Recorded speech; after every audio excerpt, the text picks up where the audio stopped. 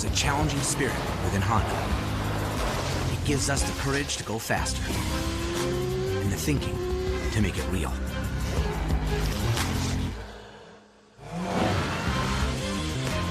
Whether it looks like a truck, a sedan, or an SUV, inside is the heart of a race car.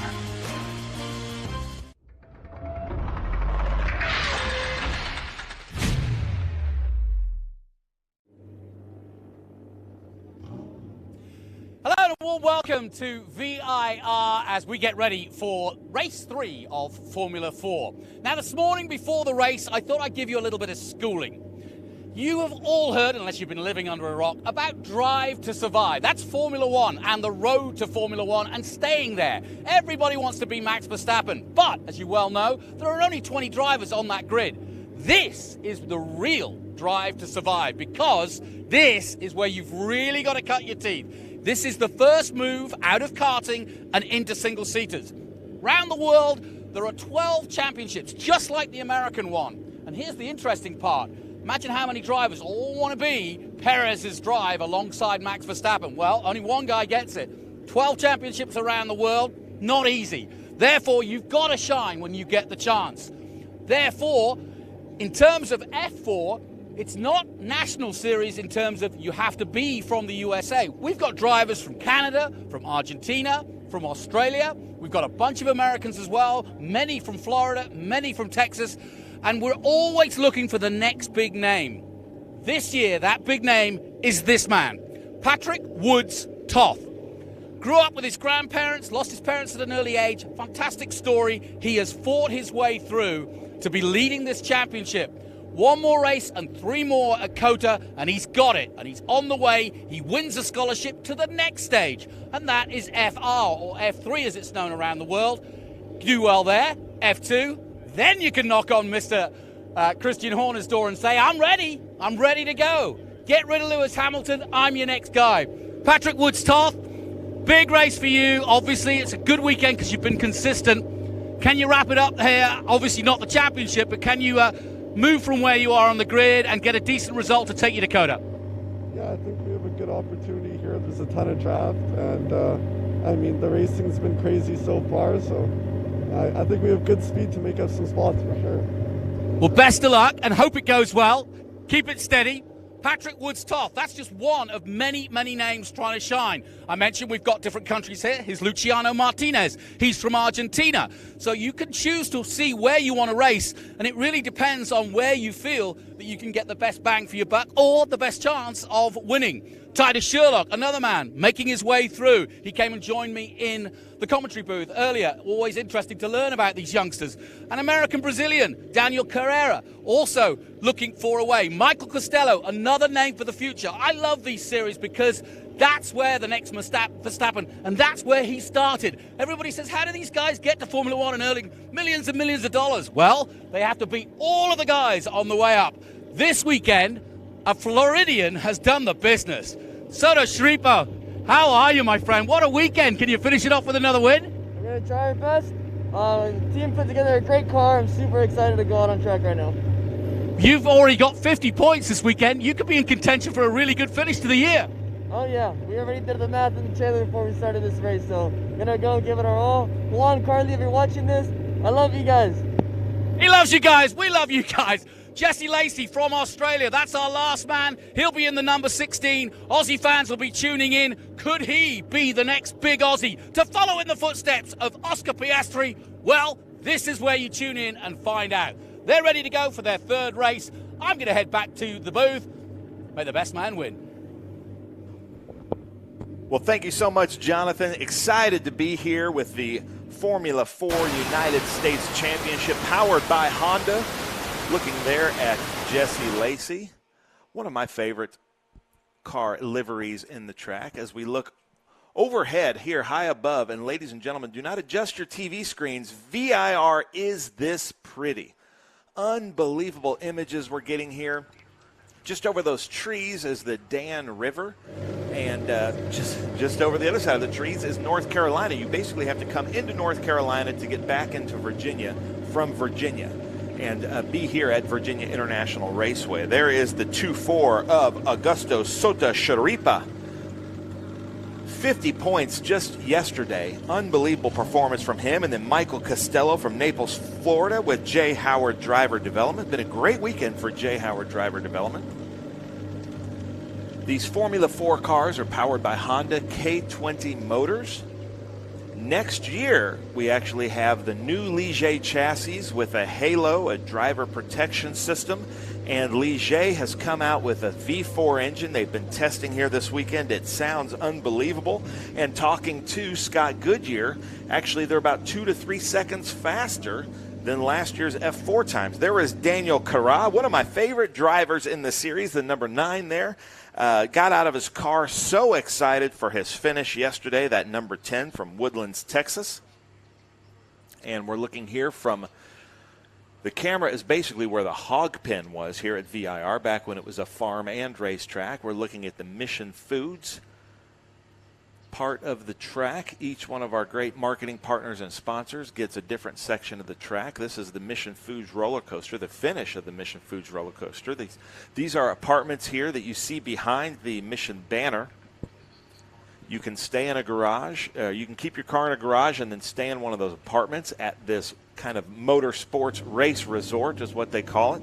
There is the number 91 of Luciano Martinez, as Jonathan was saying. From Argentina, calls New Smyrna Beach, Florida his home now, Scuderia Buell. Beautiful car. You can see the Argentina flag there. This beautiful red car. And we've had lots of spectators here this weekend. We have the Optima search for the ultimate street car here with us this weekend. And it has been a lot of fun. I'm being joined here in the booth.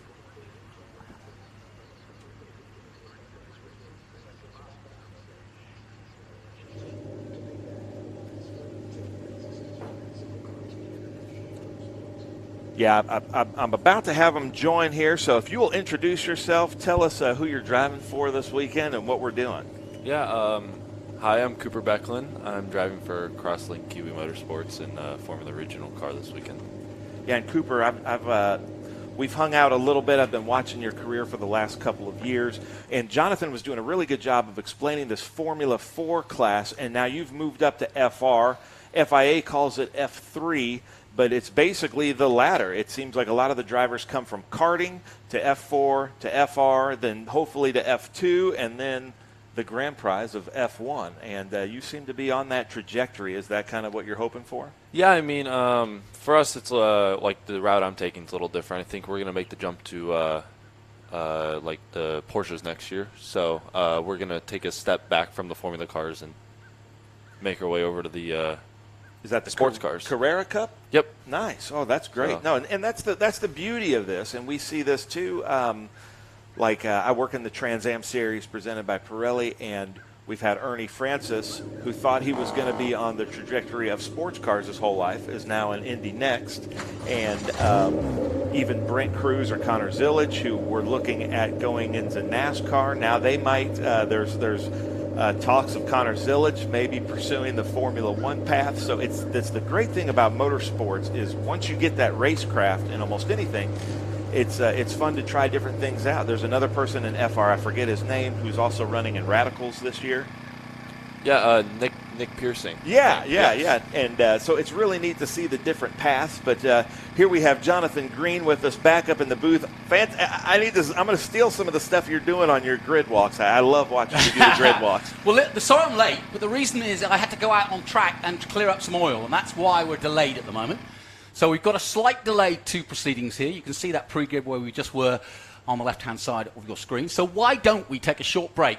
Because we're under a slight delay here before we get into F4 because of oil spill on the last SVRA race. So stay with us here at VIR. We'll be right back, and we'll be getting underway with our F4 race. And Cooper Becklin.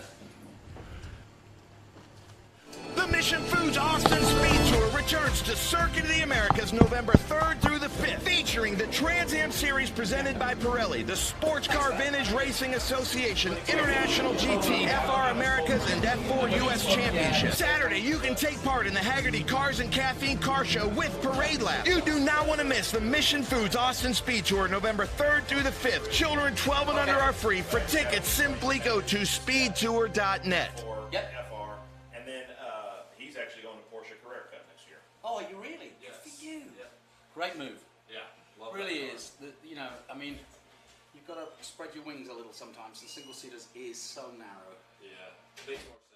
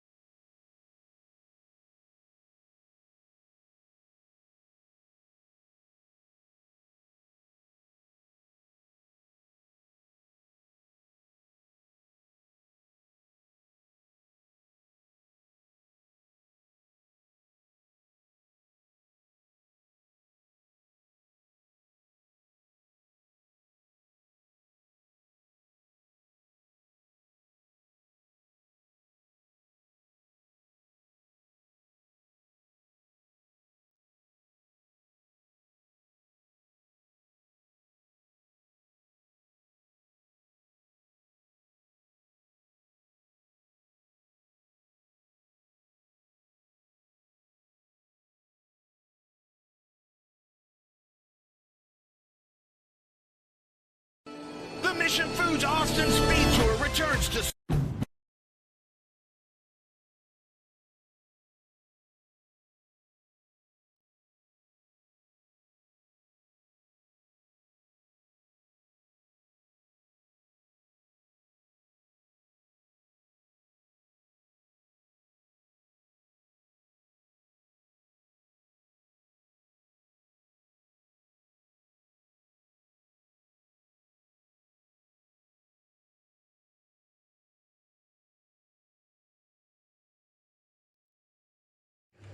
Welcome back to VIR. Sorry about the delay. We had a bit of an oil spill from a previous race, so we were just making sure it was clean, because obviously these are our young teenagers from Formula 4 USA, or Formula 4 Americas, and we just want to make sure that all is clean for them to get a good feature race. This is the third race of their weekend, 3 races each weekend. And the organisers try to give these youngsters some 3 hours on track each and every weekend, including practice, qualifying, and the 3 races I was talking about. And obviously, you want to have as clean a track as possible and as fewer delays as possible. And obviously, these guys are learning. It's easy to make mistakes when you're learning. Cooper, you've been there, done that. And but each weekend actually is a really good learning curve, because you've got enough time to really, if you're struggling with one particular issue, all right, it's different tracks, but you've got the time to dial yourself in, haven't you? Like if you start the weekend off not where you want to be, there's always time. There's always a couple practice sessions. There's always qualifying to fix the car and hopefully get it ready for the next session to have those issues fixed, which is what we've been dealing with. And I think now that we've had this many sessions, I think we do have our car fixed as well. So. Well, we share a love of high jump, and I know as a former athlete myself, there was always something I was working on, something that I was bugged by. For it could be, your stance, your workouts, your strength, whatever it might be. What have you been working on from a racing point of view? Because people don't really understand this as a sport. It's very obvious when you're doing track and field or football what is physically happening. On racing, it's not as easy because you can't see it. Yeah, I mean, for me, I've started working with a company called PitFit to help me with my strength and so they are dedicated to racing. Yep, so they're a dedicated company. They work with a bunch of IndyCar, Indy Next drivers, all those guys. So what have you picked up? I mean, we've only just started as of Thursday of last week. So, but I've been working with them to get my strength up, my reaction time, all that stuff. Yep. Help my neck with all the G-forces and all that stuff. So we've been working with them, and then they're also going to help me with my diet as well to keep that up and healthy. And when you say that, because I'm sure people will be interested, what particular things should people be thinking about if they're looking at getting into a diet that will help them do this sort of thing?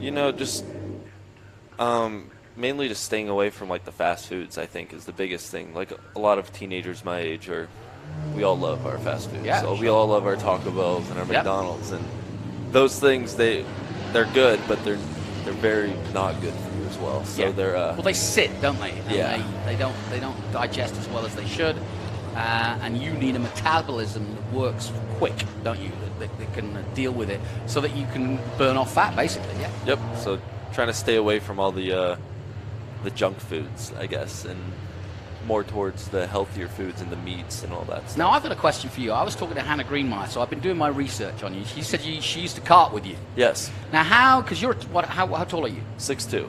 So how on earth did you go karting, given the fact that you were tall, but also a weight differential? Because whether you like it or not, and you're pretty lanky and thin, but did you have a disadvantage in karting against a 5-foot trimp? Yeah, I mean, in karting, we all have to weigh, same as cars, we all have to weigh a certain amount. Luckily, I haven't been too heavy to not have weight put on the back of my cart. So we've always been good on the weight side. The length-wise, it's been a little tough. Yeah. Ever since I started, I was always taller. I mean, now it's a little different. That creates more wind resistance. Yeah. I know it sounds silly, but it's true. But it does, yeah. And now it's a little different. Now I'm in the shifter carts, and it's a bigger chassis than normal. But even then, I'm still in still tight. Like, if I want to go race anything else, it's a super tight fit for me. Yeah. So we've got everything fully extended or overextended to make me fit. We'll have to throw you in a tin top. There's a little bit more room in those. Yeah, for sure. So, as you can see, cars on track, a big field as always, and this is a very important round. There are only 4 races left in the 2023 championship. Just to remind you of what is happening in the championship, Patrick Woods-Toth, who I spoke to on the grid, the Canadian, leads at the moment from Michael Costello. Tyler Sherlock had a good race weekend so far. He's in 3rd. Alex Berg has been up and down this weekend. He's currently 4th. Jesse Lacey, who starts at the front due to the fact that he was fastest yesterday, and there were a few penalties handed out as well. And so the Australian will start at the sharp end, and it could be a good race for him, given that he's not that far off Alex Berg, so he'll want to make hay, as they say. Daniel Kara is in 6th place, then Lewis Hodgson 7th. Jimmy Lockhart not racing anymore. The big story is Augusto Soto-Schripa of Florida for International Motorsports. He's already scored 50 points this weekend. He started the weekend in 9th position, so he's now moving up the board very quickly, and another good result here could really help him get into contention with 3 more races at COTA. Cooper, who do you know on this field? And I mean, me and Jesse have over the break we met each other in iRacing lobby, so we've been playing the sim a lot. Together. Cool. We did that. What do you play? We were doing a lot of the F4 car actually on the sim, so that, and then I've been doing some of the Porsches, some of the LMP3 cars, the F3 cars. I'm going to be cool and I'm going to be cool with the kids. What's your rig? What's my rig? I'm going to be honest with you. I don't even. We've had it for so long. I don't know exactly what it's called. I don't know the name off the top of my head, but it's. I'll let you know. I spoke to Liam Lawson the other day, now in the dizzy heights of Formula One. He was telling me that during the pandemic, his rig was an ironing board. His wheel was planted on an ironing board. So there you go. You can do anything in sim racing, and that's by the way, if you haven't got the money to go racing, every one of these drivers, including I'm sure Cooper here, will tell you that there is no a PlayStation, you name it, there is no substitute for getting and learning sim work at a very low cost. Go on the internet, go on Craigslist, whatever. You can get yourself started, can't you? Yeah, very cheap for $300. Yeah. So you don't need a budget of 150,000, let's say, to do the real thing. And if you start doing it, and in fact, Gran Turismo is out in the theatres right now. A young man from Wales who I got to know very well, Jan Mardenborough. That's exactly how he started in the Nissan series of Gran Turismo, and now he is doing the real thing and has been doing for quite some time now. But a great story, and a lot of guys are coming through from sim racing. Fraga is another one. He and his brother, the Brazilians, did exactly that too. Started off in sims and have gone through. So it's now a common story. So get out there, start practicing. If you want to do this, that's the way to start, and that's the way to learn your craft before you do the real thing. Because once you smash up a car in real life, it gets a bit more expensive, doesn't it? Absolutely, yes. So the grid is formed, and Cooper, this is one of the main parts of the race. How's your starting at the moment? My starts? Yeah. They're not perfect. They definitely need work. It's something me and my driver coach have been working on. So that's what I've struggled with all year. My race pace has been pretty good. It's just getting my starts down. So we're definitely working on those for sure. Okay, watch for the black, white, and red in 2nd place. Augusto Soto-Schripa. The reason being he's won both races so far this weekend. Jesse Lacey slightly creeping, but he's okay, still in his box, but away they go. And a good start from the front row. Everybody lifting off and going for it as they head down to the Big Machine Vodka Spike Coolers Turn 1. And it is the 16 of Australian Jesse Lacey leading at the moment, but here comes Daniel Kara around the outside. He's going to get stuck outside there. Woods-Toth also on the outside line, but it's going to swing into the inside line, so it's a good line to take if there is not too many marbles out there and you can hold your line and not get pushed off. And that's exactly what happened. And now a car gets spun round in, 2nd or 3rd, people avoiding action, so 2 cars gone off. The guy that spun, not sure who that was, but he's got going again. And so there's a real traffic jam going through 2 and 3, and now we head into Snake for the first time. So plenty of drama, Cooper, but that was a good recovery. Yeah, it was a good one. A little 360 for him for the style points. A little pirouette for style points. I like it. And already Jesse Lacey building on that lead. Soto-Schripa has gone backwards, and a great start from Patrick Woods-Toth. A phenomenal start from our championship leader from Canada. The man from St. Lazare has done a good job. That's the oil patch that they were covering up, so I'm glad they got to it. Well, you can see how extensive it was. It went for several corners. Alex Berg getting racy as they come into the Oak section. The Oak Tree corner, as it's called. Berg side by side with Martinez, the Argentinian. Berg's getting the better of him. They're wheel to wheel here. Great racing. Look how close they are, almost touching wheels there. Down the back straight. Michael Costello up to 4th place.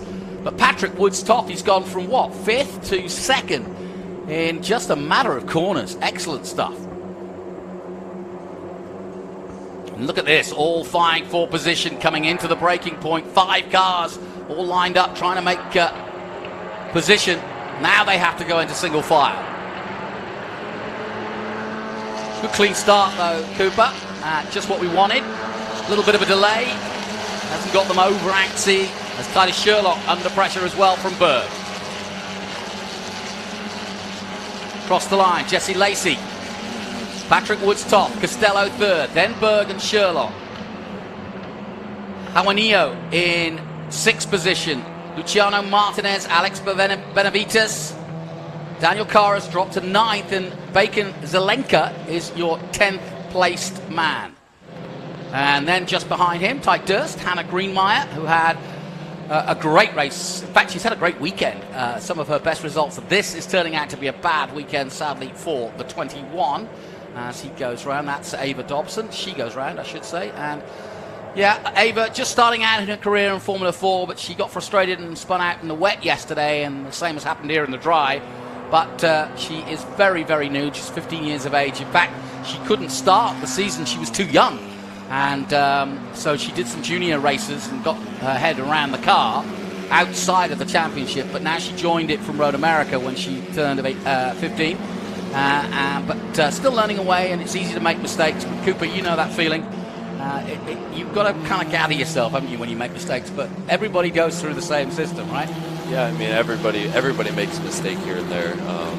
Some worse than others, but I mean, you got to figure out a way to drop it and keep going. You know, it's interesting watching Formula One these days because, you know, Max and Russell and all those guys all raced against each other early on.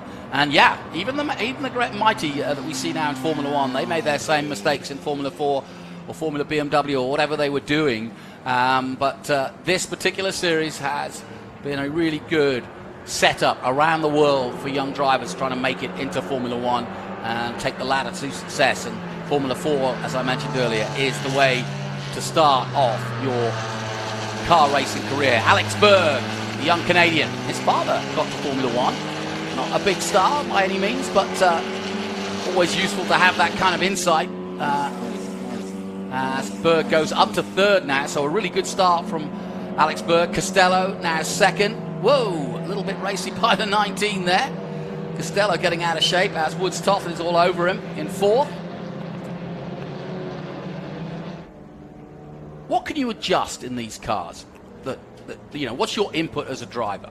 Yeah, I mean, while you're driving, it's not much at all. It's just can you brake change bias. The brake bias? Yep, Yeah. that's the only thing while you're driving. And when do you do that, and why? So, for us, at least in the Formula Original car, I think it's a little different. But like for us, we have like your brake bias goes forward and backwards. Yep. So if you lock your fronts, you typically want to go back. Yeah. So you don't end up locking in. When you lock the tire, it gets super vibrating and super unstable. So if you're locking fronts, you usually put the brake bias back. If you're locking rears, you put the front. And as the fuel load goes down, does that make a decision-making reason for changing the bias? Not too much. Usually, we haven't figured out a way that it's changed our car very much at all, like with how much fuel we have in the car for brake bias. But I'm sure to a certain extent it does make it feel a little different. So when you're racing, you're not only racing the other 30 competitors out there, you're also thinking, I'm going to tell my engineer I don't like this, or it's slipping, or it's oversteer or understeer. We often hear that. And so you're sort of kind of mentally thinking about what you're going to say to your engineer when you get back, right? Yeah, I mean, during the race you have feelings of the car, and you feel how the car reacts to certain things you do. So when you come back, you want to be able to tell your engineer what exactly the car was doing. If it was oversteery, understeery, you're having problems, you're bottoming too much. Those are all things you want to come back and tell your engineers. And do you ever get a sweet spot where you go, wow, this is awesome? Yeah, I mean, there's always those times they'll come back and the car is amazing. Yeah. But I think there's always something you can do as well to make it better. And it always changes. Everybody's trying to do the same thing. And the track changes too, so you want to adjust. Here comes to the Berg. track. Whoa, Alex Berg, and he's caused an incident and taken both cars out, sadly. And I'm afraid I would blame or put the blame on Alex Berg in that particular incident. He's got a bent front left suspension. He's still going, but he's taken Costello. And Cooper, as I said before the race, I want you to judge. You tell me how you see Alex Berg approaching this and whether he was at fault or not. Yeah, I mean, that definitely looked like a super late move. Here he is in the pink helmet. Yeah, it looked like he just made a super late move to the inside, kind of a dive bomb, almost like a karting move. And you could see how his hands are not out of control, but sort of going left to right. Yeah. And looks like he almost lost it as he went in and ended up collecting. So, well, Michael Costello is going to be pretty annoyed because he's second in the championship at the moment, and that is just played into Patrick Woods-Toth's hands. As we head towards Coda next time out, those are the sort of incidents that can make and break an overall champion. There is our championship leader. And the reason I mentioned at the top that it's so important, you know, I think of somebody like Carl Kirkwood, who a few years ago was racing in these cars and then went up to FR, and now, of course, is a very accomplished and an IndyCar winning driver already, still a youngster. And, you know, this is where these youngsters make their name, and little accidents like that can really change your day. And there's nothing you can do about it. It's the one thing I've learned about motor racing is control what you can control. There's no point in getting aggravated about a guy hitting you. You're just going to move on, right? I mean, there's nothing you can do about it after he's hit you already. So, yep. Can't go back and change the past. So. Nope. Luciano Martinez in the 91. He had a spin yesterday, so he'll want a good result. He's currently running in 7th in that all-red 91 car that you saw. There it is. And now everybody moving up. Tidy Sherlock now 4th. Patrick Woods-Toth 3rd. And out of all of that, Keiko Hauanio, I spoke to him earlier and said, how do I pronounce your name? It's Hauanio, like Matrix. Neo. There you go. So Keiko Hauanio is in 2nd place, so he has gained the most. But Jesse Lacey is up the road. Some dust and dirt there as somebody else has gone off. Who's that? Hannah. That is. No, that's 74. That's, it's Hannah. Hannah Greenmeyer. Sorry, you spotted it. Well done. Hannah said to me she wanted a top 5. Well, that's not going to help. But we're celebrating women in motorsport, and Hannah was involved in both the autograph session and last night's, if you like, charity raising dinner. And our guest of honor was one and only Lynn St. James. Great to have her here on board, and she has been an absolute pioneer and inspiration. She also helps raise money for women in motorsport and has a scholarship, and she's helped the likes of Pippa Mann and many others on the way up. And it's very important that they do what they do, and we're now starting to see more mechanics, more engineers, and more sides of it. You don't have to be a racing driver to get involved in motor racing.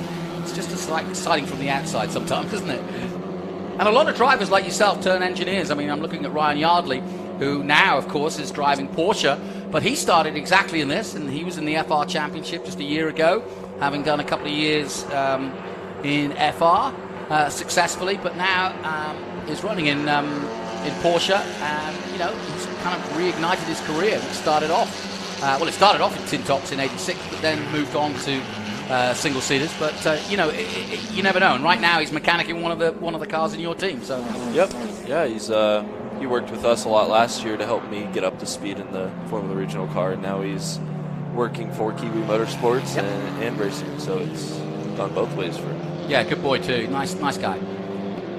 I always like it when the nice guys get to where they need to go. Lacey, Hauanio and Woods-Toth is your top 3. Titus Sherlock in a good position here in 4th position. He'll be pleased with that. So does Schreiber, who's won both races so far this weekend, is in 7th at the moment. Zelenka up to 8th. Wisniewski is in 9th position. He had an off yesterday, so he'll want to finish in that top 10. Tyke Durst rounding out the top 10. Then it's Bennett, Lawley, Parrish, DeFabis, Bowling, Lim, Costello all the way down in 17th. So after that incident, Costello knocked all the way down to 17th, and Hannah Greenmeyer, also a crosslink Kiwi, as we mentioned earlier, as is Cooper Becklin alongside me. She's now down in 18th position, and Martinez in the 91 dropped down to 19th. So there's been quite a little bit of movement. You'll be pleased to know that Ava Dobson, who we saw on the grass a moment ago in the 21, came into the pits, checked the car over, and is back out there. She's in 21st. And sadly, Alex Berg, 22nd. So you go from hero to zero in this game, don't you? Very fast. Very fast. Good lead, though, 2.5 seconds from Lacey. And I always think that once you get over 2 seconds, you don't relax, but that's what I would call controlling the race. And you then decide whether you want to push or maintain that speed, all right? Yeah, it becomes a safe zone almost. Yeah. And yep, just seen out of my corner of the eye is the number 8 coming into the pits. There he is. And that's because Alex Berg has damage to that wing, no surprise. Well, both wings, actually, both front wings. And how, I mean, you could go out and drive on that, but you're not really going to get the effect of how they should work, right? And it's going to feel awful, right? Yeah, very upsetting to the front end of that car, so it'll feel completely different than what it was 2 laps ago when he was driving with it undamaged. Yep, so the Canadian out of this one, and that's going to make a big difference to his championship because, what? Alex Berg was 4th. Meanwhile, Soda Schreiber is moving. He's up to 7th now. Augusto Soda Schreiber, the man from Durrell in Florida. And he's just set the fastest lap, a 1:59.5. So we'll keep an eye on his progress.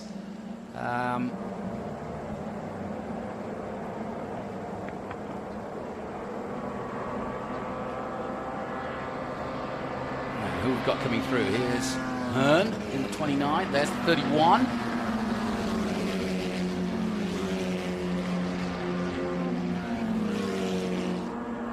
And Titus Sherlock is the 31. So nice little battle here between these three. Sherlock, Woods top, and ahead of him in the 27. He's got to be careful here, Patrick, because what he doesn't want to do, he had problems in the first race and spun out on the last lap, and that really put him on the back foot. He didn't lose the championship lead because Costello also had a problem. So these are trying times, though, because as we go into the weekend, or we went into the weekend, it was only 36 points. When you consider it's 25 for a win, you're certainly not relaxing at that point when it comes down to the championship, right?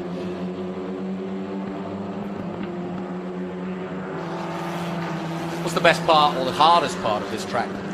Yeah, this track's definitely not an easy one. It's definitely the last section, 16, 17, or 14 through 17, honestly. Getting through there can be quite difficult to go fast through there. Trying to make sure you don't go off coming out of 17. Yeah. Another damaged car coming into the pits, and I'm guessing that'll be Costello. I think it is. There's a nice little side-by-side battle here with Juanillo and the car in front, which of course is Patrick Woods-Toth. So we've got a real battle for second place. It's the number 3 that is in the pits, and that's Michael Boyazides.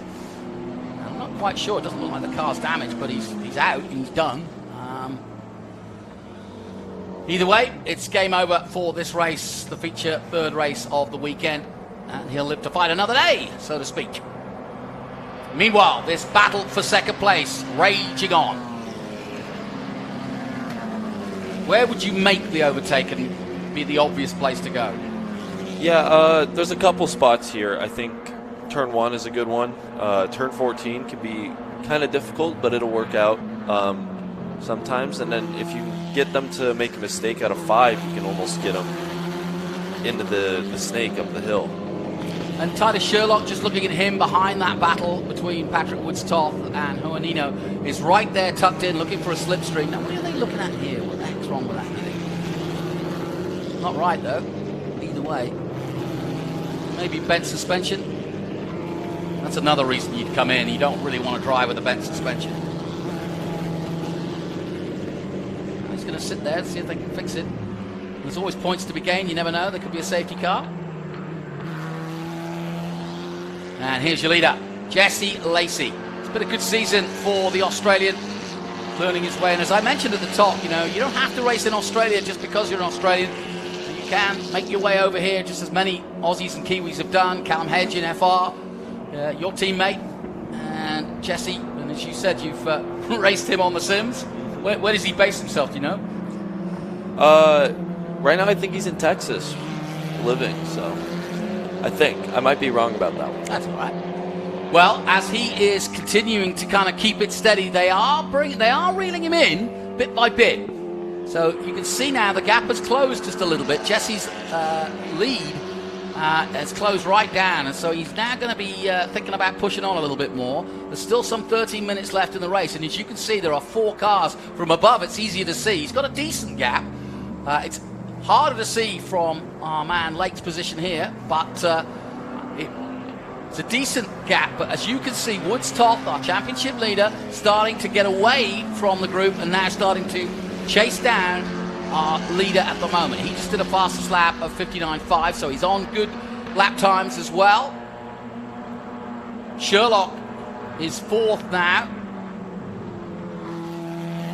So the Shrimper has made another position up. He's up to 6th. Hey, go on, save it. That was a pretty good save, actually. It was, yeah, very good. It's a typical mistake here at Oak Tree Corner. It's just to dive a little too hard into the double apex or long hairpin, if you will, at the end of the circuit there. We've seen a lot of offs. Even Callum Hedge went off there yesterday.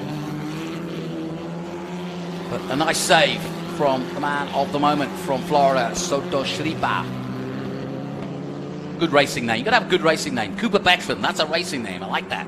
Yeah, thank you. Could be a downhill skier, never mind a high jumper.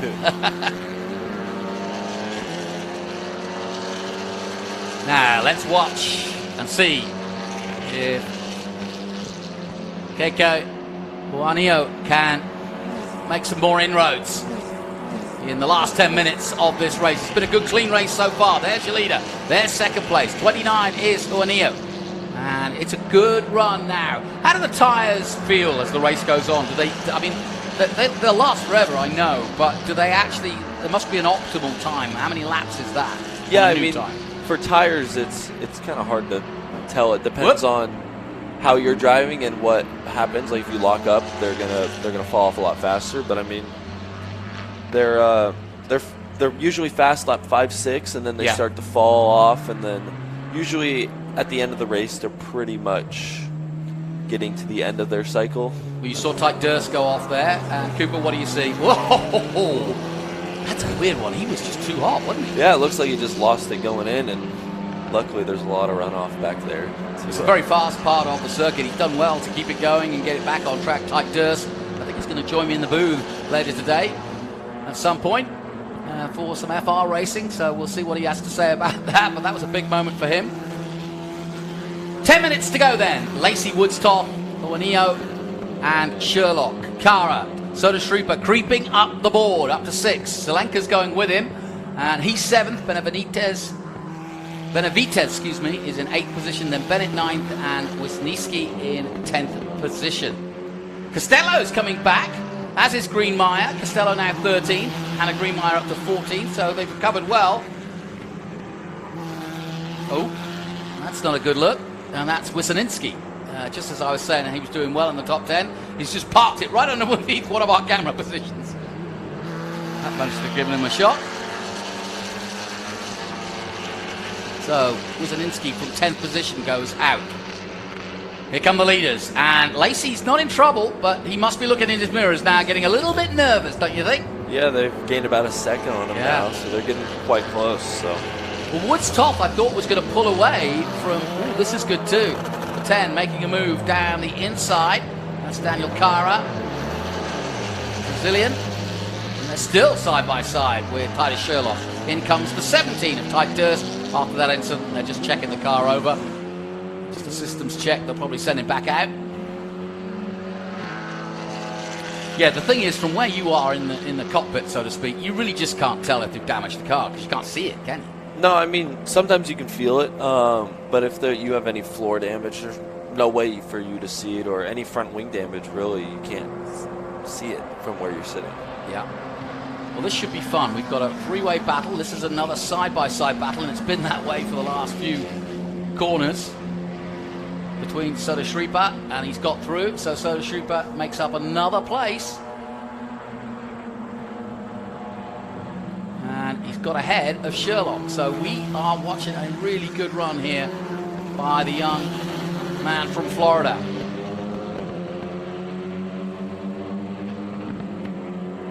"23 years of age, a little older than some of the F4 guys, but really enjoying yesterday. His family were here to greet him when he got out of the car, and it was a good celebration. And I was reading up, he'd been racing back in Florida back in February before the championship started, so he got a kind of a jump on some of the guys. Do you ever do a winter series or try to get some time in a car in the winter? Mostly testing. Yeah. Not too many series going on here, at least during the winter. Yeah. So it's just a lot of testing. When you're in the Northeast, you're in the Northwest in Oregon. What's the racing scene there? I mean, we know we go to Portland for SVRA, but it can't be as strong as, let's say, Florida or California. No, I mean, there's not too much. We've got a couple of good tracks up there, but nothing like we do here. We've just got Sonoma, Portland. Yep. We do have Laguna Seca, which is a nice one. Yeah, but there's not too many winter series going on. There's a West look at Coast. this. Soda Shripa has made another position up. He's got Sherlock. But the race is on now. Look at the top three. Nothing between them. Jesse Lacey has done all the hard work. As in comes Eric Wisniewski. After that, well, he's already in. He's been there for a while, but as you can see, damage to that nose cone. He's got no front wing at all. But now Jesse Lacey is in real trouble. Now, how do you defend from this sort of onslaught behind you? Yeah, I mean, just not making mistakes to start off with. Make mistakes, they're gonna find a way by you and catch you like they have. And just making sure to block all the lanes. Honestly, like in the 14, he's got to make sure to be on the inside, not let anybody go around the outside. Or nice move there by Keiko. Neo really just slipping through on a place you wouldn't expect an overtake. Well done to him. So let's watch down the back straight now as the leaders come towards the breaking point at the crest of the hill before roller coaster, because we could get a change at the front, because now you've always got an advantage if you're chasing in second and third because of these long straights, two big long straights here at VIR. Very fast circuit this, isn't it? yeah, it's very fast with a lot of long straights. How do you set up the car with as little wing as possible to give you the speed? Yeah, I mean, you don't want as much drag as so you try to get the least amount of drag, but having the car feel as stable as possible. Well, we're getting down to the business end now. The three of them still line astern as they come past our commentary position. The race is on.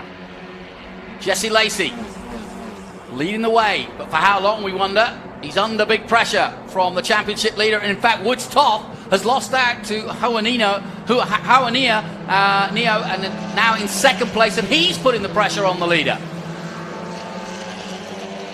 So a good run by Kekai Hawaneo as he's right there. And a lot of what we see here is that a lot of overtakes can be done by just pure pressure, right? Which is you're not necessarily looking, especially in this section, to overtake. You're just almost trying to force them into a mistake. Yeah, you want to almost fill their mirrors. Yeah. And get them nervous that you're there, and they'll keep looking back, and then they either miss a mark or they'll overdrive trying to get away from you, and then they'll end up making a mistake. I don't know, and I've done a little tiny bit of karting in my time, and you can't, it's a monkey mind thing, it's a real mind game at this point. You know what you're doing, and you'll probably see that throw of dust up there and go, got a little reprieve there, but you are nervous as all hell. Now, I mentioned that Hawaneo was in second place, but we didn't actually see the overtake. Let's take a look at it, Cooper. When you see it, you tell me what you see. Look at that. Nicely done. That was a really swift move, wasn't it? Yeah, really good. At a place you wouldn't expect. I mean, Woods Toff would not be expecting to defend there. No, not at all. Very nicely done. So Jesse Lacey from Australia has led the entire race. Full course caution. Oh, we've got a full course caution, and that is at the worst possible time too, with just a couple of minutes to go. So we could finish under caution, and that will be a reprieve for Jesse Lacey because it doesn't need this pressure right now. Neo will probably be happy with taking second place after the exploits he's been doing. Great stuff. Shout out to Hannah Greenmeyer, your teammate. What a great result. Up to 10th place after that off she had. Yeah, absolutely. Really good. Costello, unfortunately, I think there's damage to that car or something's bent on it because he's all the way down in 17th. But we're under caution here in the closing stages of the final feature race for F4. These are the youngsters coming up, trying to make it into Formula 1 and Formula 2. And while we are under caution, we'll take a short break here from VIR and we'll be back to pick up the action for the end of this race. Stay with us. The Mission Foods Austin Speed Tour returns to Circuit of the Americas November 3rd through the 5th, featuring the Trans Am Series presented by Pirelli, the Sportscar Vintage Racing Association, International GT, FR Americas, and F4 US Championship. Saturday, you can take part in the Haggerty Cars and Caffeine Car Show with Parade Lab. You do not want to miss the Mission Foods Austin Speed Tour November 3rd through the 5th. Children 12 and under are free. For tickets, simply go to speedtour.net. Now, welcome back. You've been listening to Cooper Backlund, who will be racing in FR very soon, and we are under caution, but both of us had a quick chat while we were off air there saying, I don't think this is probably going to resume, simply because we were so close to the checkered flag anyway, and so the full course caution means we've got quite some time before we get going again. There's the 91 right at the back of this group, Martinez, and but a good race from Jesse Lacey. He popped out from the lead from pole position after getting the fastest lap yesterday, which put him in pole position. He led for about, he had about a 7-second lead at one point. But bit by bit, Hauaneo and Woods Toth sort of reeled him in. And we were hoping for a real grandstand finish to this one. But in some ways, Lacey got lucky and he doesn't have to defend anymore.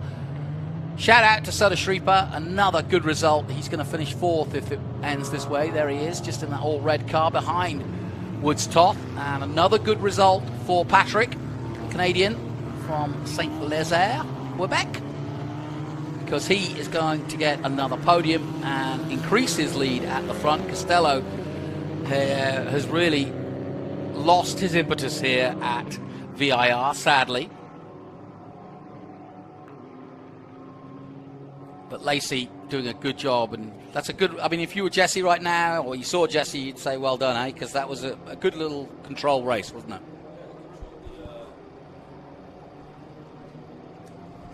it?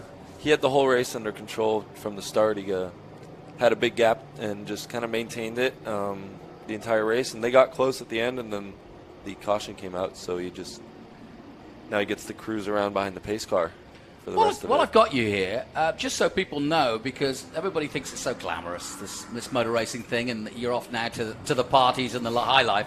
You, after this race, if you were in this race, you'd be going back now, and you're probably spending a good hour or so sitting down with the team, with data, and looking at it. What kind of things are discussed? Yeah, I mean, you'd be discussing like what the car was like, how it felt, how the tires were. And are you listening to the others at the same time as well, what they're saying? Kind of depends on who's in the room at the time, really. Yeah. You're mainly just talking to your guy. But there's the checkered. So we were right.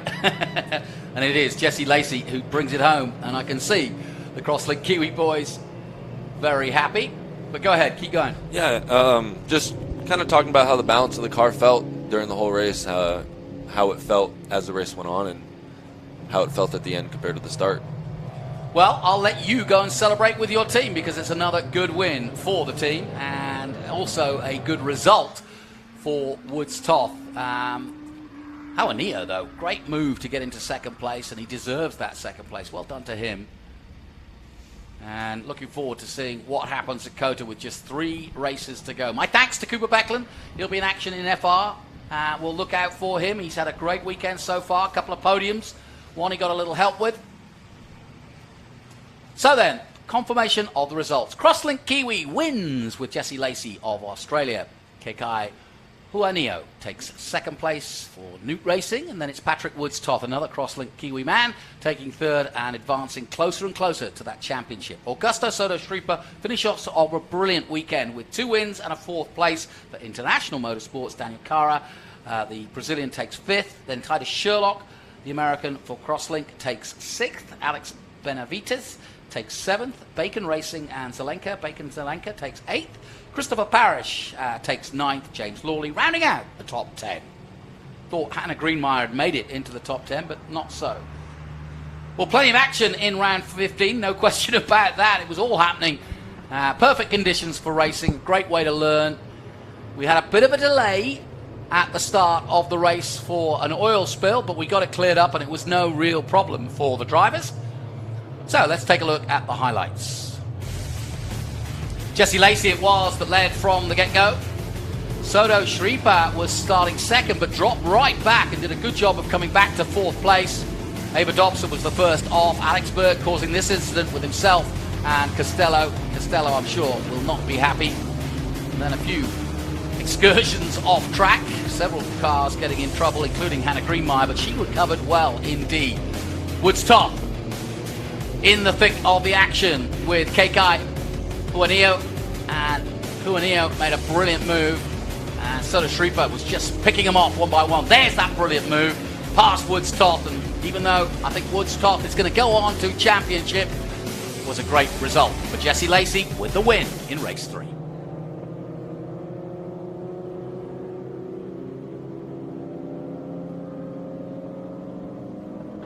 So we'll wheel them round and down into pit lane and hopefully maybe hear from one of the top 3. John Phippen will be down there, I'm sure. He's doing the PA announcement and he's been traveling with the series.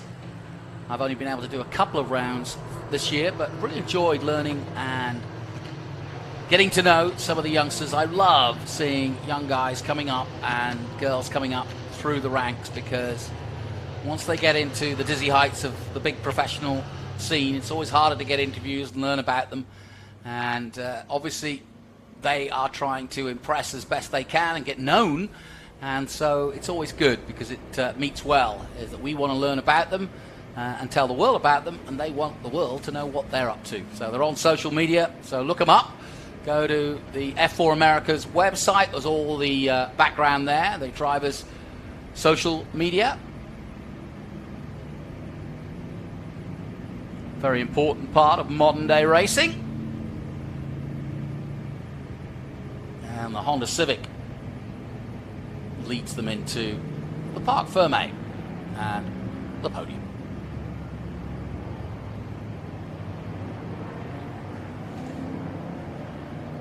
You know, just looking at the overall results for Jesse Lacey over the year, and you know what? That's his first win of the year. Good for him. He's had bunches of podiums, but as far as I can see, that's Jesse Lacey's first win of the year, and you can see it means a lot. Good for him.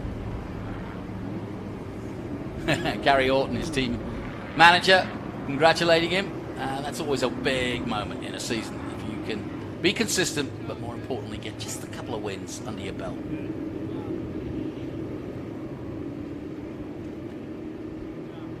And, well, on a weekend that saw Oscar Piastri making a name for himself, we got another Australian on the way up. So look out, Oscar.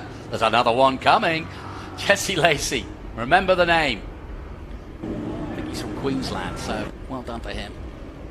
Let's see what John Phippen has to say with him.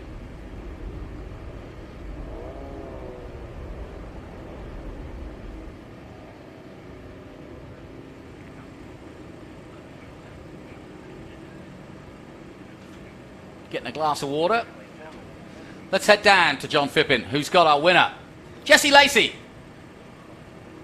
We've got Jesse Lacey here, who's been on the podium 4 times, finally on the top step. Jesse, you had a dynamite start. You had a 3-second lead at the end of the first lap.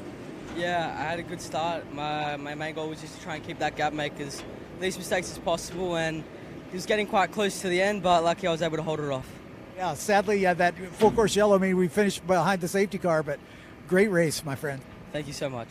Jesse Lacey, first time winner, Jonathan.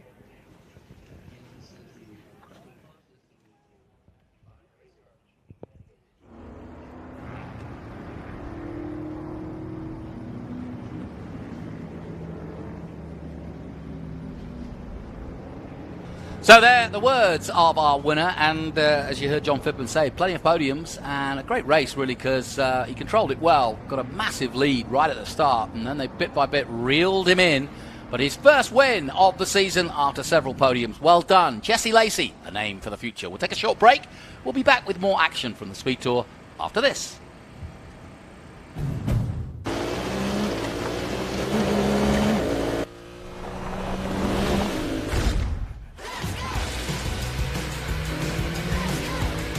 Everything in our garage is inspired by our racing spirit.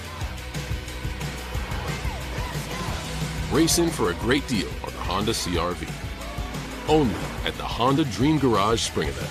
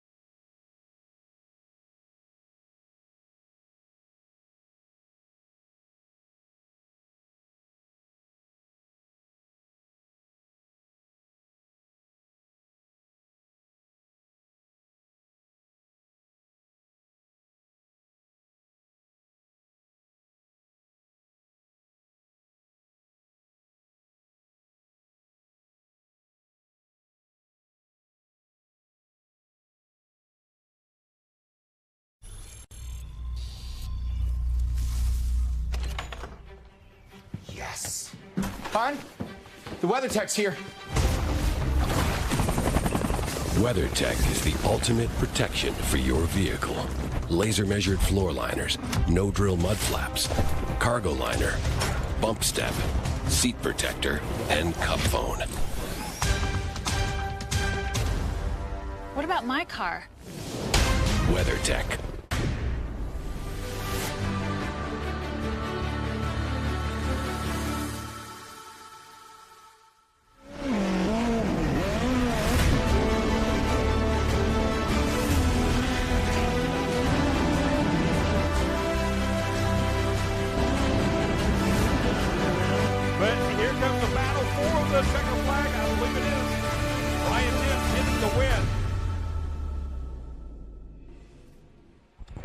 Welcome back to the Speed Tour, and as you can see from high above in our lovely drone shot, you can see that we are gathering the grid for our next SVRA Speed Tour group race. And it is Group 5A, 9, 11, and PSSA, which is what you're looking at right now. And I'm delighted to welcome Jason Miles and Ben Sissel to the booth to talk about this. And Jason, this is your bailiwick, as we say in England. But so far, so good. You've been doubling the fields, literally, since I last spoke with you at Road America. Yeah, Road America, we had, I think we had 8 cars. Now we're up to around 16, so 2 rounds left. Spring Mountain in Nevada, and then the championship at COTA, where we hope to have a 30-car field. So double, double, double. And here's that interesting Nathan Bird car, isn't it? Yeah. I've been surprised by how many were with us at Sonoma Laguna and have made their way out here as well. That's been fun to see. Yeah, yeah. We some of these teams have gone back and forth across the country following the series, so, and it seems like as soon as you do one race, you're hooked and you're coming back. So, and Jonathan, you can see this last car here, the blue car. Remember, we were talking about at Road America. It has the Kraken octopus wrap. Oh, that's right. And yeah. so I was talking to him at the grid, and they've rewrapped it. They kept the octopus theme, but the driver wasn't super happy with it, so he wanted to rewrap it, which I think is cool because they. To me, then they get it. They're a part of the family. They understand that it's as much about the show and the presentation as it is the racing. So I love that. So what's it wrapped in now then? It's wrapped in vinyl, but it's just different artwork. Okay. I see. So as we go through, introduce your drivers, and then I'll get the SVRA drivers. So this is the 63. I think that's going to be either Jim Booth or he was doing double duty with his coach, Tom Gladys, who won the race yesterday in PS1. So that's a Radical SR10. I was filming yesterday, and I noticed that the Radicals are a little bit narrower than the Revolutions. They are. Yeah. And is that an advantage, a disadvantage? Are you guys seeing anything from that? I think it's just different design, and the Radical is based on a aluminum frame, where the Revolutions are a carbon fiber monocoque. So. Just different design theories, and yeah. Wow. Well, that's pretty neat. So we're seeing a little bit of a revolution in our designs, going to carbon fiber chassis. So that last car that we saw was Justin Garrett in a Ligier F3. We do have some F3s out here. That first car that I just think, we were talking about this, the Nathan Bird, that 80 car, just an unbelievable car. That's the AF01, which is basically the new Formula 5000. And then this looks like a Revolution here. So this is Palmer Miller from S's Racing and his Revolution A1 500. Second place yesterday in Austin, PS1. Texas, mind you. And he's been with us a few of the other events. Yeah, it was Miller time at Road America, and he won both races there. So he's looking to get back up there and take one step higher on the podium today for sure. Now, Jonathan, with your thick Texas accent, you have to be rooting for this person. Absolutely. Austin, Texas based. We've been waiting for the industry to grow since COTA came to be some 11 years ago. And S's are one of the big success stories of racing in Austin. Now, is Dave that O'Neill? James French that races the F1 car with us? Yes. Okay. Yeah, so professional James French, driver. That car is a Ligier JS51 that currently runs in Group 11, but it's going to be included in the technical regulations going forward for PSSA. So we were able to work with Hankook and get tires fitted for them. So that car should be available for Texas in the PSSA series. Good. And James French, look out. I would put him in our top 5 best vintage drivers. He and his dad, longtime racers with us in the vintage series. They have 2, actually, Benetton and a Jordan, I believe, Formula One cars that just, no offense, Jonathan, but I think that era of Formula One where it sounded the best. And, it's no offense to me. You're absolutely right. No question. We hate the noise at the moment. So one thing that we were talking about, Jason, and I hope we can correct this, just for me as a motorsports fan, because PSSA is running with a mixed group of SVRA classes, maybe by COTA we can get you a split start. But if you have 30 cars, we won't have to worry about it. You'll have your own group. Right.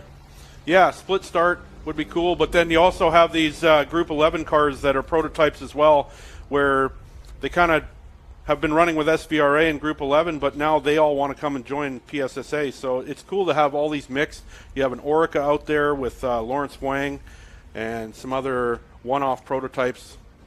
These guys like to mix it up with all the rest of them. Yeah, there's the Shelby Can-Am car from 1990 of William Deary. But let's just go through the grid really quick, because we do have 31 cars out here in this great group of 5A, 911, and PSSA, which stands for Prototype Sprint Series Association. So Clayton Ely is in position 1 in a Ligier JSP3. Nathan Bird in that Formula 5000 AF01. Lewis Cooper Jr. in the coolest sounding car here this weekend in a Panos DP01. Lawrence Wang, you were talking about him, and you said it's Orica? Orica, Well, yep. I've been saying it wrong this whole time. FLM09. Nicholas Ambiato in a Ligier F3. Tom Gladys, we saw him in that Radical SR10. Justin Garrett in a Ligier F3. Palmer Miller in a Revolution 500 SC. James French in a Ligier. It's spelled wrong. Different. Oh, okay. Ligier JS51. Come on, James. Spell your car right. Scott Wagner in a Radical SR10. And that's just right there. That's our top 10. And look at how many different car manufacturers we have just in that top 10. That's what I love about this style of racing, where it's not just 2 or 3 car manufacturers. There's probably 7, 8, 9 different car manufacturers in this group alone. Nathan Duckles, great name, 2022 Revolution A1 500 SC.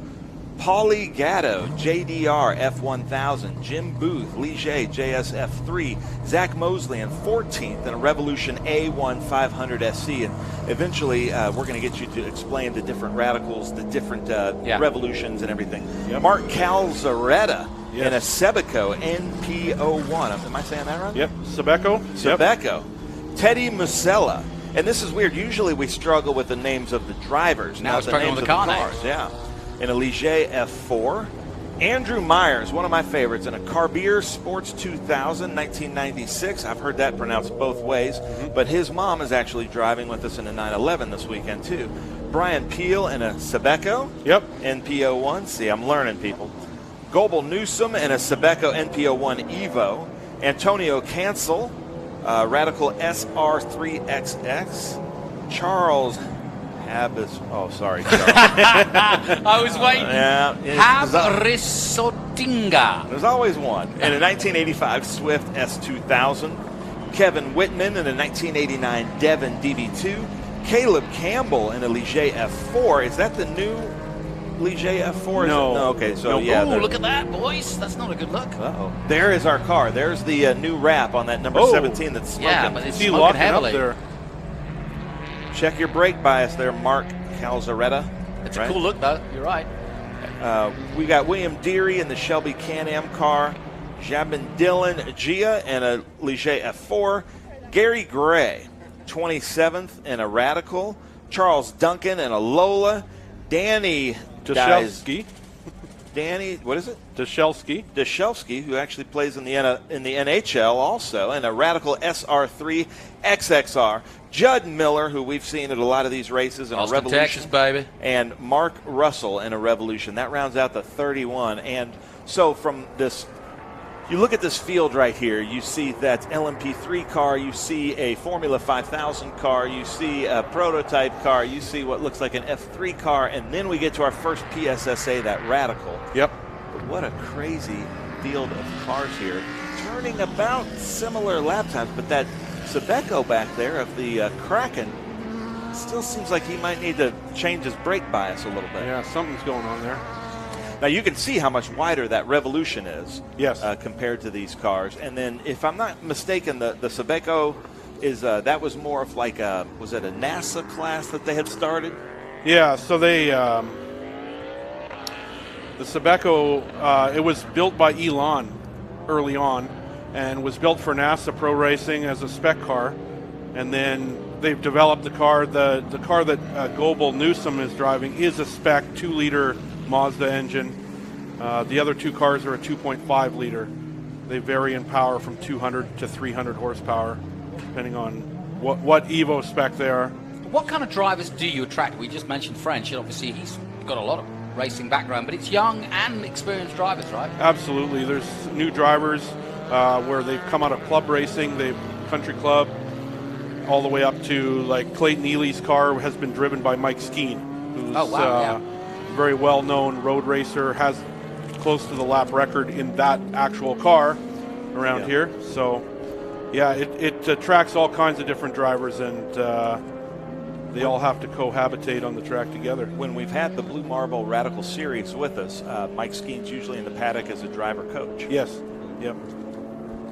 And I really appreciate, Jonathan, someday I'm going to have the level of talent that you do, that you said you attract young and experienced drivers. Very good. Someday I'm going to learn how to do that. That was really good. Yes. Now they're coming down the Mission Foods roller coaster to take the green. So we're about to hear some, what is it, Juan Verde music Juan here? Verde music. Here we go.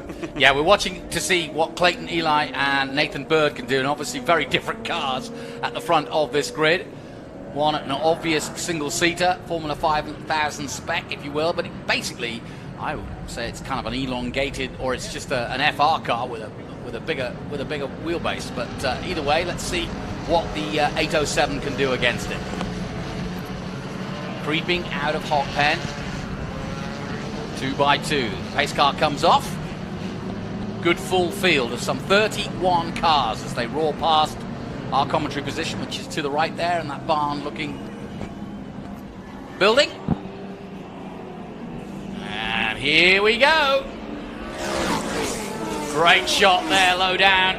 I love that static shot. It's the first time we've had it, but look at this Nathan Bird on the side outside by with side. those sticker tires. He's going to try and slingshot it into the lead if he can.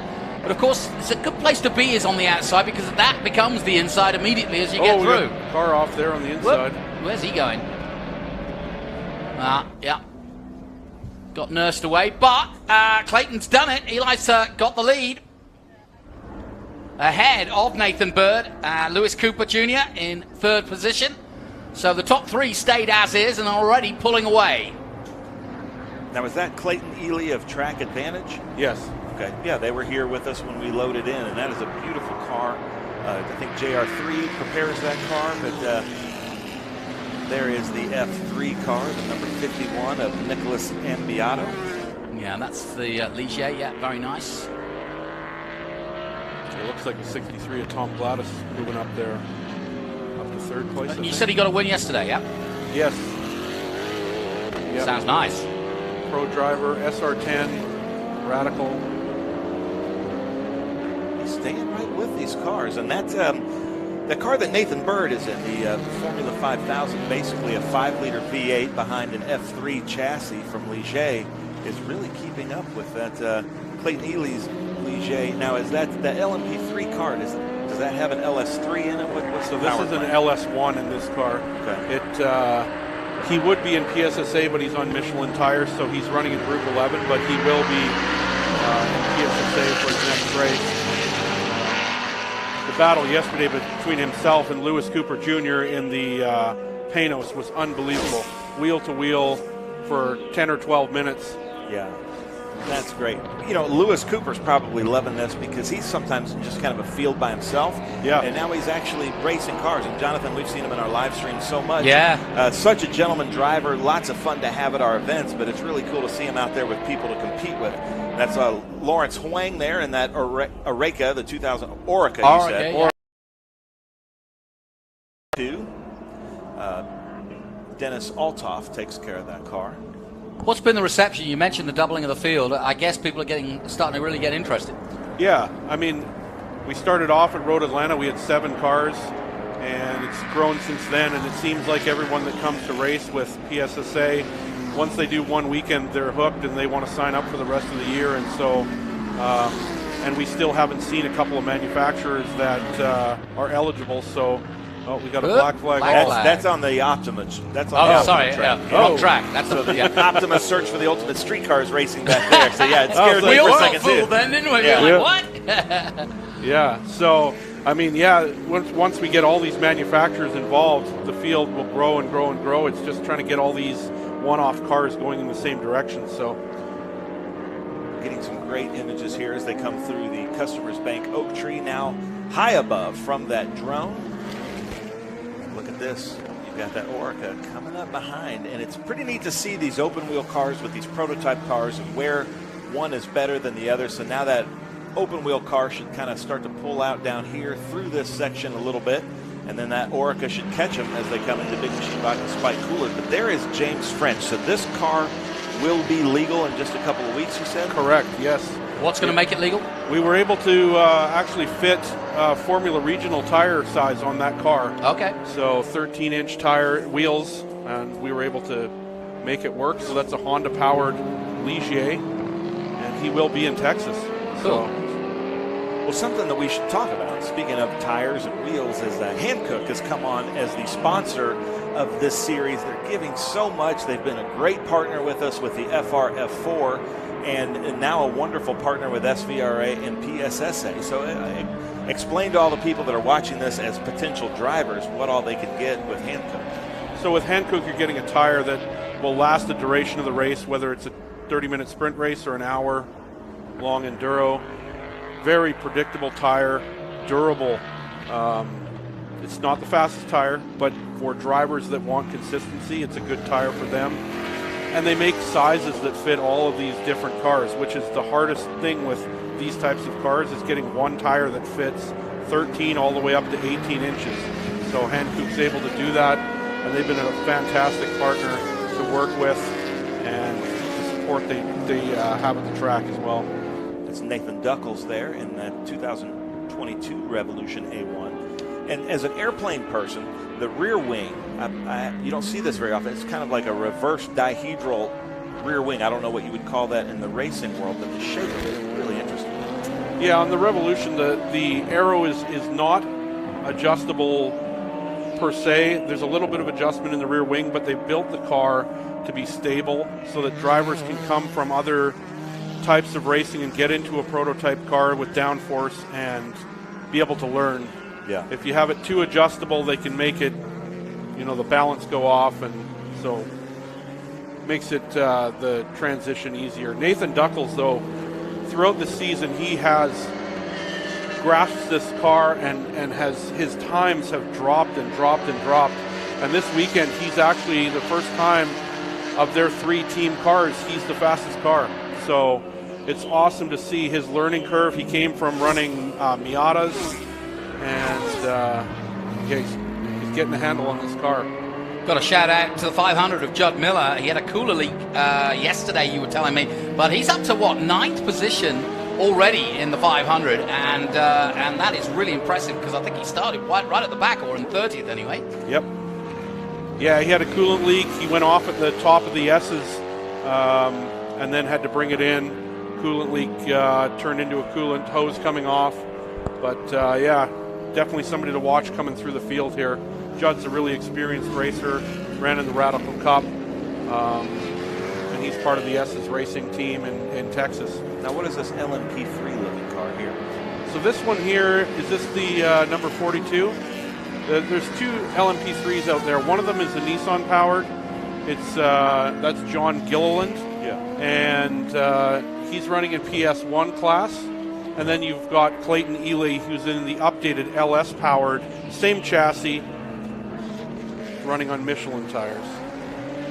That Formula 1000 is probably thinking, what in the world have I got myself into right now? Yeah, that looks like Danny Dashelski behind him in a Radical SR3 XXR. Paulie Gatto is in that JDR F1000, who's been with us at almost every event this year. But really nimble car, but not great on these long straights like we're seeing here. Right. We're seeing the whole field, but I tell you what, there's a cracking battle at the front. Eli and Bird are 0.1 between each other, so he's still not got past as Bird, but he's pounding him down now in the lead. But this is just as good a battle here. Yeah, so much fun to watch this mixed class racing, especially when they are turning similar lap times. That means there's good groups of cars, you know, maybe they're fighting from 1st to 5th, or maybe they're fighting from 15th to 25th, but it's really fun racing for everybody on track. And the one thing that we're proud of with the PSSA is it's a gentleman's series here. As you see them go by, these guys respect each other, and that's how you can have these closed wheel and open wheel cars on the track at the same time. They give each other racing room and are really respectful to each other. So the F1000 does get overtaken finally after that nice little battle. The man overtaken Paulie Gatto in the JDR F1000. Looks like Judd Miller's caught up to Palmer Miller there. He's a couple seconds behind him. Is Palmer son? Yes. Ah. Yep. So father and son go at it for 8th and 9th. That'll be fun. Well, Jonathan, if we might, can we ask Noah, our director, if we could watch this battle up front a little bit, because you're right, it is really heating up, and this might be some good stuff to watch here. We're looking at Gary Gray here in a Radical SR8. This is a V8 powered Radical with 2 Hayabusa engines put together. So it's a 2.7 liter bespoke V8 with a sequential gearbox. So a little different formula. And there's Mark Calzaretta in the Killer Squid. Hey, and we have Scott Dolphy joining us, so I'm going to give him my headset. He can tell us about the last race, and ex-NFL player with us, Scott Dolphy. Come on down, as they say. You were in that big old white truck, I think, if I'm right in saying. Thank you guys for having me up here. Yeah, I was in the big old white Silverado. How was it? First time out. It's a new vehicle for me. So what do you usually run? I was running the Crown Royal, the Ford Fusion Crown Royal NASCAR for the last 2 years. And, man, somebody made me an offer I couldn't refuse, so I took it up. And here we go. Joe Nemechek built me a truck. Oh, wow. If he's going to build you a truck. Yeah, so this weekend was the first, the maiden voyage. So, Scott, so you played in the NFL? Yes, sir. So I bounced around the NFL for a while from 95 to 2003. Played with the Saints, Steelers a little bit, was with the Dolphins. Played up to the CFL with Toronto, BC, and Edmonton, and won 3 Grey Cups up there. Wow! BC, my hometown, played for the Lions, I guess. Oh, yeah, you're a Vancouver guy. I am from Vancouver. There we go. Yep. That's cool. Yeah. So, I mean, I'm not being funny, but it's not the obvious transition to racing, especially as a big guy. What attracted you to motor racing? Yeah, it's funny. I walk around and people see me. I'm 6'5", 300 pounds. And first, they wonder how I get in these cars, but I make myself fit. So, yeah, so a competitive guy. I played golf for a long time, and I was like, I loved cars. I just always loved cars and loved racing. I put myself in a go-kart. Finally, I put myself into a Formula 500 about 9 years ago, and everybody asked how that happened. I took it to a local race shop and said, make me fit. Yep. They made me fit, and that lasted for a couple weeks, and then it was boom, NASCAR, and it's been NASCAR since. Met Joe about 5 years ago, and we just hit it off. We're close friends now. I'm up in Pittsburgh. He's in Mooresville, but he's been a mentor. He's been an inspirational figure for me to learn and get better, and it's just like being coached together. You know, he yells at me, he jumps on my butt when I'm not driving well. But the biggest thing is the camaraderie that's going there. I feel like I'm back in the locker room again. You know, and I always think, you know, I've been an athlete, not at your level, obviously, but I always like it when you change disciplines, you kind of get back to you know darn well that somebody like Nemechek, you know, may not ever play football, but he knows racing. And you kind of have to start again, and it is like that. You're like back at high school, aren't you? Yeah, yes, sir. It's funny. I'll joke with Joe, and he'll come out and spank me as he should. And then when we get back, I always say, hey, let's go grab a football and go out in the grass and play a little two-hand touch and see what happens here. Right. So yeah, but I'm having a blast going into my 3rd year with SVRA. Tony's awesome. Everybody around here is awesome. My wife loves Ben. And I'm just having a blast. And no, I appreciate you guys for having me. Well, thanks for coming up. I've been encouraging Ben because I've been around SVRA a couple of years, but I'm always stuck up here. So Ben, because he's here all week, getting set up and everything else, gets to know everybody and gets to know yourself and gets the backstories, as it were. I come in, and obviously follow the Trans Am very closely in the F4 and FR, but I don't get a chance to, get amongst the SVRA as much as I'd like. So I like to encourage people to come and tell their story because, you can get a license in SVRA quite easily. We do it. There's a school you can go to, and pretty much mere mortals like me can get a racing license to go SVRA. And I encourage a lot of people to do it. It's a great paddock, as you say. It is. And people encourage you. People will help you. And eventually, maybe you'll end up doing a revolution. Who knows? Yeah. How about this? You'd fit in there. Yeah, you would. It's so funny. I actually was at that car yesterday, and I kept looking. I'm like, hey, can we figure out how to get me in this car? I mean, you'd love that. I would love to be in that car. Some of these radicals, like Gary's driving. Yeah. My new motto is, with age comes a cage. That's a good one. We'll get some stickers made up. There we go. Yeah. But I love watching these guys. These guys are just insane. I love it. If I had a little remote control in my hand, it'd be like watching a slot car. Yeah, it is. Like this right here, coming down through. It looks like the roller coaster in the backside. I mean, just craziness. Well, we're looking at the battle between first and second, Eli and Bird, and it was 0.2 at one point. But as you can see, the gap has gone up a little bit. We're running out of time. That is the white flag coming out. And that means that it looks as though, it is the white flag, that Eli is going to hold off Nathan Bird. But Bird's going to make one last come at it. Here he goes into the first corner, which, of course, is the Big Machine Vodka Spike Coolers turn one. And now Clayton Eli is going to hold him off. Now, where would you say, Jason, are the advantages here between these two? Well, definitely the final part of the lap will favor the open-wheel car. The LMP3 down the straights. Through the S's, they're pretty similar, I would say. Both these cars. Ooh, there's a car spun sideways. out. That was lucky that they both avoided it. Yeah. That looked like that was Lewis one of the Cooper Ligiers. Jr. or something. Yeah, I think it was one of the F3s, wasn't it? Yeah. Yep. So go. Carry on. So through the S's, they're both flat out here. 160 miles an hour at the top of the S's here. We'll see coming into Oak Tree, the open wheel car should have a little bit of an advantage here, but then the long back straight maybe gives him one last go at the. So this is where he should have the advantage in second place, Nathan, right? Yeah. We'll see if he can tuck in behind him here. I don't think he's going to be close enough. Here he comes. It's a hell of a straight, isn't it? Yeah, a hell of a back straight. I think he's too far back. Yeah. But we'll see what happens at the end of the lap where it favors Nathan. Here we go then. And he closed the gap under braking. That's the beauty of the single-seater. And he's right there with him as they go down the hill for the last time towards the hog pen. And a great finish to this one. Maybe a little bit of traffic. Oh, they clear those guys. He's right with him, though. He's there. It's going to be a good finish. Wow, that's going to be a close finish. They come across the line, and look at it. It's wheel to wheel. Oh, just, I think. Eli gets it. 0.071 of a second. Wow. Wow, look at that. What a race. Came at the right time, Scott. You got a good finish there. Yeah. He jumped in a NASCAR yesterday, Eli. Did he really? Yeah, he did. He didn't know where fourth gear was. He figured it out and went out and laid down a 157 or 158. Well, it's not many times that I've seen a SVRA race finish within 0.071, folks, of a second. What a race. And they were at it the whole race. Yep, in two completely different cars. Yeah, very cool indeed.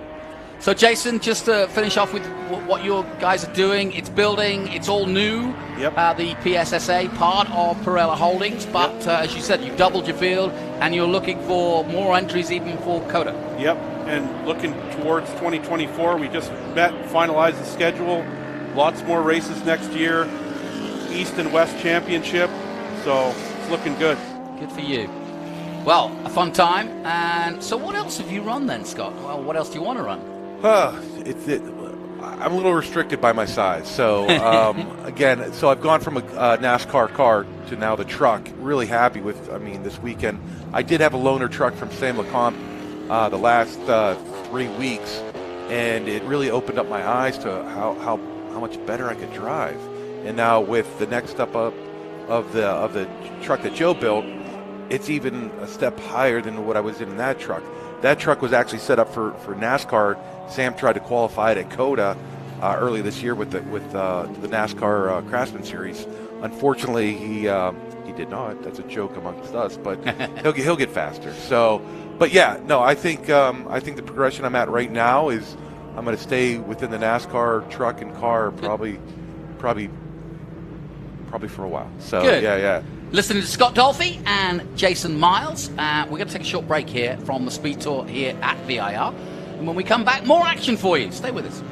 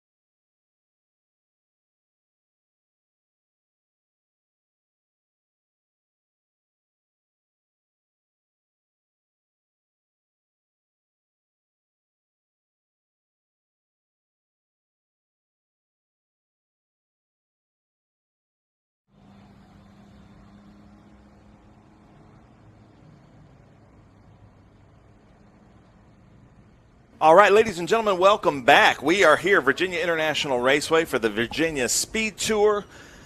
Another one of my favorite groups coming up here. I'm joined by Jonathan Green, Juan Verde in the booth. But this is our Group 8 and 12 production cars. So Group 8 is 72 or older. Group 12 is 73 or newer. And there's some really cool cars in here, especially looking up front at the sharp end of this grid.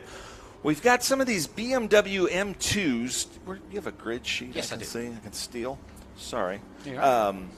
So Dimitri Kellner there is in a Ginetta G55, and then Bill Glavin in a BMW M2 CSR. Now he races a CSL with us in Group 8, or I think it's actually a very older Group 12 car. But he was saying these BMW M2s are automatic transmission and air conditioned. So he's like, it's so much fun to drive. And then talking to Boris Said, who I think sold 2 of the cars to JR3 from his BMW of Murrieta, his dealership, he says they are so much fun to drive. They were designed to be kind of club racer, point-by racing kind of cars, but the racing community has fallen in love with them. And unfortunately, they don't make them anymore, but they're coming out with something new next year that's going to be equivalent to this. But just really cool cars. And then Brady at the 901 shop has brought us a lot of these beautiful 911s that you're seeing, a 914. Jonathan, this may be a car we agree on, that Ford Escort, the Love English it. Escort, a Sean Brown. That's beautiful. I did. I stopped. I had a look at that yesterday. It's beautifully prepared. Look at it. It's immaculate. It's the best of what both of us love. Yes, it is, actually. Yeah, I agree with you. And that, you talk about stock cars we were talking about yesterday, but that was, that was the average car in Britain, but then it went rallying, and everybody took it rallying in, club racing. And then it's obviously also a touring car as well. But it's just a great car. Yeah, love Sean lives in England, races with us like kind of off and on. Basically, he containers the thing over on a ship, does his North America tour, then brings it back over to Europe and does a European tour, and then comes back over here, and they've been, developing that car. It's made, he's raced it with us in FIA specs, and so if he were doing that, he'd be at the sharp end, but for the fun of it, now he's racing an SVR8 Group 8, so he's had to add a ton of weight to the floor to be that way, and he kind of told me he's a little bit disappointed in how much of a difference that weight makes and how much slower it is, but so look for him to move up. Then we've got that beautiful GT40. Yeah. That should be... Yeah, it is. Is that Mac or is that Harry? That's Macoombs, yes. Macoombs, yeah. In 1966, one of the classics, obviously.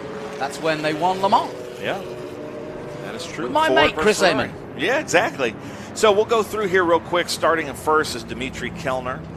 Then Bill Glavin in a BMW. Christian Shield in that Ginetta. Peter Heffring in a Ginetta. Alan Davis in that BMW M2. Randy Poteet in a Ginetta, and then John Hammergan. And if you remember last year, Alan Davis, he had the beer, the pub sponsor, and he told me that they were all watching us, so they love it. So we'll give a shout out to that. Good. Robert Spence, Mayo Smith in a Porsche 911 RS. David Agratellis in a Porsche 911 ST. John DeFord in a Porsche 9146. Scott Kissinger in that Ford Escort RS Mark I. Rick Ortman in a Chevrolet Corvette. Linwood Staub in a Datsun 240Z. Mayor Primo in a Datsun 240. Actually, I'm sorry, yeah, it should be Mayor Primo in an Alfa Romeo. I read Datsun, I was like, that's not right, because he's in that beautiful kind of dove gray Alfa Romeo. George Wright in the Datsun 240. Mark McCombs, Ford GT40. Mac McCombs, sorry. Mac McCombs, yeah. Sean Bullard in an Alfa Romeo. Larry Lunda in a Porsche 914. Don Myers, 911. Greg Bell, Datsun 510. Roy Crowninshield in a Ginetta. David Bearden, one of my good friends from Zapata Racing, a Porsche 911 ST, and Steve Coleman as we come to take the green flag. Here we go then. Big field and a lot of cars, but not a lot of time to sort themselves out. Just 7 laps this race. And we'll try to bring you as many of the different cars as possible. What an eclectic field as they head towards the green flag. 2 by 2. Bill Glavin will lead them away. Alongside him, Christian Shield. Alan Davis moving up to 3rd place ahead of Peter Heffring at the start. But it is the 99A that will lead them into the big machine Vodka turn 1, locking up several cars. How do they all squeeze through there? But somehow they've made it, including the number 11 on the inside there. And a nice clean start. There we go. But look at this. Bill Glavin under pressure already. In that 99A BMW. He's got the Ginetta all over the back of him. Yeah, so Germany versus Britain. Here those should be pretty equally yoked cars. You can see that little, that nimble Ginetta's trying to poke a nose through there, and we're going to this is going to be a theme here throughout. And, this is so cool because then right behind them is the rear engine air-cooled 911. Yeah, very different cars, but it's great to see. In that Ginetta, we had a Ginetta win GT in Trans Am a few years ago with, what's her name, Cipriani. Yeah. But you can see this Ginetta just a little bit more nimble. The BMW should have a little bit more power, but with that power comes a little bit of weight. And then these Ginettas, I think they are from the Kaizen Autosport School of Driving here at VIR. They have a lot of these Ginettas. He's been racing with us in IGT and in SVRA this weekend. Now you can see Bill Glavin, a little bit more motor, pulling him through this long straight, but watch at the top of the roller coaster, that Ginetta should catch right back up. Yeah, you can see how he loses out on top-end power to the BMW M2. But there's a nice overtake as well, 4th position. Past that Porsche, in fact, up to 4th position. Here they come down the Mission Foods roller coaster. I like the look of those Ginettas. Yeah. I just lean British cars. It's a problem. That's Peter Heffring there. So across the line for the first time, Bill Glavin does a 2:08.7. And Christian Shield, Peter Heffering, and Alan Davis now in 4th place. Robert Spence 5th, and Hammergren in 6th. Hammergren in 6th position at the moment. And there is the pub advertised there on the back of Alan Davis's car. And, yeah, he actually showed me the clip where we were talking about that last year, and everybody from his local pub were super excited. So everybody owes Alan Davis a beer. Okay. That's the way to get free drinks at the bar then, huh? I'm loving this battle up front. Yeah, it really is good. Yeah, so watch this Ginetta now. It's getting right behind him. The Ginetta is going to...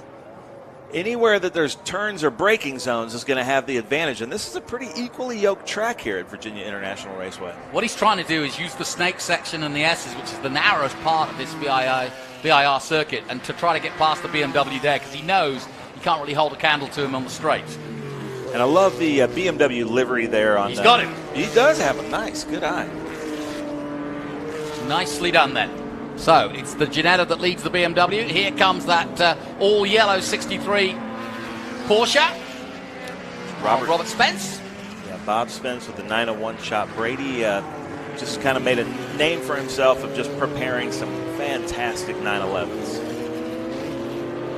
In fact, my friend David Bearden with Zapata, who has that RS-looking 911, just got a fresh engine back from Brady, engine and transmission. And back comes the power, back comes the BMW. That's got to be so frustrating for Christian Shield, knowing that he's going to get him here and then knowing, oh, man, I got to really have a good exit out of Oak Tree. Yeah. And now he's going to try to take him probably on the exit here. Mission Foods, look at this back. You see, look, if he can get ahead of him here and hold him for a majority of the straight, then he's going to stay with him. And so this is good tactics.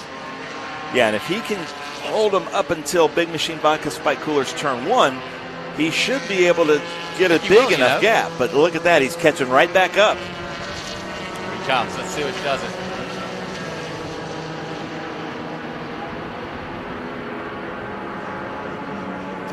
So how about that? 3 different lead changes in one lap. Half a lap, yeah. Brilliant. Now back comes the Ginetta. Will he get him here? No. Ha ha! Go on, pop up the inside. Nope. Have to wait. And I love that. That's what we call gentleman driving. He had it. Look, but got him again. Not worth the risk because he knew he could get him right there. And look at that. Now he's kind of pulling a little bit of a gap. But now watch this. Bill Glavin is going to put the power down and hold his right foot down all the way up these S's. Yeah, and even though it's narrow through this section and not a place to overtake, you're flat out. So that's where the power of the BMW will come to fruition. But he's got to get past. Easier said than done. There's the Datsun. Yeah, that's the 202 Scott Kissinger. He was with us at Summit Point and Watkins Glen. Beautiful car. That's like a show quality car that he's out there racing.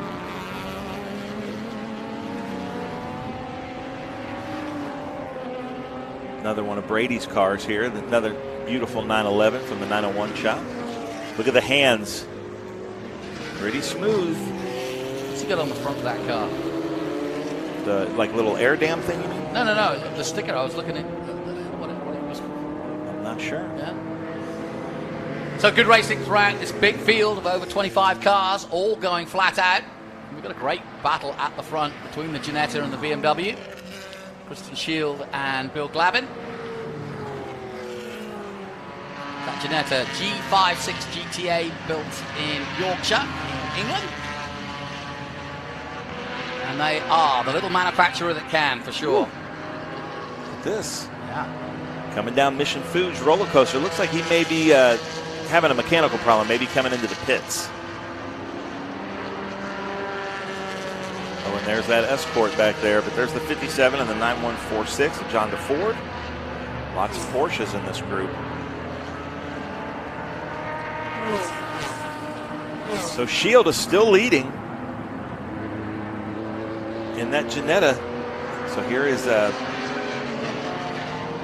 John DeFord, Porsche 9146. I think that was a Porsche Volkswagen worked together to develop this car, and that was kind of the different Porsche, isn't it? Yeah, entry level Porsche, but they weren't super popular when they came out, and it seems like their popularity is really rising. Just probably 10, 15 years ago, you could buy a 914 for $5,000 to $10,000, and that's just not the case anymore. Wow, that Porsche, that all-blue Porsche I was looking at, the 66, is just pitted. Not sure what's up with it. It's right in front of us. In the number 66, that is. So he's just coming in. That's David Agratelis in the car. Still trying to read that logo on the front. So here is the Sean Brown Escort. Look at this thing. I love it. Sounds great.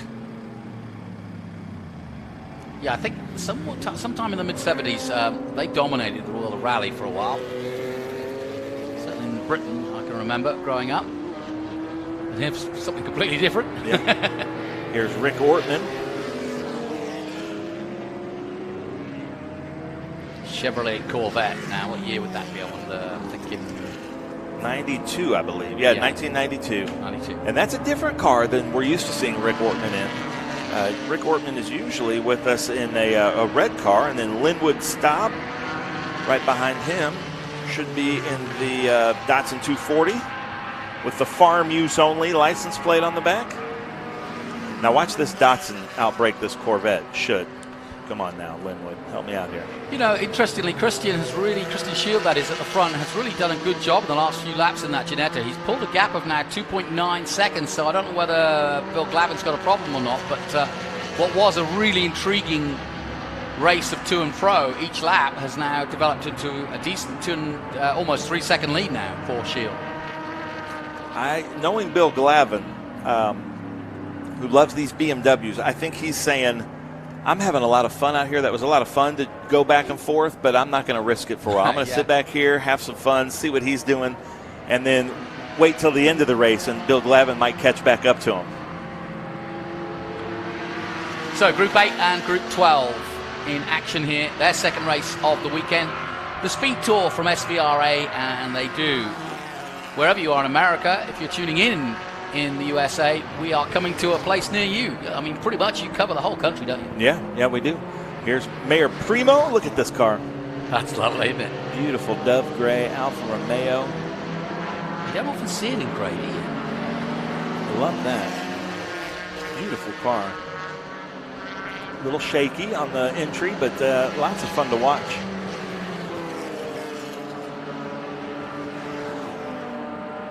Altman's dropped down to 12th. But look at that car right behind him, that GT40. That's just beautiful, a isn't it? beautiful car, really well made. What, 15th place at the moment? Yeah, and a 66 version of it. I mean, it doesn't get any better than that. Yeah, and so happy. So he had spoken to Alex and asked to be in this group. He was in that other group that was just out there with the PSSA car. All right. And that's a car without any downforce. So he was just basically driving in his mirrors. And this is a beautiful car by Dennis Althoff here, whose father actually raced these cars in South Africa back in the day. Right, and, Kyalami, yeah. Yeah, and so he's having a great time. I love having him out here. He lives in, I believe, North Carolina, so this isn't too far of a drive, and then this is another beautiful Alfa Romeo. Now that's more of the colors that you expect from the Alfa Romeo, with the Lucky Clover on the side. That's been the Alfa Romeo logo for, well, since year dot of Alfa Romeo, and it's still there on the Formula One car with Valtteri Bottas today. Kissinger up to 6. Now he's going to try and chase down Hammergren. And it can be confusing, look at these shots, because yes, there is a circuit within a circuit. All sorts going on this weekend. That's the Patriot track on the inside. And that's street cars, right? Yeah, that's the Optimus search for the ultimate street car. And some of the coolest cars here this weekend are with that ultimate street car challenge. It is unbelievable to watch, really fun. And so they're doing the Patriot while we're doing this. So if you're a motorsports fan or just like cars in general, this is your weekend to come out as we see the leader come through Customers Bank Oak Tree Turn.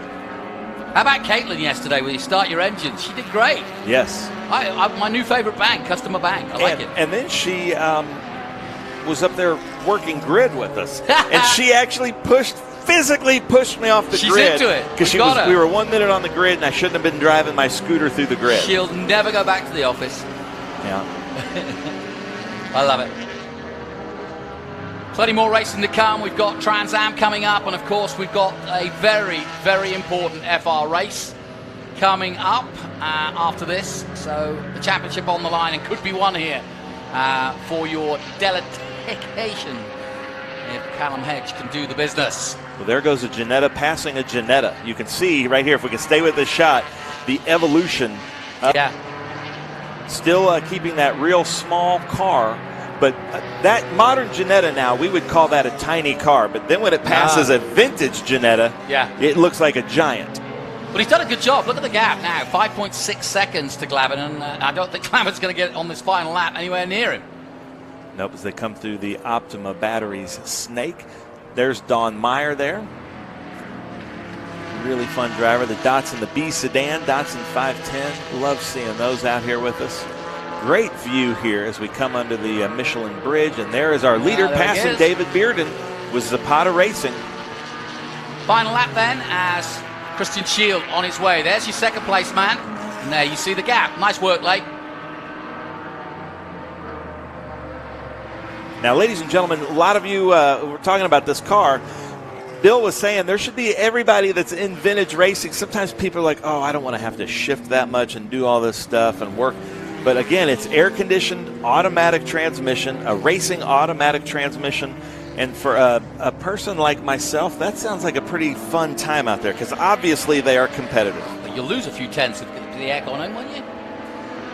You can. I'm sure you can turn it off. But, comfort to me is maybe at this point, and like we just heard last time, with age comes a cage. Yeah. And maybe with age comes comfort as well. Final lap then in our Group 8 and 12, and it's been a nice showing from Christian Shield in the Ginetta G56 GTA. He had a good battle at the start of it with the BMW that started pole, may I add, of Bill Glavin. Peter Heffring on his way for third place, but here is your leader in the number 10, coming down the hill for the last time, through roller coaster and down towards the hog pen, as it's called. Or the big machine Vodka Spike Coolers hog pen, as we're calling it this weekend. Down the final straight he comes, and towards our commentary position. There's the checkered flag. And nice stylish run there for SVR8 as he takes the checkered flag. And the little British car wins again.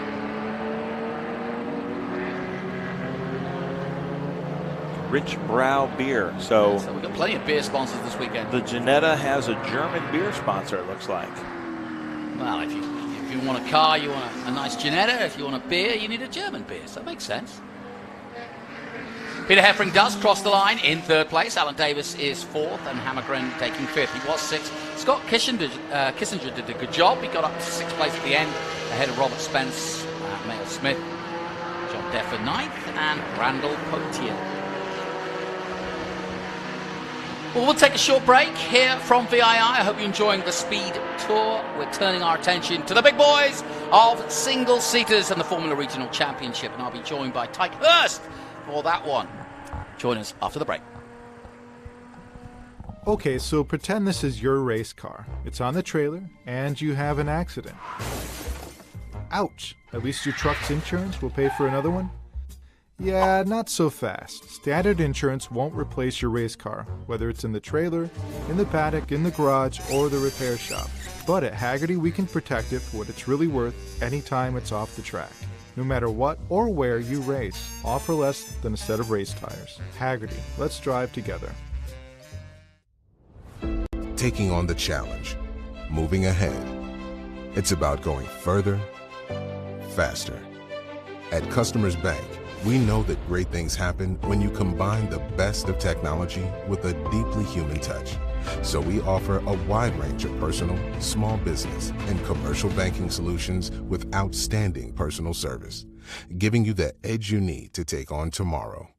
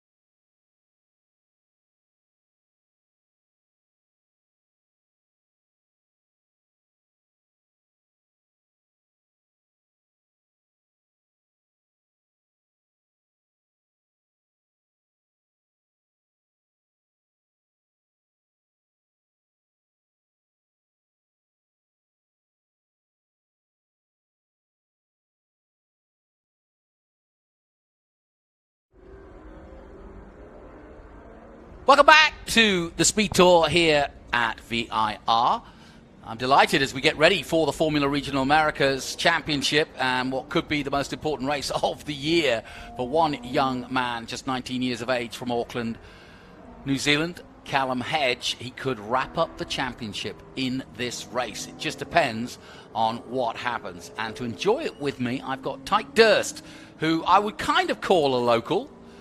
Yeah, is that right? kind of, yeah. Whereabouts do you hail from? So, originally I'm from Tennessee, but I lived in Raleigh, which is only about an hour away from here. Yeah. Very, very long time lived there, went to high school there, basically grew up there. And now I'm going to school in Charlotte, so that's only like 2 hours away from here. So, yeah.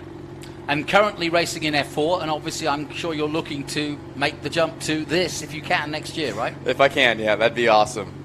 These cars just look so beautiful, so, yeah. What's your ambition? IndyCar would be my ambition, yeah. So, get to the Indy 500. Well, you're sporting the Colton Herder look, so I like that. Yeah, into surfing a little bit. Love to surf on the lake and on the beach. So, yeah, long hair comes with that. So, you know, this may sound a bit of a stretch, but I actually think that surfing, if you're good at it, there's definitely a touch of what you can learn in surfing that you can bring to motor racing, because you're always adjusting every second on a wave, right? Yes. And I've never surfed, or I've tried, but I've never surfed. And I would have said there's a lot of that springs over as we take a look at Cooper Becklin. Who do you know out of this group of cars? Kevin Jansen. If you don't know anybody in this field, you got to root for Kevin. Kevin is He's the GOAT. Good guy. He came up, he is the GOAT. He came and did some commentary with me. He really enjoys it. He's a little bit older than some of you. But I said to him, why do you race against these youngsters and as they hand it to you? And he goes, I just love it. I just enjoy it. And He's just out here for fun. Yep. Yeah. So, Cooper Becklin, it's been an amazing season for Crosslink's Kiwi, as we just saw him. Oliver Westling of Jensen, good kid. We've already had a Swedish champion. He won't be the champion this year, but he's making his way, and as you can see, half American, half Swede. And that's a clever move by him, racing in the States, because he's got both affiliations. Yeah. But a small field in FR, but it was an even smaller field when Kyle Kirkwood, you may know that name, IndyCar driver. So he's probably the poster boy, isn't he, really, now? Yeah. Because he did it all. He did your Series F4, then he won in FR in our first year in 2018, and then he's gone up to Indy Lights, and then on to IndyCar, and now he's doing it. Ryan Sheehan is the only man who can stop Callum Hedge. He's his teammate. He's seen his data all year, much to his frustration and chagrin, because Callum has won, 11 races now? Pretty darned impressive. And but the good, impressive thing that Ryan has done is stuck with him. And even though he's not winning all the races, he's doing what a good driver should, which is to make sure that he's consistently on the podium. And that has put him in a position to keep this championship alive, despite the fact that this man, Callum Hedge, has pretty much dominated, as most of our champions have done over the years. Raoul Hyman, of course, from Great Britain, won this championship last year, and the prize, and Tyke, you tell me, but I think this is an awesome prize. Honda offering a chance to go and race in Super Formula in Japan. Like going to Japan, that's a full year of just being a professional driver at one of the top levels of motorsports, and it's Japan, so you get to live it up. So it'd be a great opportunity. That's a good point. Yeah, very, very impressive. It's the last year of that scholarship, so things will be changing. We'll be turning to Ligier next year, and quite a lot has been announced already, but there's more to come. But this has been a sensational year for Callum Hedge. It's just gone from bigger to better in each and every way. He did a winter series, same as Ryan Sheehan in his home of New Zealand, the Toyota Racing Series, came runner-up in that, almost won it against Charlie Wirtz, the son of course, the ex-Formula One driver Alexander Wirtz, who, by the way, not a lot of people know this, I bet you didn't know this. Alexander Wirtz, you might know the name, but he was responsible for the Halo. He developed the Halo for Formula One, and of course that has now trickled down and will be on the F4 car next year, but it is on this FR car, the Ligier, currently. And so from a safety point of view, Alexander Wirtz has got a real accolade to his name. Great racing driver in his own time, and Charlie, his son, now racing in Europe. but won the Toyota Racing Series against Callum Hedge earlier this year. And then Hedge jumped over here to the States, and he's been doing 2 series. So think about this. From January to December, Callum Hedge will have done 3 racing series. When I saw him the other day, he said he's exhausted from all the travel. But in terms of envy, I'm sure you're thinking, boy, if I could jump into a Porsche, then jump into an FR car, then another FR car in another part of the world, that's the experience you want, right? Yes, that's kind of like my teammate. My teammate does a lot of that. He's racing in Spain and Brazil, and right. You can see like he improved a lot just with all that seat time. So we await the start of this race, and as I said, if Callum Hedge can beat Ryan Sheehan, we're pretty sure he's going to take the title this time out.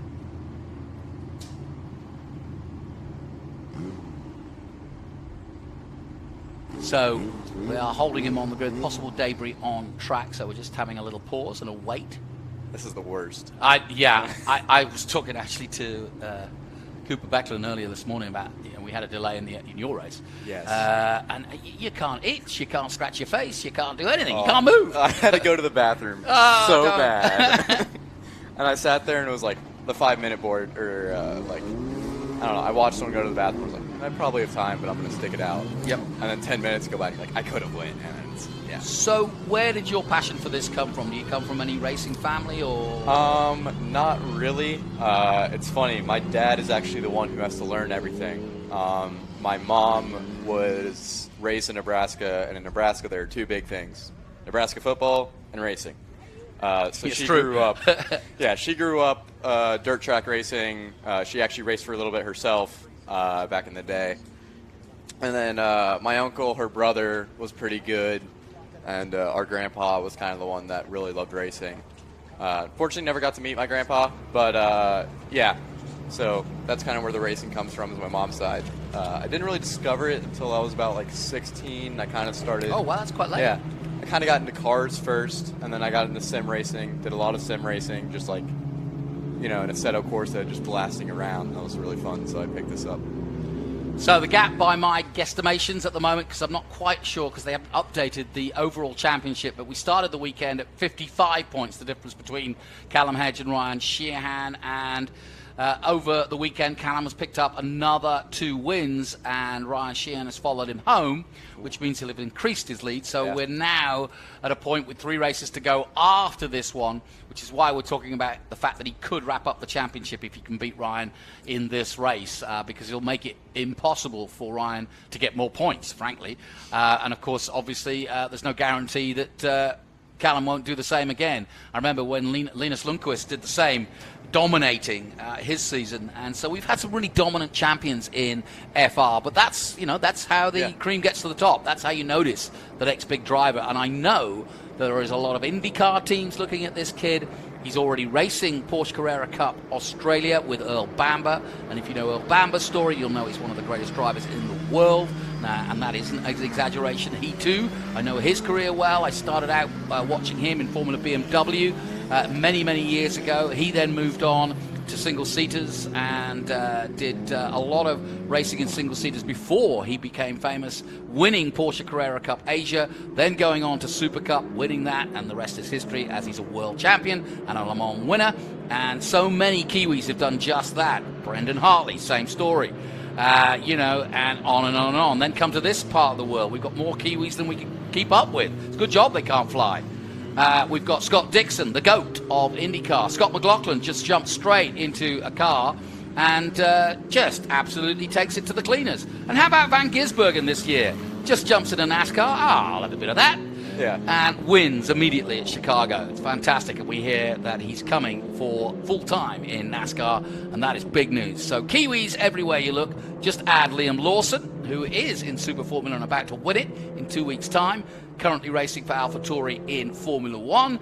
Add a little bit of Marcus Armstrong, and on and on. Jacob Douglas. I mean, I could go on and on. I want to know the Kiwis, like, per capita of racing drivers. Like, that's going to be crazy. I think there's a documentary to be made on, just exactly what they're cooking down there. Because, but I do know, honestly, that the truth is it's a very tight-knit and very passionate, small community of racers.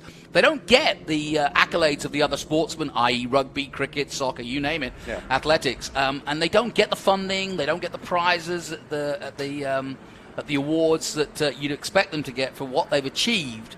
But they punch above their weight, and I haven't even mentioned Hayden Paddon in rally and on. I mean, there's so many great racing drivers. Right this moment, Callum Hedge is supposed to be in his Porsche Carrera Cup car, and he's had to bring Chris Vanderdrift, another Porsche Carrera Cup hero, into his Porsche car for this weekend. He's leading the championship there, but he's just jumped over this side of the pond to come and see if he can wrap up this championship. So it's been one heck of a season for this young 19-year-old Aucklander.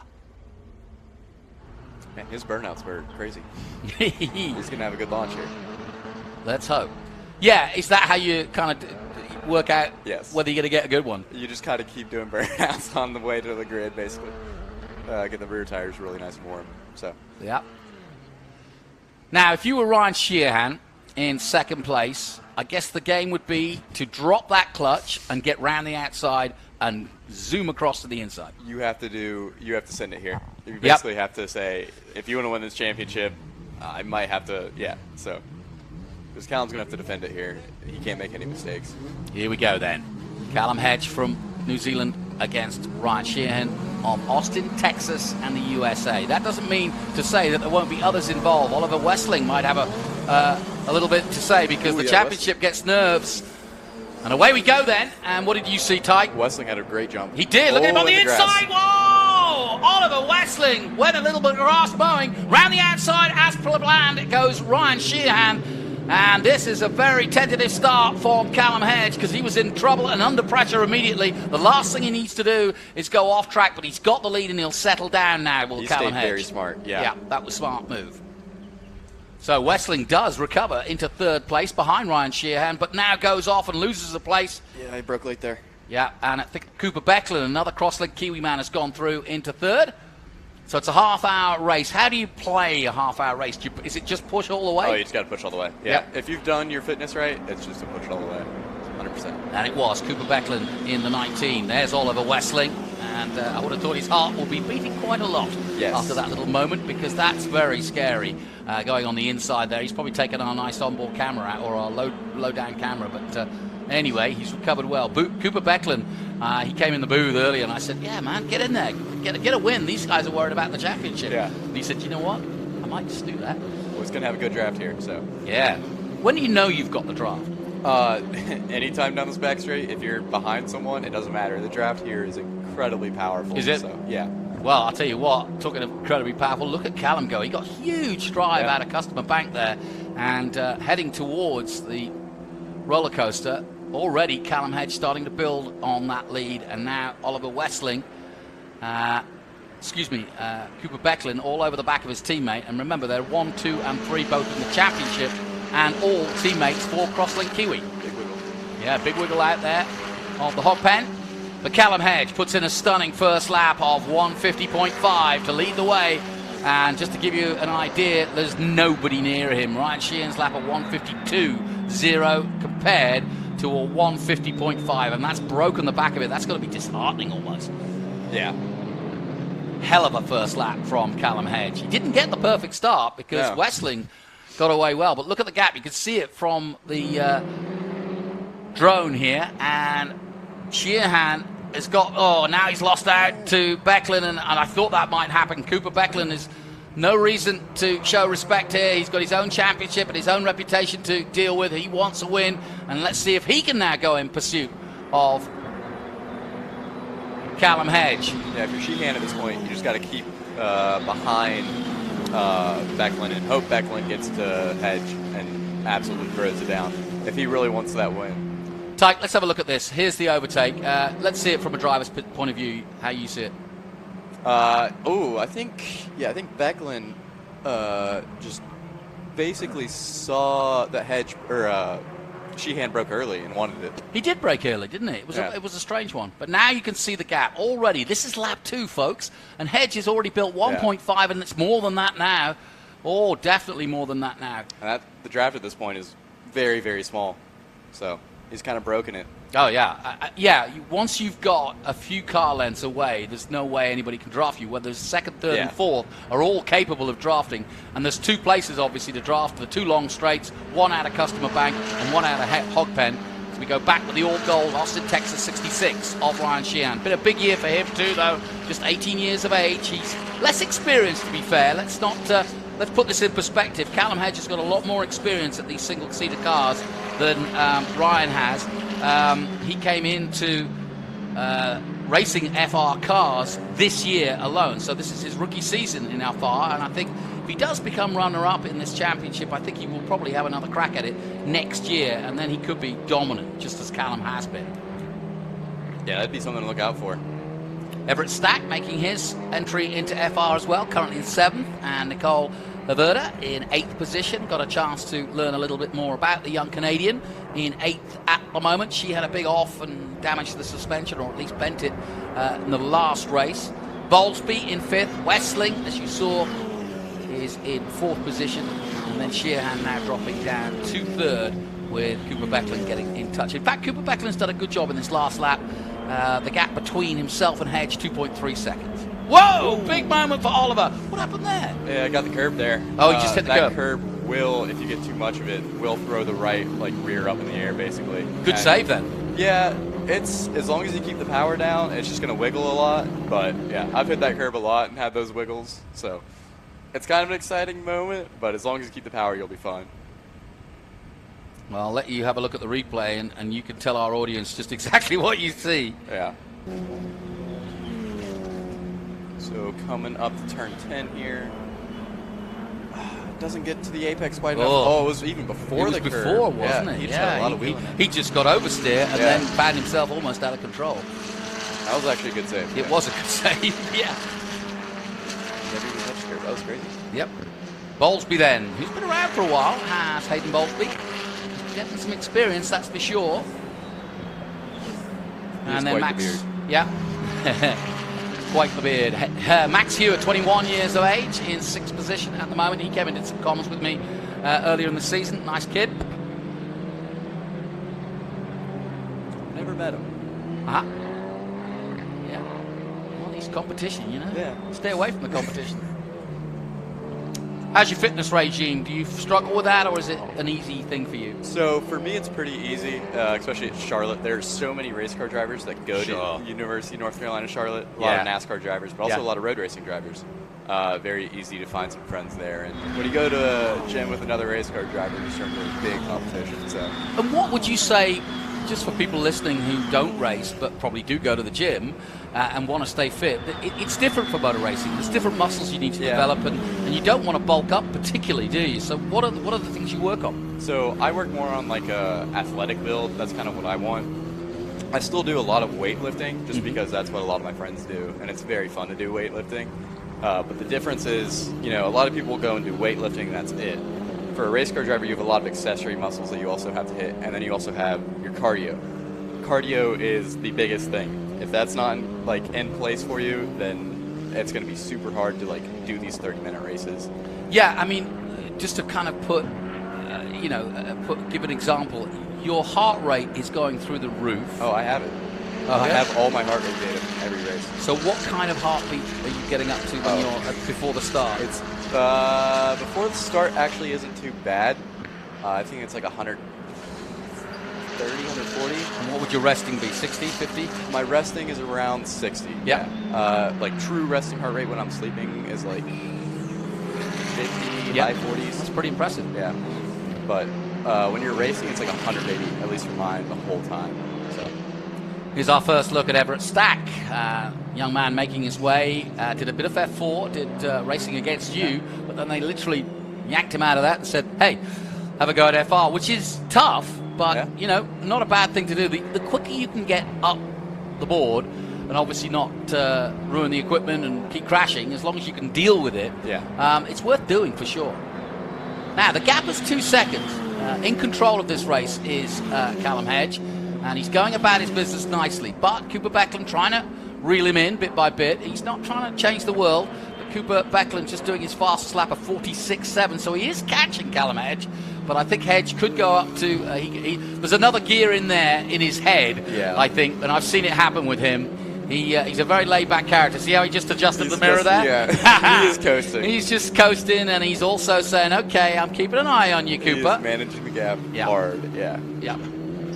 It's amazing. I've watched him grow up. Literally, he was a champion in F1600 in New Zealand a few years ago. Then he moved up and got a scholarship and raced in the Toyota 86 Championship, a tin top series, all identical cars. Won that, and then got the big opportunity to race single seaters, and he hasn't looked back since. And, I remember when he chose, or was in New Zealand when he decided to come here to the States, and he asked me what I thought, and I said, look, we've got a great race director, and Scott Goodyear.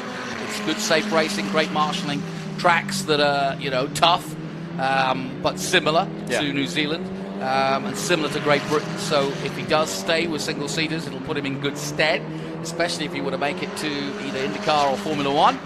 And even if he doesn't stay in single seaters, he's almost got a path in Carrera Cup or that form of racing. So he's in the perfect situation. Yeah, and you also have to think about his network. Like, if you're in Carrera Cup, you're here. The amount of people you meet that can help you out would be crazy. Well, like I said, he's racing for Earl Bamber as we speak, and it's his second year. He won the rookie championship last year, and he's on his way to win the overall championship, and that would give him a pop at something that what Earl Bamber did, and then that was to go and effectively go to the Michelin runoff for the Carrera Cup, and basically out of that, it's a chance to get into the Porsche Carrera Cup itself. Now, what's going on here? Oh, no. Hedge is that actually blown an engine, and here comes Cooper Beckland. He's going to go past him here. He was catching him, but that is fatal. That is gone. Oh my gosh, that car has gone, and all at the worst possible moment. Here comes Sheehan, and he's gone off.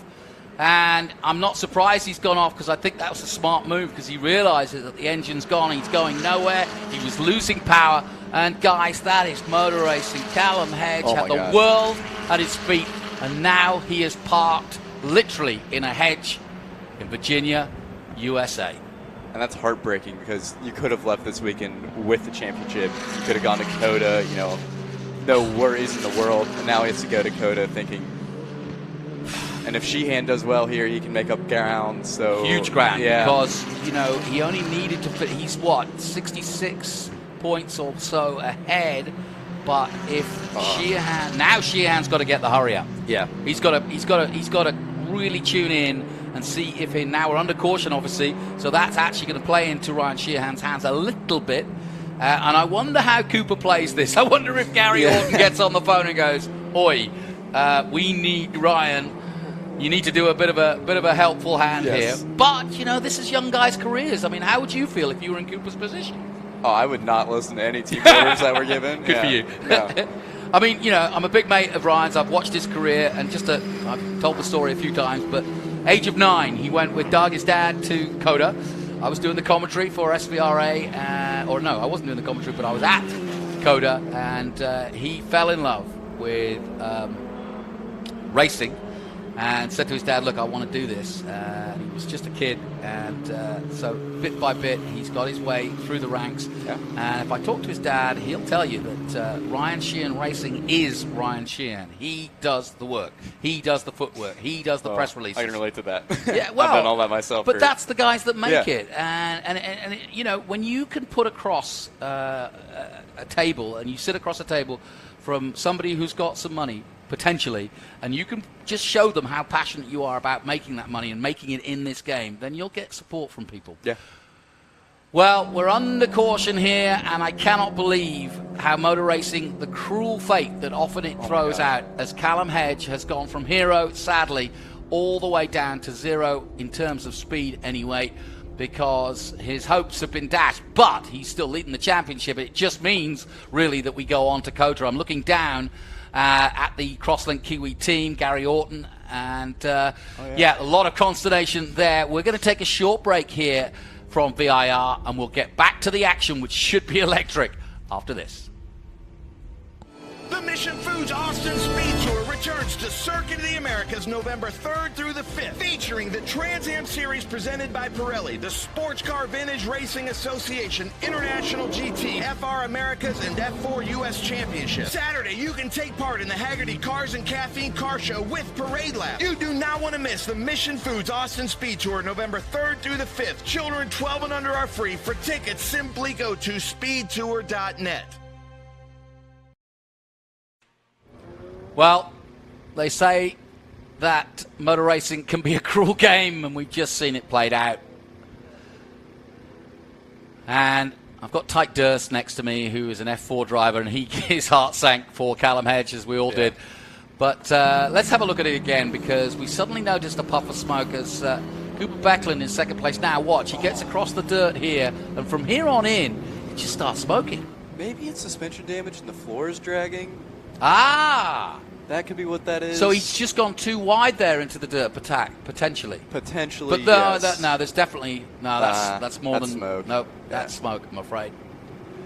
And, yeah, well, so what he does is he continues, realizes he's got no power, or he can't, he can't do anything, and then he's thinking, right, I'll get it back to the pits, but then he just says, nope, and just gets out of the way, basically.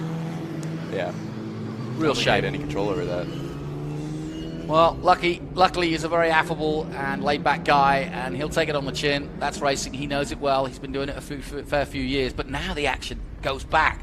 Two teammates, Cooper Becklin, third in the championship, teammate to Ryan Sheehan. Yes. Ryan Sheehan, the only man who can stop Callum Hedge, but Ryan Sheehan needs, and I mean needs, to win this race. He needs to get the restart, and I'm going to turn to your learned self and say, how do you get the perfect restart? So, in F4, the way we do it... So I think the damage to the front wing will be because... But he's got it under power again, so it's not a blown engine, is it? Maybe it was suspension damage. Well, and it looks as though it's... Yeah, I think you're right. One of the rears broke, and it just dragged really hard on the ground back there. Yeah. And then he didn't realize how bad it was broken going into roller coaster. Yep. But yeah, the restart, what we want to do here is probably a little bit of throttle and brake at the same time. And as soon as you hear or see Becklin go, just release that brake and nail the throttle, basically. Mm-hmm. And with these cars, I'd assume it's even more important because you have a turbo. So Hedge comes in the 17. It's a hard sight. It is a hard sight. Broken front wing, broken suspension, we suspect. They are checking the car out, but as you can see, there's no real dramatic need or want to do much besides change the front wing, which is an easy change. Yeah. Other than that, there's no real drama because we're under caution. The restart will be coming now, and this could be the most crucial corners in Ryan Sheehan's young career so far. He has to get past, he did go early, he has to get past his teammate Cooper Becklin, who has not had the same amount of joy. 2 wins to Ryan Sheehan. Can he make it 3 and keep this championship alive? He goes to the outside and tries to make the slingshot, but Cooper Becklin goes wide and keeps Ryan Sheehan behind him. But it's Becklin versus Sheehan and Oliver Westling, the Swede, getting into the mix in 3rd place. Callum Hedge, if you've just joined us, is out of this race, having led from pole with broken suspension and what we're looking at as a new front wing, but it looks as though they're now, I'm looking out of the corner of the commentary booth, they are trying to adjust the suspension and get him back out there. You never say never in racing, that's for sure. No, I mean, everybody could wreck and you could still win. So exactly. But Cooper Becklin leads this race, and Ryan Sheehan in the 66 is doing everything this young 18-year-old can do now to keep this championship alive. He's done a superb job, in my mind, of keeping his head. I mean, you know, when you're up against the guy, I mean, it's a bit like racing against Verstappen. He's won everything. But you don't see Hamilton giving in. Nope. You see him saying, okay, you've got the better car this year, or you're faster this year, but that doesn't mean I can't be with you. And that's exactly what Ryan's attitude has been. And he knew that it only I actually said to him, it only takes one DNF, Ryan, and he smiled and said, I know. But you don't wish that upon anybody. But you've got to, you've got to look at the laws. Last year he lost the F4 championship here at VIR when another car hit him. So, he's well aware of how this game can go. Yeah. And you got to push yourself to get the most out of what you can do at least. And actually, the good ones are the guys that keep their heads in these circumstances, because the pressure is immense now. Yes. He knows. It's all very well me hyping it up as a commentator. I could not stand this pressure if I were driving. My mind would be going absolutely monkey crazy right now, thinking of all sorts of things, listening to all sorts of things that weren't there, imagining things, trying to compute the numbers, trying to, you don't, and then also concentrate. Look, he locks up there, making mistakes that you don't normally make, perhaps. And Oliver Westling getting closer and closer. Somebody else going into the dirt there. Do we get another caution, I wonder? 11 minutes to go. And it was Everett Stack, the new boy, who... to FR, who made the mistake, but he's back and okay. Callum Hedge still in the car, I may add. Although, no, the steering wheel has now come off and Callum is getting out of the car. I really feel for him. He's a great kid. Yeah. Suspension damage is really hard to fix on the grid or on the pit lane, so, yeah. But he knows it, and he's having a look himself at the damage. But the good news for Callum, I know him well, is that he knows that he caused that because he went wide. Yeah. And that, it wasn't like he touched another car.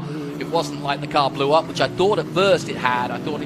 But I think it was more due to the fact that he just went a little too wide there, didn't he? This track has a lot of curb usage, and you can feel it in the car. Like if you are really pushing here, you use a lot of curb, and sometimes stuff like that happens, and you just break suspension. And yeah, I think he dropped the wheel just a little bit. Just a couple of inches. Yep. That's well, we've seen it all the way to Formula One. A couple of inches is all it takes for you to go from first to, 10th. Yeah. We saw Lando Norris just have track limits, a little bit of oversteer yesterday, and that dropped him from what would have been a third place start a second place start, all the way down the field again. Cooper Becklin crosses the line, and Cooper's doing a good job. A very good job. He crosses the line with a 1:47.6, a 1:47.9 by Ryan Sheehan. He's losing ground. The gap is 0.8 of a second. 9 minutes to go. Sheehan needs to reel him in. Yeah, if you're Sheehan here, you also want to start setting patterns for Becklin. Start going outside a lot, and then at some point you're going to break those patterns and hope to make a move. So to explain that again? So patterns, basically you're going to do the same thing and stay with him. And then when you find your moment, if you're getting really close, instead of doing that same thing again, you're going to go to the inside. Yep. And that's how you get people sometimes. And also, try to force him to look in the mirrors. Yes. Force him to do things that he might not do. You saw Ryan make a rare mistake of just locking up a wheel there, and he didn't do any harm, but it doesn't help either. And it also mentally doesn't help either. Now, Westling was doing a good job of catching up, but Bowlesby now is catching up with Westling, so we've got two distinct battles here. Yeah. Bowlesby wants a podium just as much as Oliver Westling. It's not been an easy weekend for Oliver. He too came in from F4 last year. I raced against him. Yeah, you did. I'm sure, yeah. Good guy. Yeah. See, now that's exactly what Callum Hedge did. That is what Hedge did. Bowlesby did. But he's got away with it somehow. Yes. It almost looked like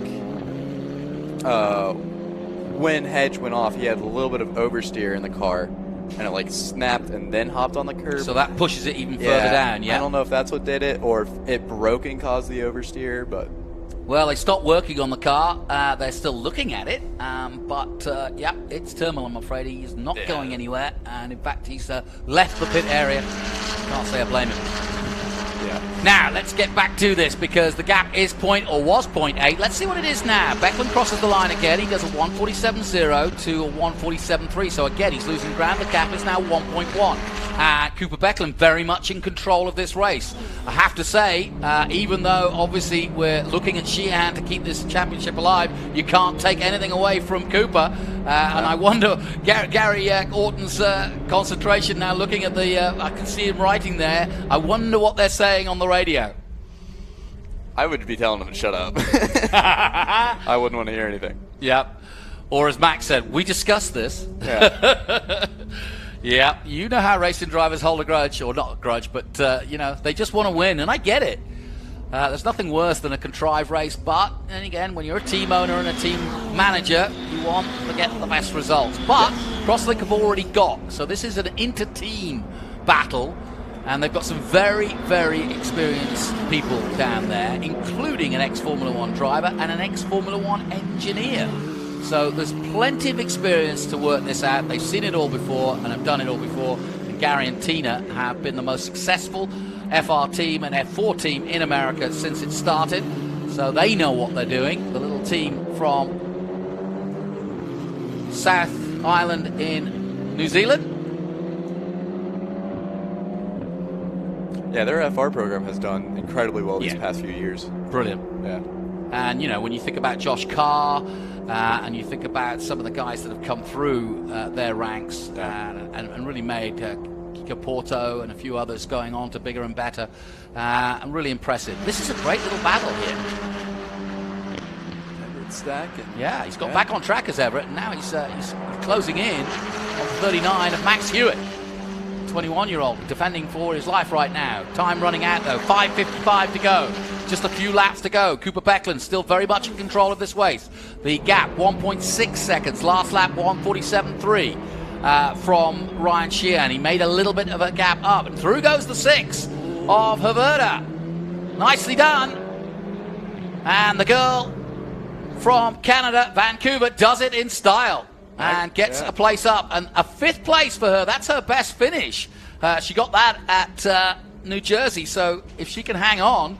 And Tyke, I'm going to turn to you and let you have a look at young Nicole, the 17-year-old, and take a look at this move. Nicely done. Yeah, this was just a classic racing move. Hewitt kind of left the door open, and Nicole just got it down the inside. That was pretty good. The difference between what Alex Berg did in your race was that she just kept control. She didn't overbrake. He was a little too hot. She just was nice and smooth through that. Very well done indeed by the young Vancouver former ski racer and swimmer.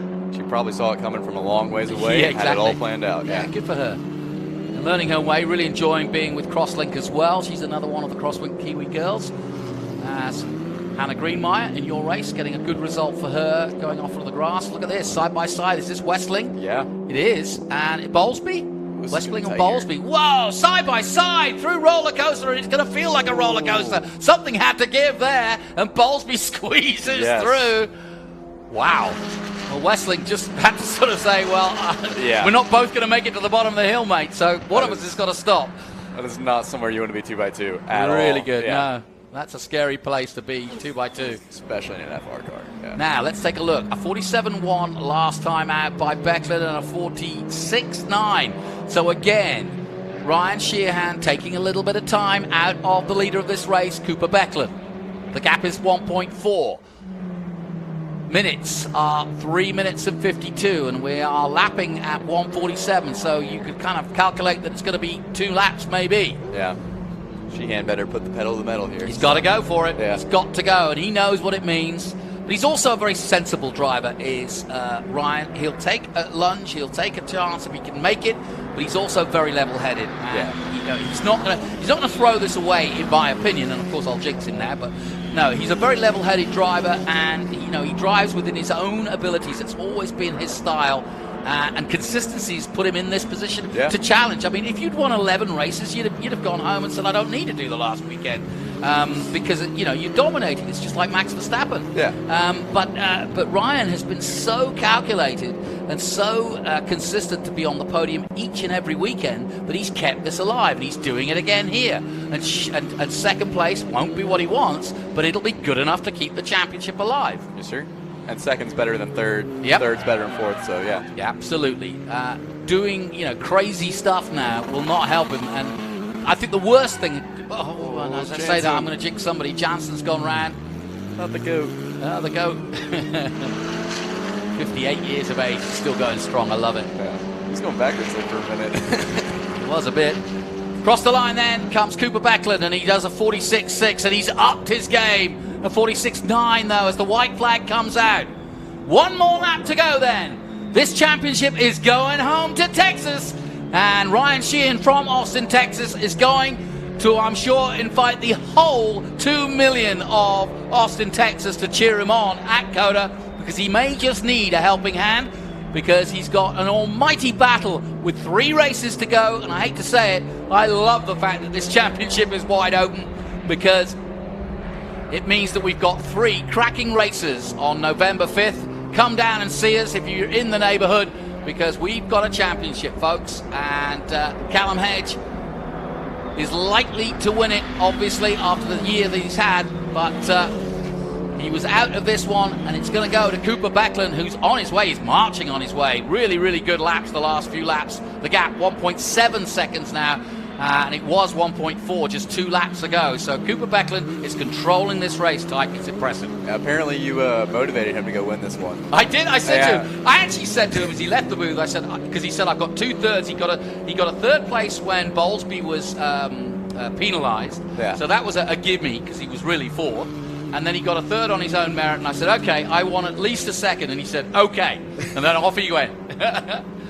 So well done. I'm pleased for him, because he deserves this. Here he comes then, and it's going to be close, but it's not going to be close enough for Ryan Sheehan to win this. There's nothing he can do now as he comes down the hill for the last time. Cooper Becklin. Great run through Hodgson right there. So. And the current man from Oregon University and the Northwest takes victory here at VIR and takes the checkered flag in style. That's a great result. His first win of the season, having had several podiums.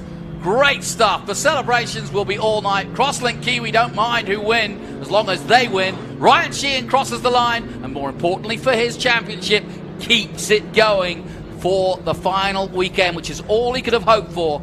Meanwhile, Callum Hedge, I can see out of the corner of my eye, has got the shades on, but looking rather disconsolate on the pit wall, as he knows the obvious, which is he's got to do it all again at COTA with 3 races to go. Tyke, you came in at the right time. Yeah. I didn't. It was a great race. I actually thought that it was going to be a good race between the pair of them, but I didn't think with Callum's, current form that it would be easy for Ryan to beat him. He was cruising. I mean, he was adjusting his mirror, there you go. trying to adjust the gap. Oh, he was driving his tires perfectly.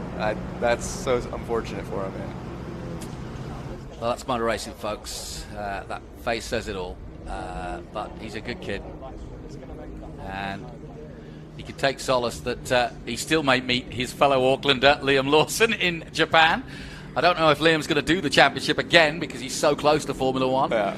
Cooper Becklin then wins for Crosslink Kiwi Motorsport. Ryan Sheehan keeps it all alive with 2nd place. Hayden Bowlesby, well done, gets a 3rd place. Good little battle with Oliver Westlake, but he wins it ahead of Westlake. Nicole Haverda, that's another equal best result for her in her first season. Well done to her.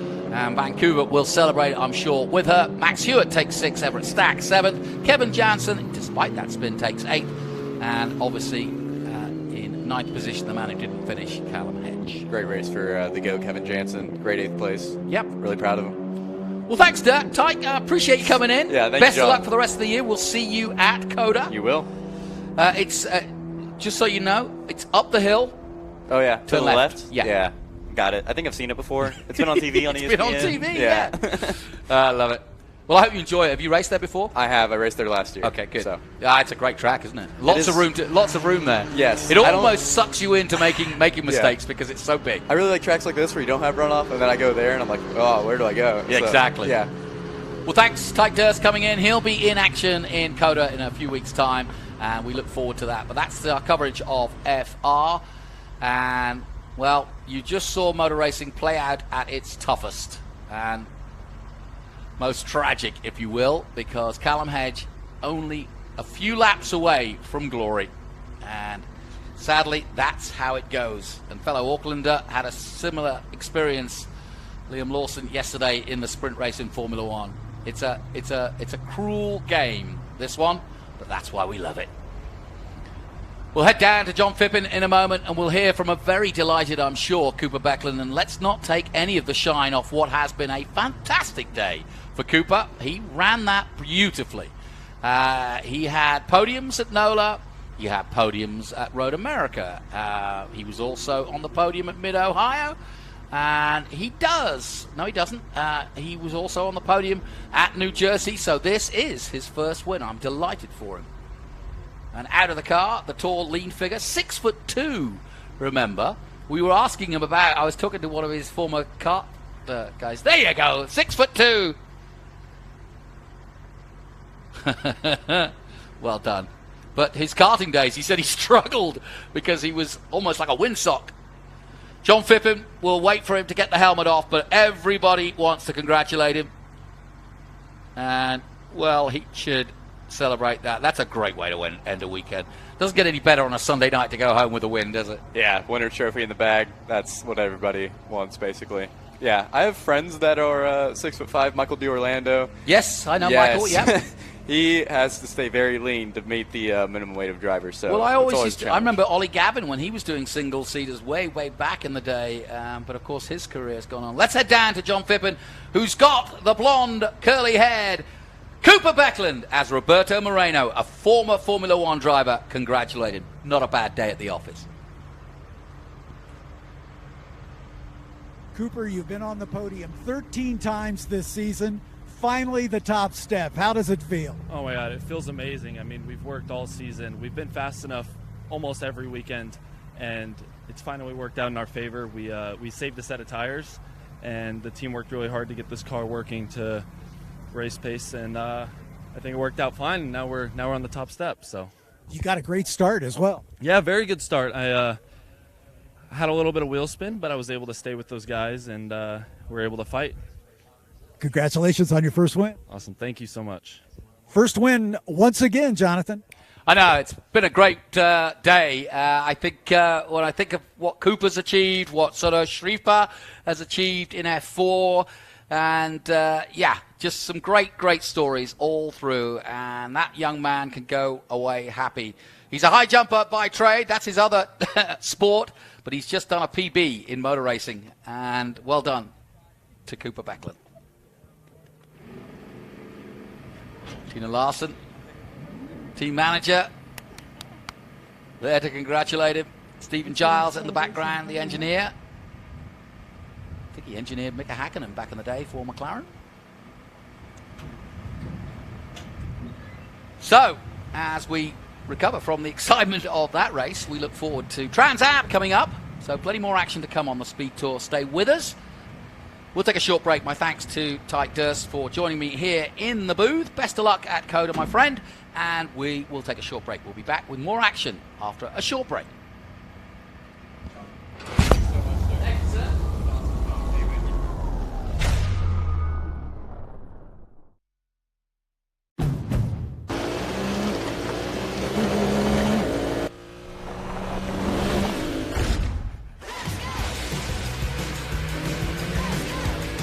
Everything in our garage is inspired by our racing spirit.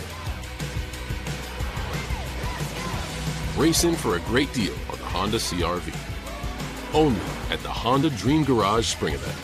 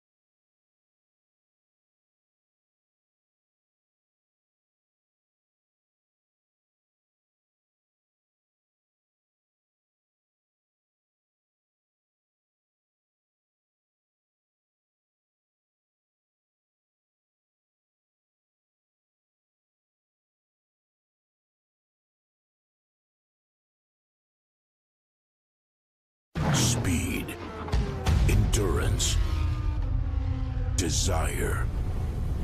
For 160 years, Motul has helped engines and drivers go faster, further, and stronger. Tested in the heat of battle, driven with passion, with one aim, to give you superior powertrain protection and performance. Motul. Hungry for SVRA action? Well, the best way to enjoy classic auto racing is with a delicious classic from Mission Foods. Green flag your race-watching snacks with Mission's mouth-watering race day recipes. Try some of our tasty tacos, piled high nachos, fresh chips with guac, and more. So gear up your ride and fuel up those stomachs with delicious Mission Foods.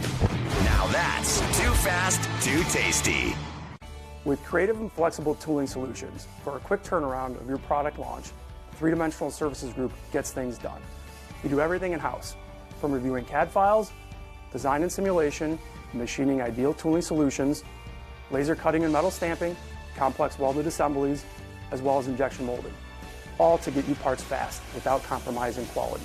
We take on the most complex jobs and deliver beyond expectations. You've got a business to run, big and heavy products to ship, and customers who need them now. When you've got the right driver and the right equipment, you can bet on a spectacular result. Bennett understands complex logistics and puts the best team, the most time, and the latest technology into every customer relationship. So you can sit back, relax, and enjoy the race. Let us handle the rest. Together, we can move anything.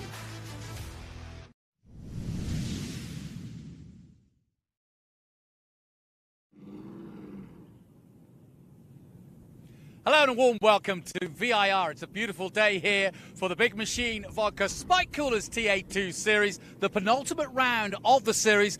Alongside me, as ever, Scott Goodyear, and we are excited. We have a little bit of potential history in the making. A 15-year-old, yes, you're not kidding me, a 15-year-old could win a really big championship here. In the words of Brent Cruz, he's been fantastic all year long. He's got 133 points of a lead at the moment, and he can take it here and not take it to Coda like last year's finale.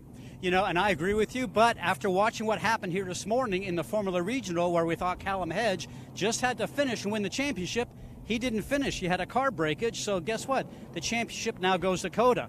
I always say that the race and the championship isn't over until you've crossed the finish line and you're celebrating. So, yes, we think he'll get it, but there's a lot of racing to go on between now and the end of the race. The only two men that could stop Brent Cruz were Rafa Matos and Thomas Merrill, our current champion. I spoke to Thomas and Rafa during the weekend. Rafa said that he's just going to go for it, and unfortunately, he's had a problem in qualifying. He's at the back. That could count him out, but never count out Rafa Matos, as we saw last year.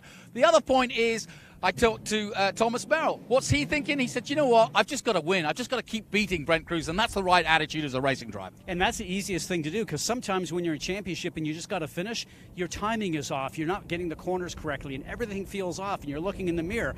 I like that strategy. Just go for it. It's the easiest thing to do. We'll walk you through all the permutations as the race goes on, but the bottom line is, as I say, Thomas Merrill just has to beat Brent Cruz, or if Brent Cruz has a problem, goes out, and then we go on to Coda, and that's where we finish it all as we did last year. But it's exciting stuff, because this young Brent Cruz from this part of the world could be the champion at the end of this race. It's all to play for, and there's others who could be in the mix. Connor Zilic, he's already won in TA. Could he do it again in TA2? And we've also got another Connor Mosak, did the Xfinity last night, and he's back at the back of the grid with Rafa Matos. So there could be some real fireworks.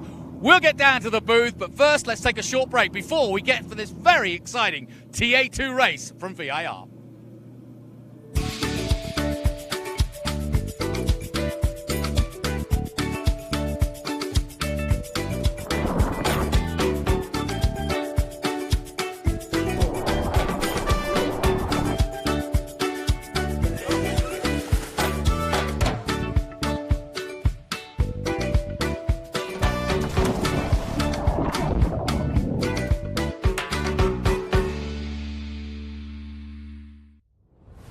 Taking on the challenge, moving ahead. It's about going further, faster. At Customers Bank, we know that great things happen when you combine the best of technology with a deeply human touch.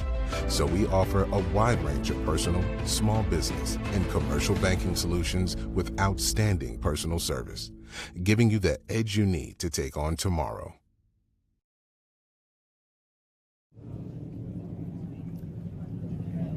Well, ladies and gentlemen, thank you very much. Welcome to the Big Machine Vodka Spike Coolers TA2 Series here at Virginia International Raceway. I'm actually starting in the back of a 34-car field that is bookended by two Connors.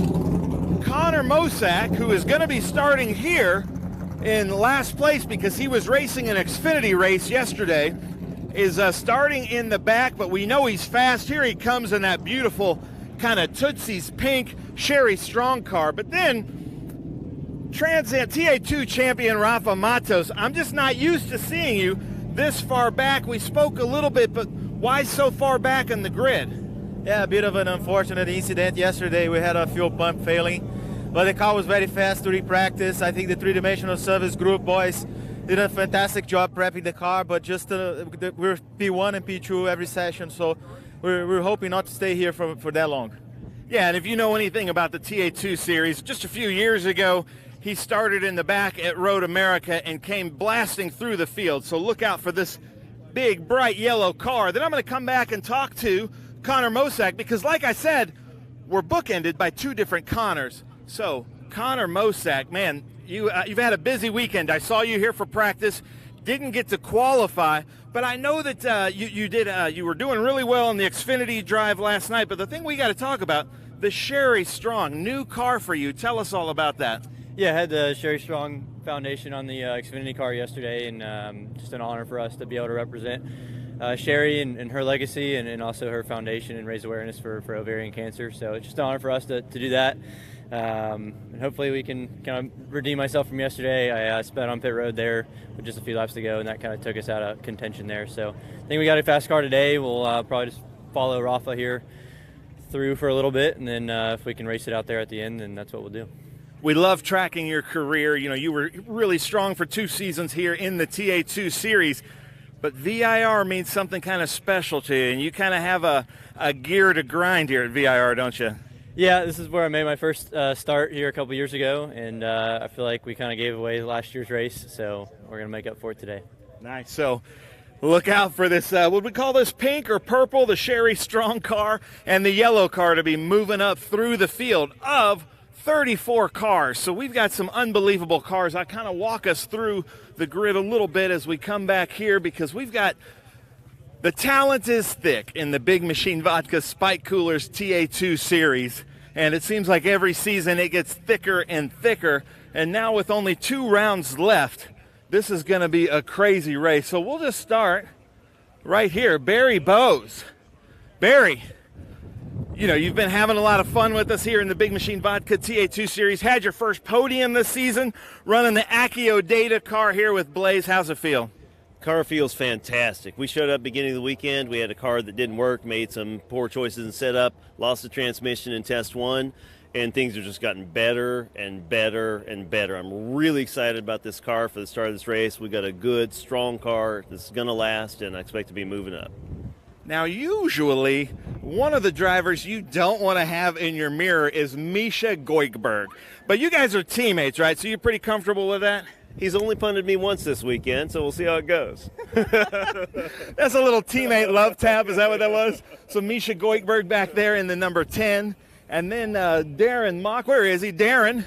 We're talking to Adrian Lostowski. Who will get together then, guys? So Adrian Lostowski here, Darren Mock. What are you guys talking about? You doing a little pre-planning? Yeah, we're just, just trying to see how this race will go. I think it'll be a wild one for sure.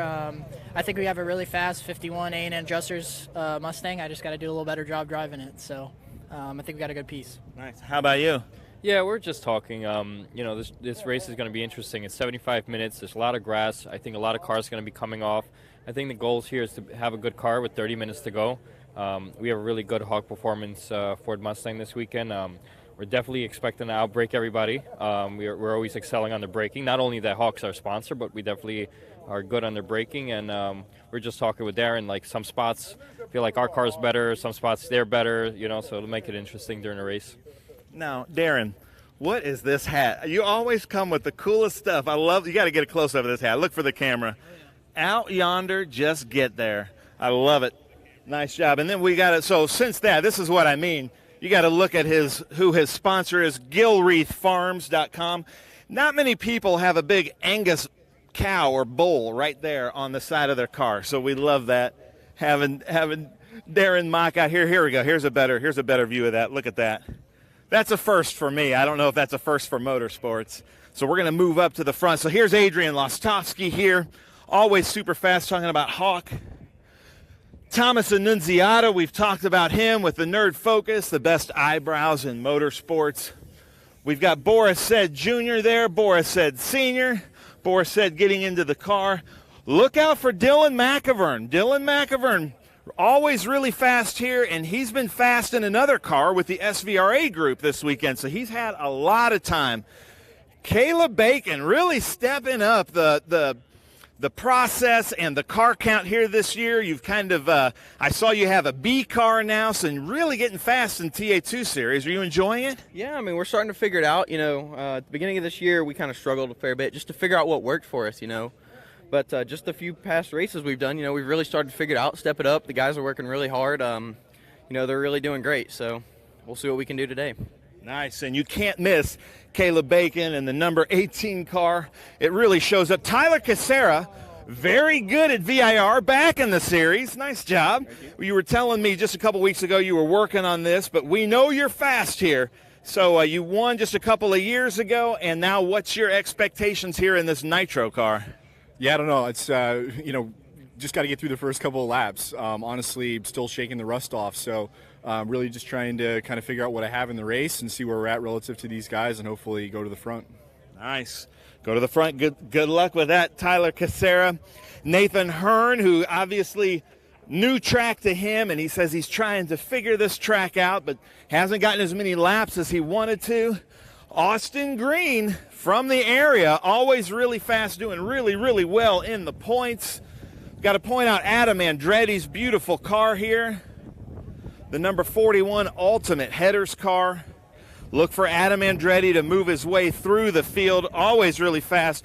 Got a little bit of a donut there. Oh, that's old. Is that for, oh, that's old? Oh, that's old, yeah. No, that's old like the driver. Yeah, that's been there for, that was there since actually Watkins Glen when we had the big oil down in practice and had a little bit of Barry Bowes there. But we're here at VIR, and it's a beautiful day and a wonderful weekend, and the fans are here, and you're watching at home, and we're just really, really blessed to be here with this Ultimate Headers Chevrolet Camaro. Nice, I love it. Adam, good luck.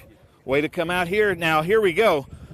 Last year's Big Machine Vodka TA2 Series winner, Thomas Merrill, starting in 4th place, which is a little bit crazy for Thomas Merrill. Then he's got these very tough drivers ahead of him. Here's 2 of them right here. Let's hear. We'll just get together because I know you guys have been doing this since you were like 5 years old together. But Brent Cruz could clinch the championship this weekend, starting 3rd. What's your strategy going into this? Yeah, I think the goal is to just stay up front and see what we can do. Obviously, go for the win. And then the championship, hopefully that comes along with it, would be super nice. Me and Connor are not only battling on the racetrack, but we're also battling each other in fantasy right now. So that's another priority. Nice, I love it. Now, Connor, looking for the sweep of the weekend. How's that feel? Yeah, looking for the sweep in not only fantasy but on the racetrack as well. So, you know, I got the TA win yesterday, and, you know, hopefully I'll be able to back that up with the TA2 win with my Silver Hair Racing guys. And, you know, we've had a really fast car this weekend in both classes, and we capitalized on it in the TA race. Now I just got to do my job in this one. Nice. And how about that for priorities? Right before the race starts, they've got their phones out looking at their fantasy football stuff.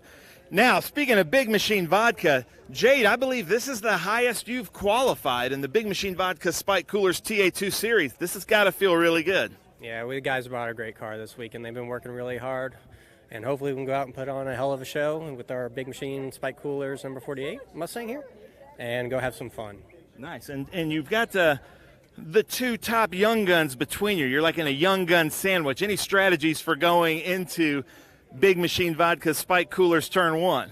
We're going to run our own race. These kids are driving great, and we're just going to go out and execute the best we can and see what we got, see if we got anything for them. Nice. I love it. Well, that's Jade Buford there. And, sorry about that. I'm losing my train of thought here. So, look at this. Ladies and gentlemen, I have to point out our Motul Pole Award.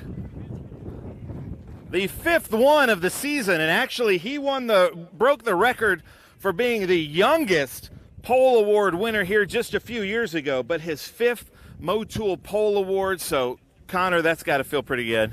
Yeah, it's a testament to our fast cars we've had this year, especially the last 7-8 races. We've been, I feel like, the fastest car at a lot of the races. So, hopefully we can get some more wins and make those pole awards count. But, it feels good to have those. Nice.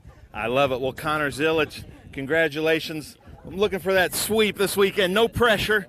But, ladies and gentlemen, Bill Knox is here to deliver us our invocation. So if you can take off your hats and bow your heads, please. If you'll join me in prayer. Heavenly Father, as we come to you in prayer, Father, we ask that you hold all the drivers in your almighty hands, Father, that you keep them all patient for this entire race, and most of all, that you bring all of them home safely. And Father, we ask also that you hold the first responders and the police in your almighty hands, Father, as they continue to do their jobs and protect us. And Father, we ask that you bless and keep our military, which allows us to do this thing that we truly do love, and in this country that we love. In your Son's most precious name we pray. Amen. Amen. Bill Knox, thank you so much. And now, ladies and gentlemen, we have a very special treat. Carrie Dallas is here to deliver the national anthem. And speaking to Connie, she says she has a beautiful voice. So, Carrie, take the mic, take it away.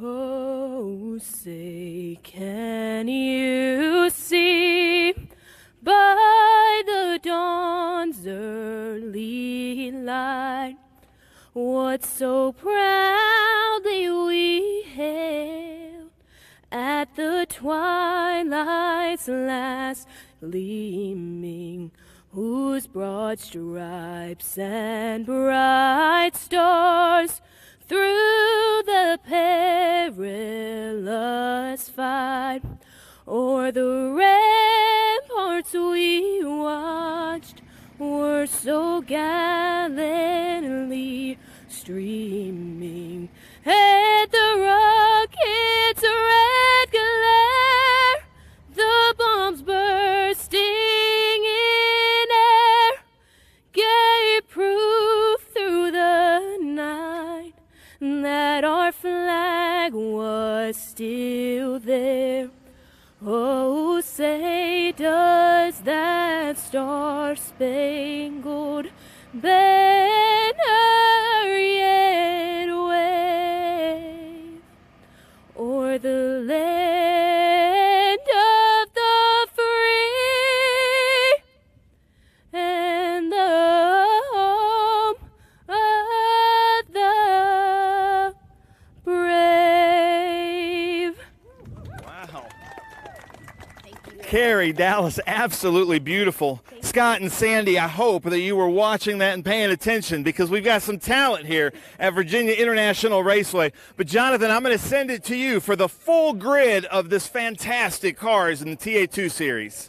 Thank you, Ben. As ever, a really interesting insight to what is a cracking setup for a penultimate round to the 23-23 championship. Connor Zilic in pole position. Jade Buford, his best qualifying position. Scott Borchetta will be happy with that. Brent Cruz, can he win the championship?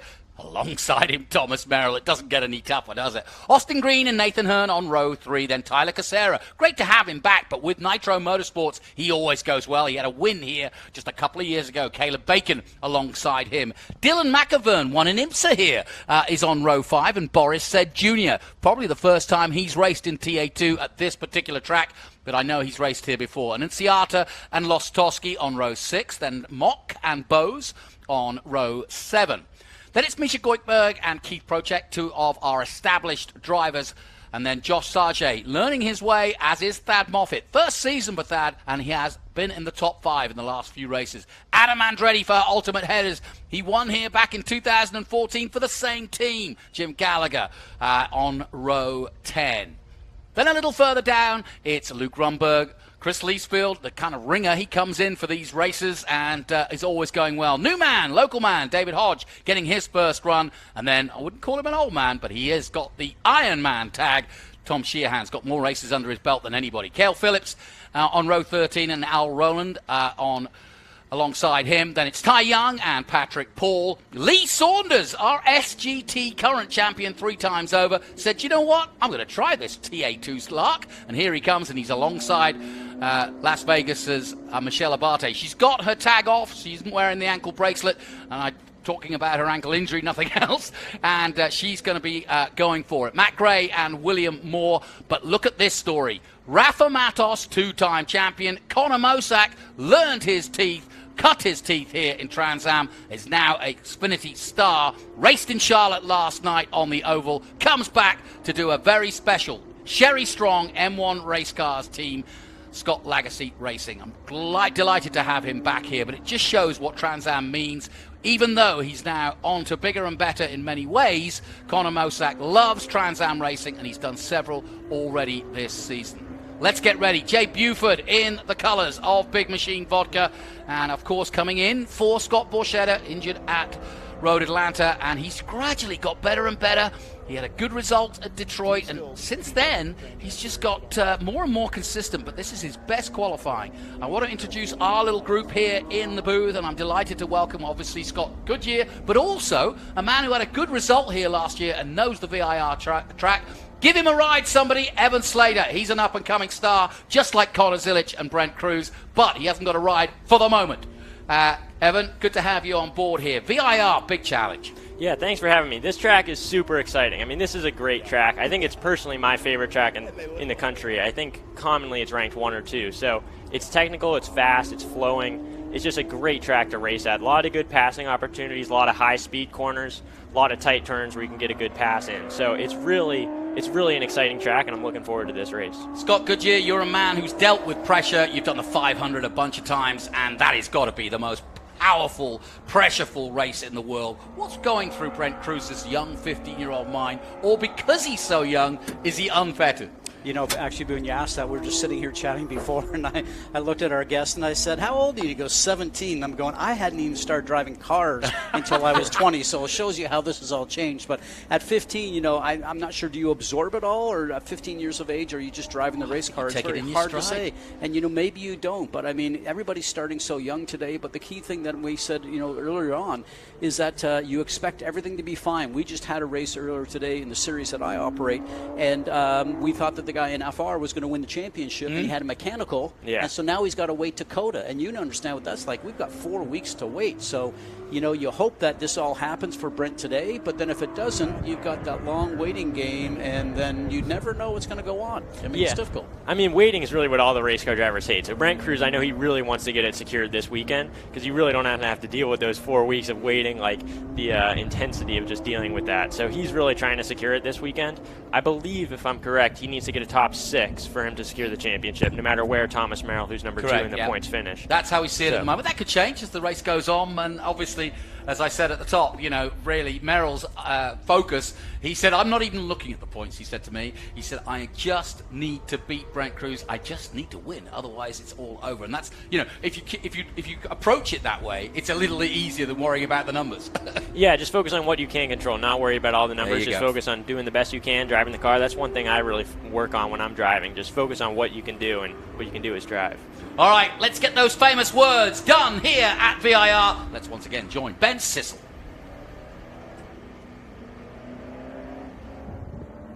Yeah, thank you, Jonathan. I am here, and it's an honor to be here with a Trans Am legend, Lynn St. James. Welcome back to the series. But this weekend's kind of been all about women in motorsports. Lynn, tell us a little bit about that.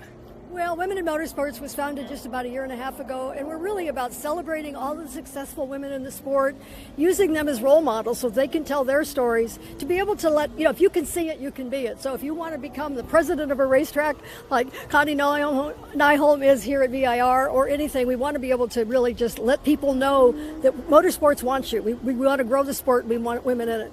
Nice. That is exactly correct. And you'll see here we have a lot of women in motorsports working with us and on the crews. But, Lynn, I'm going to give you the mic. Deliver the most famous words in motorsports. Take it away. Drivers, start your engines! Beautifully done, and no better person than the great Lynn St. James. She is such a bubbly character, and even though she's been around racetracks all her life, I could see her yesterday just absolutely chomping at the bit to get in any kind of car she could. She does historics, she does any form of racing. I think she's got something like 10 national championships, if not more. She's won at Daytona for 24 hours, and Sebring 12 hours. She's done Le Mans, she's done the Nürburgring. She's done it all, and she's done, more importantly, so much for women in motorsport, and there's a lot to be said about what her and her project of encouraging women into motorsport, specifically here in the US, and I hand my hat off to her. It's long overdue, and I'm delighted to see a proliferation now of women in motorsport, not just in the cars, but outside the cars and in engineering and in mechanicking as well. So it's great to see. But let's get back down to the action. By the way, shout out to Michelle Obate, our only female in this particular race. I mentioned earlier that she, during the grid, she had an ankle injury earlier in the year. She's been racing with a brace on that ankle, which can't be very comfortable. And I said, have you got a story for me this weekend? She said, tell the world I've taken it off. I'm not going to be racing with the bracelet, which is good, because that's going to give her a lot of confidence for sure. Let's take a closer look at this track. And Scott, I'm going to turn to you here. You know this track well, and you certainly know what these guys are going to do, but it's a long and fast track. You know, the top speeds up over 160 miles an hour, and I've been around here in road cars and also like single-seater stuff, but, I'm going to turn to the expert here because the weight of these cars, up and down throughout the hills, brakes are a concern going around this racetrack. Yeah, these TA2 cars are historically known to be under, they have a small brake package on them, so the brakes are not great, so you have to worry about overheating them, and then obviously you can't just slow down that fast. So the hills, I wouldn't say affect them too much. Sometimes coming up through the S's, the car will get really light, even lift a few wheels in the air. But yeah, the brakes aren't too effective. And what I love about this is that these things have raw horsepower. Our single-seaters have downforce and you've got grip. You guys just have your foot to the pedal and spin the tires and you want. It's really, really cool. Well, there you see it. And you can see the two big long straights, one out of Customer Bank corner and then the other down the main straight past our commentary position. We'll be on board with the Big Machine Vodka Spike coolers of number 48, Jay Buford, and starting in his best ever start of second place. And let's not count out, because everybody wants to make a name. We're talking about Brent Cruz and Connor Zillage and Connor Mosack. Sure, those are the big headline stories. But how about Buford taking a win? Would that be a possibility? He'd love to do that and finish off his year in a high. He is a Xfinity man at heart, but of course he's come here to help Scott Borchetta in his quest. He did some driver coaching for Scott last year during Nashville, and since then, when Scott got injured, he's taken over the reins. We'll be on board with the three-dimensional services group, Ford Mustang of Austin Green, the 22-year-old, whose father, of course, David, an Xfinity champion in his own right, but this man making his name, and what a season it's been. Never easy to race against a two-time champion like Rafa Matos, and a whole host of other young drivers. Boris Said Jr. also coming into the team, and Adam Andretti has driven for this team in the past. Doug Peterson's team. Nathan Hearn, what a sensation, Australian champion and Formula 5000 champion over there, came into the championship this time last year at COTA, got a fourth place there, and said, you know what, I fancy this, and so he's dropped Trans Am in Australia where he'd already won, and now he's here fighting his way against the best.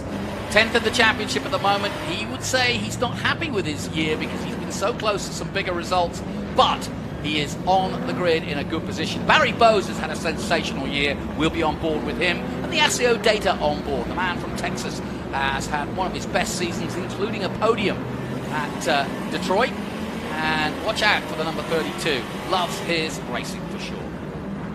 Now we see our first glimpse of that long back straight. We'll also be on board with the one guy. I'm glad we are in third in the championship on 826 points, but he had a problem in qualifying, didn't get to qualify. We think it was a fuel problem, but he is going to be right at the back, but we're going to be on board with him in the three-dimensional services group, Ford Mustang, Rafa Matos, a two-time champion of Trans Am, and he loves racing here. He's had a win here, and his results here have led him to those championships in the past, and even though he's at the back, you never count him out. Adrian Lostowski will be on board with him and the Hawk Performance on board. Adrian's had a great season so far, just coming into Trans Am in the last couple of seasons, but really now got his head around it. And previous winners include last year Brent Cruz, that bodes well. Rafa Matos, as I said, 2021. Mike Skeen, always good around here. So there's plenty to play for. No Mike Skeen this weekend, but Rafa Matos and Conor Mosak, we're really looking forward to seeing them come through. And how far do you think they can get, guys? Well, you know, I got to think that for me, anytime I've had to start at the back is a lot of fun because you really are aggressive, but you can't be too aggressive where you go and take yourself and somebody else out. You know, for me, I only drove these cars twice in a Trans Am, and they're so much different than what I'm used to. But I mean, so much weight, you get aggressive, and then all of a sudden you just take that too much weight of a car and you slide off the road. So, I mean, for these guys here now, aggressiveness, but I mean, are the tires going to play a big part in this, do you think? Yeah, I mean, you have to be aggressive, especially when you're in Rafa or Conor Mosak's position. You have to be aggressive to get up through that field. This Pirelli tire is really good, but it doesn't like to be like, you can't slide it around the whole time. So it's a cooler day out here today, which will help them a lot. But if he's too aggressive, he will overheat his tires and end up just losing a lot of pace. So I think he needs to manage that fine line between aggression to get past these guys up front, or get past these guys so he can get up front, and then not being too aggressive so he can have the tires in the end. And Evan, where do you make those moves if you are in that aggressive move? I've seen Rafa at Road Atlanta, for example, make moves that I never thought were possible, but what about here? I mean, here it depends on like the kind of person you're passing, obviously. So some of the slower guys in the back, you can make moves in more like not unpredictable, but like unexpected places, like in the more slower and not as good passing zones. But when you're passing these fast guys up front, you really have to be deliberate on it. And it's normally going to be hard on the brakes. So in the hard braking zones, going into turn 1, going into turn 4, going into Oak Tree Corner, you can stick it in on the inside there, and then at the end of the straight going into turn 14. So those are the main good passing zones here, but that's for the fast people. When you're passing somebody that's slower on pace than you are, you can do it in more unethical ways, I guess. And especially at the beginning, though, you need to make sure that they see you in the mirror, that you go up beside them and present yourself. Just don't sort of surprise them, and they close the door on you. Then you have some bodywork damage or something on the car, and then you're hindered to try and be able to work your way to the front. So that's also, I think, something that you sort of have to watch. Now, everybody in the pack knows that these fast guys are going to come from the back, so they're, you know, they got a little bit of information there that you can tell. Sometimes the teams tell you, hey, you know, number 88's behind, he's starting to work his way up through. I mean, that's the sort of stuff that you have to sort of watch to see what happens. As you can see, Brent Cruz leads the championship by 133 points. Thomas Merrill must strike today if he's going to stay with him and keep the championship alive. Rafa Matos starts from the back, but that's an opportunity for both Zilic and Merrill, and a real tragedy for him yesterday. We watched the 88 being taken off the grid after qualifying, and that's a real shame for him. And then Nathan Hearn and Thad Moffitt, what a year it's turned out. Thad Moffitt, remember, is the grandson of Richard Petty, and I hate keep going to talk about that. It's like I want him to be his own man, and he is proving to be just that, because his season has been so far brilliant. We're going to be on board with Nathan Hearn as well in the Cube 3 Racing Ford Mustang. It's been a sensational year for the Australian. Really learned his craft here in what is a very different car, different tyres from the Australian Trans Am car, so he's had to learn quick. And remember, he's coming to every track new, and that's what's really impressed me, is that he's taken to these tracks brilliantly. There's Jay Buford, there's Connor Zilic. Zilic, what a weekend! Let me just re-emphasize, if you've just joined us, Connor Zilic, 17 years of age, driving with sponsorship from GM. He's a GM factory driver, effectively, and they put him into TA. He gave them the present of pole and a win in TA. That's the big 850 brake horsepower. These are limited to 550, and Zilic is capable of winning in these two, but he would be the first man in Trans Am if he could pull it off today and win both races on the weekend. Let's see then how we go here for our penultimate round of the 2023 season. Let's go racing, folks. Muscle cars at its finest. Away they go, and they roar into action down towards the big machine Vodka. Spike Coolers turn 1 for the first time, and and it is Connor Zilic. Jake Buford on the outside. Cruz goes to the inside, and Thomas Merrill is going to try to go high and wide. Nathan Hearn right behind him. The 26, keep an eye on him. Everybody cleanly through as we go on board with Austin Green. He's right there in the mix, but through goes the 26 of Thomas Merrill as they go into turn 2. Good start, good clean start. Merrill needs to stay out of trouble, but he needs to be aggressive. As Evan Slater was saying, you've got to be aggressive with these cars, and you've got to get it right first time. Long way to go, 100 miles and 30 laps, but a good clean start, guys. I was surprised in turn 1, to be honest with you, because so many cars going to that tight space, but from what we've seen in our single-seater series today, actually turn 1's not been that much of a problem, so nice to see that. This always amazes me, just so much horsepower here going through this area here. I mean, you've got the lower the S's and the higher S's and what have you. It just seems like a lot of work with these race cars, and you're carrying all that weight. So I know that you're used to it. I always find every time I get into a sedan, I feel like I'm driving a big bus. Yeah, I mean, it's a ton of fun. I love it when you're in the big, heavy cars because they do their own thing, but when you can get it to do what you want, they're always going to do like what the car kind of wants, like when you hit a bump or something, because they're so big and heavy. But when you can really control the beast, it's a ton of fun. Like going up through those S's, you're flying at like over 150 miles an hour through there flat out. It's just amazing. So it's great having you in the booth because I can see with a smile on your face how much you want to be back in there. He's sitting there almost driving the car, isn't he? He is almost driving the car. But when does the car feel at its optimal? I mean, you've just started the race, you're warming up tires, you're fighting with everybody, but when do you feel really comfortable? Jake Buford making a move on Cruz, look at this. Oh, yeah. Or is it bit by bit the other way round? It is, because Cruz was making a move on Buford, and Merrill's right there. He'll pick up the pieces, and this is a championship right on the line. Merrill right there with him. Austin Green doing the job for three-dimensional services, but boy, this is tight and scary almost. It's too tight. Yeah, really close. I mean, you can see Thomas Merrill right on the back of Cruz. That's a super important position right early in the race. Going around the outside. Oh, side by side our championship contenders. Oh, they're almost touching. Merrill's got the better line now, but Cruz closes the door. That's great, clean racing. Well, that's trust, folks. Absolutely. Nathan Hearn will ready behind them, ready to go if they make a mistake. That's a smart move by the Australian. He knows exactly what's at stake, and he doesn't really want to get involved, but he wants to get into the scene where he can be in third position. Green now on board with him as they head through the stake for the second time, the Optima Battery stake. And look at the lead that Connor Zilic has built already, folks. Great stuff by the young 17-year-old from just down the road here in North Carolina. His home race. He got a pole position here a couple of years ago. From there on in, we've all stood up and watched Connor Zilic make his way in this championship. You know, Johnny, you said it before. I mean, I've been paying attention to this throughout the whole year, and obviously we talked about Scott Borchetta's accident, you know, back at Road Atlanta. But, I mean, Jay Buford, man, he has really done a great job this year to be where he's at now and taking the reins of that program and then improving all the way through. I mean, this is really impressive. Very impressive indeed. No question about it. So let's just look at the positions then. Zilic, Buford, Cruz, Merrill still fourth. What's happened here? Into the pits comes... I think that's Rafa. Oh, no. Oh, no. It looks like he ripped off the front splitter. They're taking off the lower part of the front bumper, so I wonder if he had contact or an off track. This reminds me of Coda last year. This is exactly what happened. Bit by bit, they unwound the car, and he is going to go with half a car out of the pits, and now he's just going to make sure that nothing else falls off it. It looks as though he's had some contact, This is just exactly like Coda last year.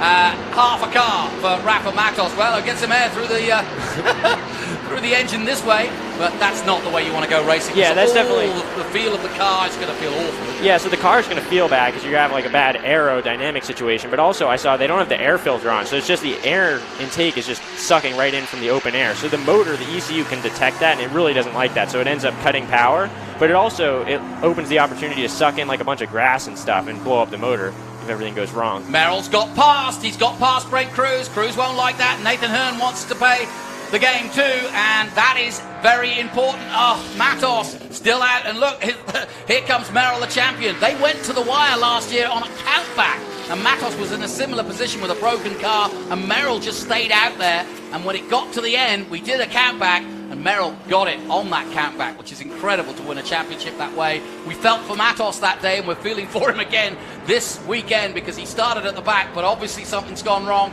Looks as though he's probably come together with somebody else while trying to overtake. He's doing the right thing, which is staying out of the lead battle, but sadly, Rafa Matos, it looks as though is going to be out of the fight for the title. Yeah, I mean, that's what we were talking about earlier, the balance between aggression and just keeping it safe. It seems like he played it a little too aggressive, and it's going to end up biting him. And then Brent Cruz to add ignominy to irony as just... Oh, Brent Cruz! Just as I say that, I cannot believe, just as we were on board with Rafa Matos, Brent Cruz was going past, the engine was cutting, as Evan just described, and he wasn't under power, and here comes... It looked like Brent Cruz had a brake issue. I mean, it looked like he locked up a brakes and it went straight in. He came in so fast, I wonder if he had maybe a rear brake failure or something like that. Well, now suddenly like this situation for Rafa Matos looks like the smartest thing he could possibly have done, which is to get out there with a spluttering half car and keep going. Now he's just got to finish the race. He's going to get points if he can finish, because it looks to me as though Brent Cruz has gone straight into the tire war, folks. Yeah, and it looked like he went in pretty hard, so I don't know if they're going to be able to get that car out and keep it running. I don't know. Wow. So, a replica of what we just had, because as you know, we had our Formula Regional race with our champion who just had to finish a little bit earlier. The race just before this one here had a mechanical, and we thought he was going to wrap the championship up. And then, wow, we're having 2 in one day. When we said in the open, it's never over until it's over. I mean, this is a situation. This is amazing. So we're under caution, as you can imagine.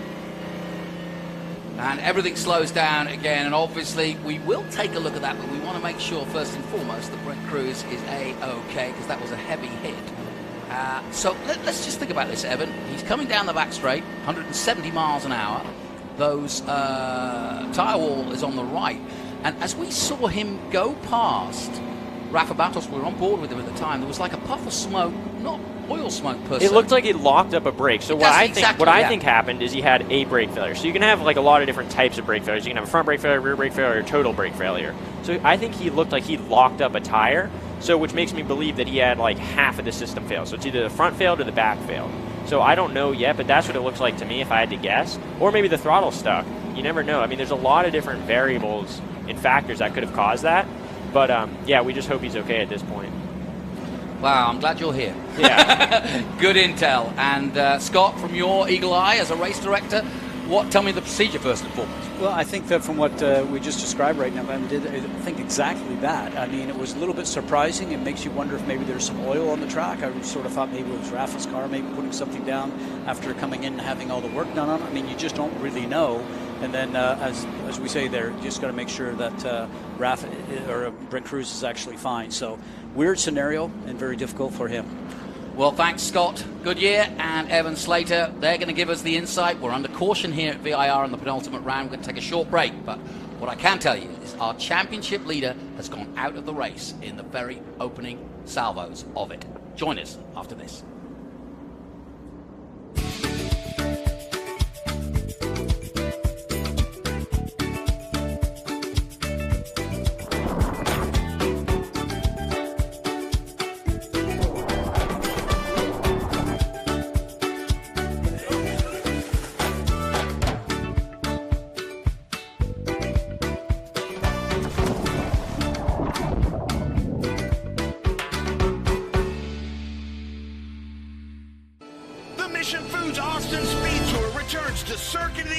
November 3rd through the 5th, featuring the Trans Am Series presented by Pirelli, the Sportscar Vintage Racing Association, International GT, FR Americas, and F4 US Championship. Saturday, you can take part in the Haggerty Cars and Caffeine Car Show with Parade Lab. You do not want to miss the Mission Foods Austin Speed Tour, November 3rd through the 5th. Children 12 and under are free. For tickets, simply go to speedtour.net.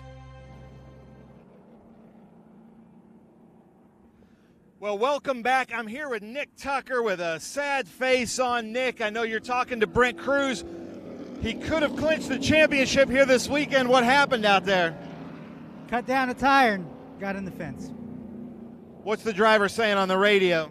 Yeah, just not much, just stuck, so I don't know. Not a lot of information other than we cut a tire. It is very rare. This hasn't happened. We don't talk that much because it's very rare for Brent Cruz to be out of the race, and we were talking about the things that can happen in racing, and this is just kind of the bitter pill sometimes of motorsports, isn't it? Yeah, it's a real shame, but we'll take it to COTA and do our best. Nice, yeah, exactly. It was decided at Circuit of the Americas last year in the last round, and Maybe this year the championship will be decided at Circuit of the Americas the same way. Jonathan, Scott, Evan, back up to you in the booth. Great stuff, Ben. Yeah, and I can confirm that we have heard that Brent Cruz is okay. Obviously, he's going to be shaken up, but that means we can show you now a little bit about what happened. And Evan and Scott, I'm going to let you see what you see. You know much better than I do. Well, we talked about this, just during that break there. I mean, the tire barriers are there, and these cars are very strong cars, and the drivers are well protected for you guys having the side there. But just watch here what goes on. I mean, just locks up the wheel, and it goes forward, and then the slide off. So, about 160, 62 miles an hour, I think it is. And luckily, he did get the car to slow down, and you can see how much those tire barriers actually move. So, still a very hard hit. Yeah, definitely a hard hit. And it seems like there's a second car that went in there, too. So it must have been, here's what I expect. I bet Rafa Matos with that damaged car was throwing off some debris, and I bet the guys, right as they passed it, ran over something from his car and cut down some tires. Well, we're back on board with Jay Buford in second. Buford in second place, and he's behind, of course, Connor Zilic. The nice thing from the drone is that you saw how much he was able to slow the car down. I mentioned that it's 170 miles an hour, if not plus, coming into there. And he was able to slow the car down. It did look like cut tire, or as they said, yeah. Yeah, I guess out of the possibilities, that's the best factor or the best outcome, because when you cut down a tire, you only cut down one, so you still have 3 other tires to brake and slow the car down. So he was able to obviously not slow it down enough to keep it on the track, but slow it down enough so it wasn't a massive impact. And this track is called what they call FIA certified, which is the type of track that we go, obviously, with our series. So all the best safety stuff is there as far as the tire barriers are concerned, and absorb the impact from the drivers come and hit it. So that's the nice thing when you come to these high-grade level tracks, that because the FIA does such a great job that oversees, obviously, F1, F2, F3, and F4. So thankfully for that, you can see how the tire barriers are there, and they usually bundle them up and put some great material behind it just to absorb it. So we'll have to see if this tire wall needs to be repaired a little bit, but everything did its job. Well, sadly, it's Tyler Casera, a former winner here at VIR, and coming back for his first run. And he is the other car that was involved in that incident. Yeah, that's really gutting for him, because he's been out of a car all year. So this is his first race in, I think it's close to 11 months. So he was really excited to get back for this one. So, I mean, it really sucks to go out in a mechanical failure that's not his fault at all. Okay, and we welcome our MAV viewers as well on MAV TV. We are slightly late in getting to you after a technical issue, but we are live, and boy, the drama is thick and furious. Let's go on board with Nathan Hearn. If you remember, Nathan Hearn, the Australian in the 29 Cube 3 on board, was giving us great pictures of that battle between Brent Cruz. And so here is Nathan Hearn. There is Brent Cruz. That's Rafa Matos. He's going past Rafa, so too Nathan, and here's the incident. Almost looks like the tire went before he got in the brakes. Did you see that? There was a puff of something originally at the very beginning, and then he seemed to get his foot on the brakes. So to your point, I bet you he ran over something. That's a good insight there. So, drama indeed. So let's just catch you up, Mav. We've lost our championship leader in Brent Cruz, who was about to wrap it all up, and that means that Merrill, our current champion, and we've also lost our 2-time champion Rafa Matos, and it's only Merrill and Rafa Matos that can stop Brent Cruz. But as you can see, that car is pretty depleted, the front end gone, and I don't think Rafa's going anywhere else in the rest of the day. And of course that means we are now going on, and Rafa's out the car already, so we'll probably get down and hear from him, or at least from the team. But now there is one. In other words, Merrill is the only man who is in championship contention who's still in this race at VIR. And Merrill, of all people, knows just exactly what consistency means, having won the title kind of this way last year. And Evan, as a racing driver, you just never say never, right? Yeah, I mean, it's racing. So many things can happen. It's like you can't predict it at all. So, I mean, you just really have to wait, and Merrill has to hope that nothing goes wrong in his favor, and he can just keep it consistent, keep it clean, and get some good points to bring his championship fight really back in there. Well, there's Rafa Matos. Go ahead, Scott. Yeah, and as we're talking here, obviously the Brent Cruz car just went past in front of us, and we saw it outside the booth, and the front wheels are moved back towards the windshield, so it was still a very hard hit, but give them credit. The other thing that may have happened here, guys, also race control maybe told this team that car now needs to be parked and can't be on the racetrack, just in case of possible parts falling off. Okay, on that, and I did that earlier today with a couple of cars right, but in what does it?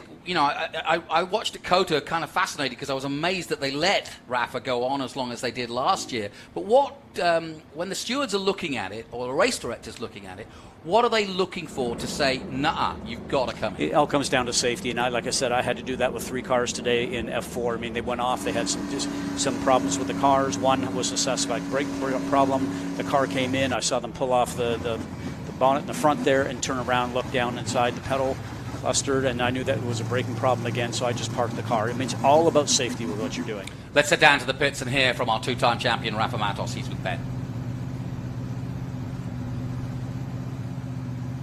Thank you, Jonathan. Well, Rafa, as you know, motorsports can be so bitter. What's this feel like, and what happened out there? I was just trying to take it easy on the start, and I was going through the field, and apparently Sheehan spun off, and he kept it on the throttle and nailed the front of my car, and I had nowhere to go, and the car was badly damaged, and we tried to continue, but there was no point. Yeah, it was. I saw you go back out there. I love your fighting spirit. We saw that last year at Circuit of the Americas, but it's just it looks real beat up. Yeah, at that point, I was just trying to get out of the way from the leaders. I was trying to cause any trouble, and unfortunately, we were not able to continue the race. Well, Rafa Matos, sorry about your luck. Gentlemen, back up to you. Great stuff, Ben. And sad news for the Brazilian, who's been a great champion, and he'll live to fight another day, and I'm sure be back next year, and obviously he'll come to COTA and try to get the runner-up spot. He'll go head-to-head with Merrill for that. Brent Cruz is, yes, out of this race, but certainly not out of the championship. Remember, he started the day 133 points, and it was only really mathematically possible for Merrill to keep it going, and that's what he's going to have to do. But now the chance is much better of taking the championship to a grand finale at COTA. Nathan Hearn, let's have a look at this, though. We're going to be on board with the Cube 3 Racing man. He's yet to win a race, guys. He's going to be kind of licking his lips thinking, I got a chance here, because he's one of those guys that knows what opportunity is all about. And I think it's sort of cool what he's doing, obviously, coming from a different country. I'm obviously born and raised in Canada, so I was going to different countries. And, there's that added element of international flavor, if you will. And so when he's come over here and done so well, that's sort of cool. But he gets to learn so many great racetracks. And we were chatting earlier, obviously, you were mentioning it. So this racetrack here is probably one of the 1 or 2 top road courses in this country, and it reminds me a lot of race courses that I ran in Europe. Just a long track, fast corners, slow corners. It's got everything complete, and it's exhilarating to drive. I'm sure he's got a big smile on his face. Yeah, I mean, Nathan, he's always happy. He loves being in the car. That whole Cube 3 racing team, they've been really putting in the work this season. They need to persevere a lot because they've had a lot of bad luck. I mean, they're all putting in really great work, but it's just everything unlucky happens to them. So hopefully they can get that to turn around this weekend, running in 4th right now. He's really looking to get that first win for that team. So, I wish them the best of luck, but, we'll see. Now, we heard Rafa describe his incident. Why don't we take a look at it for ourselves? And again, I'll lean to you guys and let you see what you see. Here it is, Rafa Matos going out of the race. Michel Abate to the right. Here we are under braking. He's making good time up right Ty now. Young, Here you go. Yep. So nothing he can do, just completely unavoidable. I mean, cars are spinning around, doing crazy things, unpredictable things in front, and he just got caught up in the wrong place at the wrong time. So that's really unfortunate for that Peterson Racing 3-dimensional service team. They also put in a lot of work to get those cars fast, and they are. But it's just really disappointing for them. Yeah, and what you don't know is it also took out, in fact, I noticed Ty Young going to the left there. Ty Young out as well as Michelle Abate. And I feel for her and for Ty Young because it's been a tough year for both of those two. They are regulars. Ty Young learning his way. Abate likewise, because she was on the West Coast for a long time before she went national racing. And you got to feel for him because as Evan described, it's one of those accidents you just can't avoid it. Well, it's funny because I always tell the young drivers that are coming into car racing out of karting, for us anyways in the series that I operate, is that don't let somebody else's mistake become your problem, and that was somebody else's issue, mistake, or what have you. Now, he was doing a great job because he saw a hole. It looked like it was safe, not a high-speed part of the racetrack. He just can't see past the car in front of him to know what was happening, and then again, it was somebody else's mistake that took him out. Yeah, and then when there's so many cars, they're all doing different things. They're all moving in different directions. So when it's one car, it's a lot easier to avoid, but when 5 cars or whatever are all spinning out, it's difficult. Well, guys, let's catch our breath here as we get ready for the resumption. So Connor Zillage leads the race. Jay Buford is in 2nd place, and Merrill is in 3rd. So There's still a lot to come from this race. Well, we welcome our viewers back on MAV TV. Boy, have you come back at the right time. We've got a doozy of a race here. I haven't even looked at where Connor Mosak is, because he started at the back. Luckily, he's, I think, avoided most of the problems. He's trying to make his way through. But as it stands, Zilic leads the race and is on to make history in Trans Am by winning both Trans Am and Trans Am TA2 in one weekend. Buford is trying to win his first race. Merrill is trying to hold on and keep the championship alive. Nathan Hearn is looking for his first win, as is Austin Green. And then you go further back, Lee Saunders trying out TA2 for the first time, down in 25th place. No mean feat, though. He's going very well indeed. Tyler Casera is out. Cruz is out. Matos is out. Abate's out. And I'm looking for Hearn here. Excuse me, for Connor Mosak, and Mosak currently in 20th position, so he's gone from the back all the way up to 20th. Don't count him out for at least a decent result. Well, and there's a bit of a bonus right now. Nobody's all spread out because we're underneath the yellow, so it bunches everybody together out. So in the restart now, you have an opportunity to do some passing, so you're looking forward to that. And not that you want to see yellows, but when you're coming from the back and you need some help, you don't mind the yellows. Yeah, the yellows are great because it bunches everybody up. So say everybody, as you're trying to pass people, they all spread out. When you get the yellow, it bunches everybody up, so it gets you so you can pass much more cars because they're not obviously all spread out.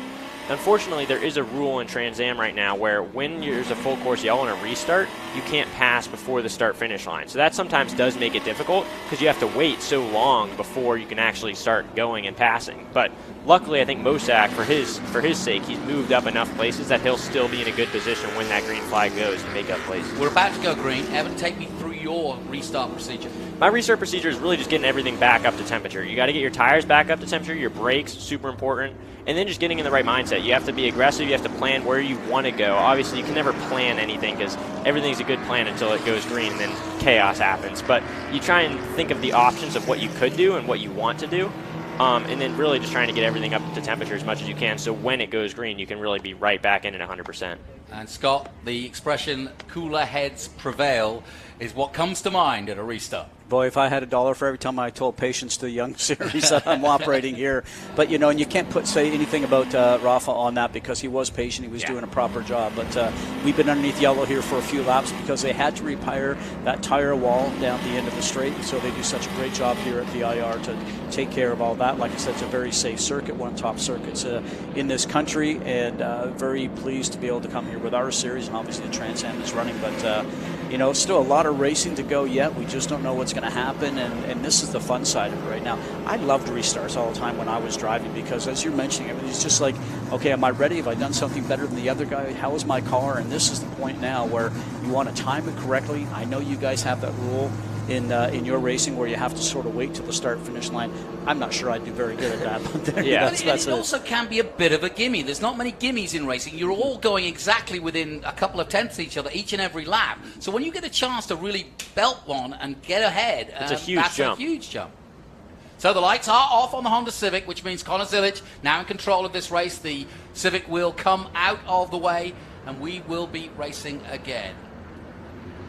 So for us in our racing, we're all accelerating in turn 17. So where are they allowed to accelerate now here in the restart? It's really when Connor Zilic wants to. So there's a zone, and then once Connor's in that zone, he just hits the gas wherever he wants, and the guys behind him have to follow him essentially. So it really allows the leader to get a really good jump over the rest of the field. And you can't overtake until you're in that zone for sure. Here we go then. Connor Zilic leads the race. Can Buford get ahead of it? 8 laps gone off the 30. It's 100 miles of pure adrenaline and muscle car action here at VIR as everybody jostles for position. Nathan Hearn pushing hard as Merrill goes through to second. Nicely done. He gets past Jay Buford at the restart. Very important restart for the man from Salinas, California. And that is the move of a champion, our current champion from Coke Racing. And Thomas Merrill does a great job for HP Tuners and gets second place. I just left it going through 3 there. You can see, I'm not sure if you guys saw that, Merrill's car was actually just putting down 2 patches of rubber through there. I'm sure you saw that. That was Buford gets turned around. It looks like it was Austin Green that may have turned him around. Yeah, that's really disappointing. Jay Buford just driving his own race and it gets tagged from behind. I think he'll be able to keep that car. Yeah, he's able to keep it rolling. Very light contact with the wall. So that's just like a setback. It'll put him to the back of the field, but he'll be able to keep rolling. It looked to me like it could have been Austin Green. We're on board with him, and yeah, there's damage to the front of his car, I think. Yeah. And that's why potentially that was Green that caused that incident, or at least knocked into the back. I'll turn to my race director to see who's at fault there, but it looked as though it was a fairly obvious incident. There's now cars skittling off everywhere as off goes the 64. And that is Matt Gray, sadly. He's kept going. Let's have another look at what happened here. Scott, what do you see? Well, you know, we always talk about yellows breed yellows as it is, but cars are side by each right now. And if you're not up beside somebody fully and can present yourself and let them know you're there, sometimes you got to back out. And I think that was the same situation there. You stick your nose in and tag the back end of the car. And we see this even here in the scenario with Jay Buford. So a couple of things going on there, and that's the difficulty. So the stewards are going to be busy after this one. Yeah. Seemed to me like more of a racing incident than a sort of a hit from behind, yeah? Well, it should be, and then all of a sudden you turn around, you end up getting protests coming in. So I know our stewards are back there right now after our races today and dealing with that information. But here's the scenario. I mean, he's just moving. Anytime you get hit from behind, it's usually the guy in the backside that actually is definitely the guy that's going to get the penalty.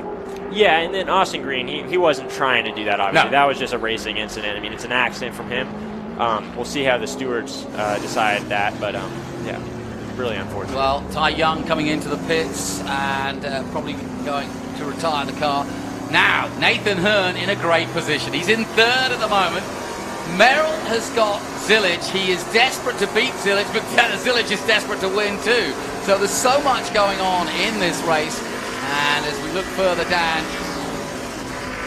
trying to see who else might. Well, Connor Smosak is now 16th. How about that? Behind Barry Bowes. And we're going to be on board with Barry Bowes as we're on board with Austin Green here. But as you can see, we've lost his camera from that hit. And there is Annunziata. There's plenty of drama to talk about in this one. Yeah, so Austin Green's obviously missing his fender, so that'll affect him a little bit aero-wise, but I mean, that car will be able to keep going. He still has the splitter, which is the main aero component in the front of the car. So, I mean, he'll lose a little top speed on the straightaway, and he'll lose a little just like grip at the top of the S's, but overall, he'll still be able to keep working with that car. But it's distracting, isn't it, with it flapping like that? Yeah, that windshield support flopping around, that's probably pretty distracting for him, but he's going to do his best to ignore that and focus on getting ahead of Thompson Annunziata. Well, what a fascinating race this could turn out to be. Buford comes in after that hit and into the barriers, and as you say, he got it going again. Patrick Paul coming in the 34. He was involved in that incident, and Ty Young as well. Connor Zilic now crossing the line. Merrill right behind him. The gap, hardly anything between them. It's about, well, in fact, it's 1.9 seconds to be exact. So Merrill's got it all to do, but this is where Merrill is in his happy place. But Zilic is a tough contender to basically close down. There's the damage you see to Austin Green's car. Yeah, Zilic has been in a league of his own this weekend. He's been really fast. So I'm feeling like this race is going to be a battle for second with Nathan Hearn, Q3 Racing, and Thomas Merrill. So we'll see. That'll be, I think, the really interesting battle in this race. You know, it was interesting because when we were watching qualifying, you know, Connor went out there and turned a good lap, and we just thought nobody else even getting close to him. So they were tuned in right from the very beginning, and really he just sat out because he knew his time was almost unbeatable.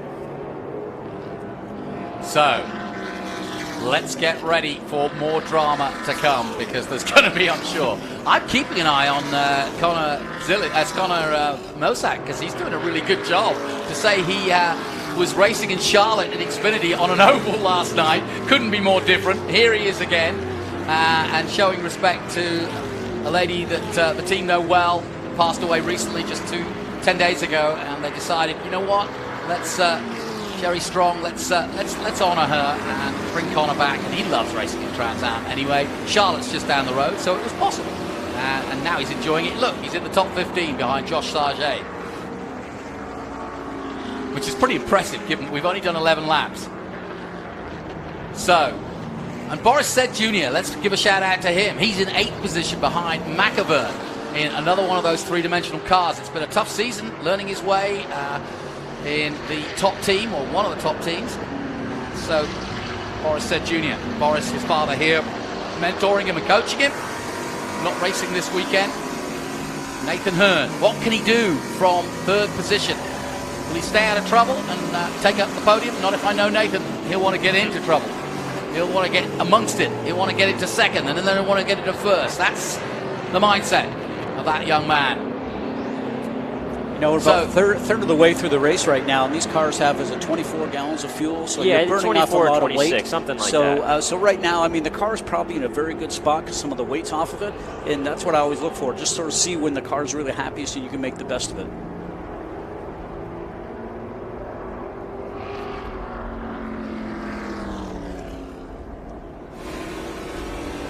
So back on board with Austin Green in that damaged car. Can't be easy, flapping around everywhere, all sorts of stuff going on, but he's going to keep his concentration, and he's doing a good job so far of keeping that concentration, more importantly. Look at that, flat out through this section. I love this section. Yeah, that's my favorite. I think so far my favorite sector in racing is that uphill S's in one of these cars. It's a blast. I mean, I've driven a lot of different car and track combinations, but that's just something special. He's putting the hurt on Thomas Annunziata, the youngster, at the moment. And I say the youngster, they're both youngsters, but Annunziata's still a teenager, as you are, Evan. And Austin Green, 22 now. But he's got pace, and he could get an overtake here. Here we go. But we're under caution again. Yeah, so he can't make an overtake now, or he might risk a penalty. Yes. So you got to be careful with passing the yellow. That will get you a 40-second penalty really quickly if you're not careful with that. And they see that not only from the flag stands, we can actually see the Honda safety car coming out right now to pick up the leader. But you thought you were coming in the booth to avoid all this yeah, I mean, that's what I had on today in race control. But, you know, when you talk about the yellow, it's sort of neat right now because you've got the flags that I started out with, and now there's Flagtronics. You got the electronic boards. You guys now have the Flagtronic programs inside the car itself. So you guys get a lot of alerts about what's going on right away. So when it comes out to yellow, it's pretty hard to say I didn't see it if you pass somebody underneath the yellow. Yeah, the Flagtronic system is great. I mean, you got a little screen inside your car, like right in your vision, that flashes whatever color the flag is. So I don't think we can see it in this view with Nathan Hearn. Turn 3 is the incident. We can see it on our screens up here. There's a car stopped at turn 3, so we're going to come across it very soon. We're on the main straight. But yeah, Flagtronic, amazing system that they've got. Yeah, just keeps really the drivers good for aware, racing. yeah. And Andretti now has got, of all people, Conor Mosak behind him, so that's going to be a good tussle. Two guys with different reasons to want a big result, and Barry Bowes is there as well. So the ASIO data on board will be coming alive fairly soon. Now we're coming across the incident. And guys, get your eagle eyes out. Let's see what's happened here. Yeah, some car off into the barriers over there to the right, I think. In comes Jade Buford. And they're having a look at the engine and underneath and everywhere else, having a good poke around. But he's been in a few times, so I wonder from that hit if he must have had something internally got damaged other than just like the slight body work. Because he's been in the pits twice, so yeah, he must have some issue that they're trying to sort out. I feel for him because the qualification was so good, and he had a real good chance at a run at the win here, especially with the championship going on around him. But boy, what drama those have. Zilich, though, staying out of it for now. And it's Zilich, Merrill and Hearn. And Annunziata in 4th position. Austin Green still 5th with that damaged car. Caleb Bacon, just got a glimpse of him in the 18 car. They now own their own team. They bought their cars from Kent Thwaites, at Showtime and TA2. So Kent's going to concentrate on TA. And so Caleb Bacon and the Bacon team, the Baconators, or CB Motorsports to be the official Cortex Racing Bacon development team, are now on their own with their own team. And so this would be a really good result if Caleb Bacon could get a 6th place. Let's head down to that CB Racing team and head down to the crew, Ben Sisson. Thank you, Jonathan. I'm here with Rick Reynolds, the crew chief for Caleb Bacon and CB Motorsports. I've really seen you guys step up your operation the last couple of months, and now Caleb's 6th. He's got to be feeling pretty good. What's your driver saying on the radio? Yeah, he's real happy. You know, we're feeling good about the continued progress, just a little bit better every time. And the big thing right now is what the car is going to do over the long run. So we're trying to stay clean, keep the pace we're at. We're real comfortable with the pace, feel like we got a car that could be there at the end.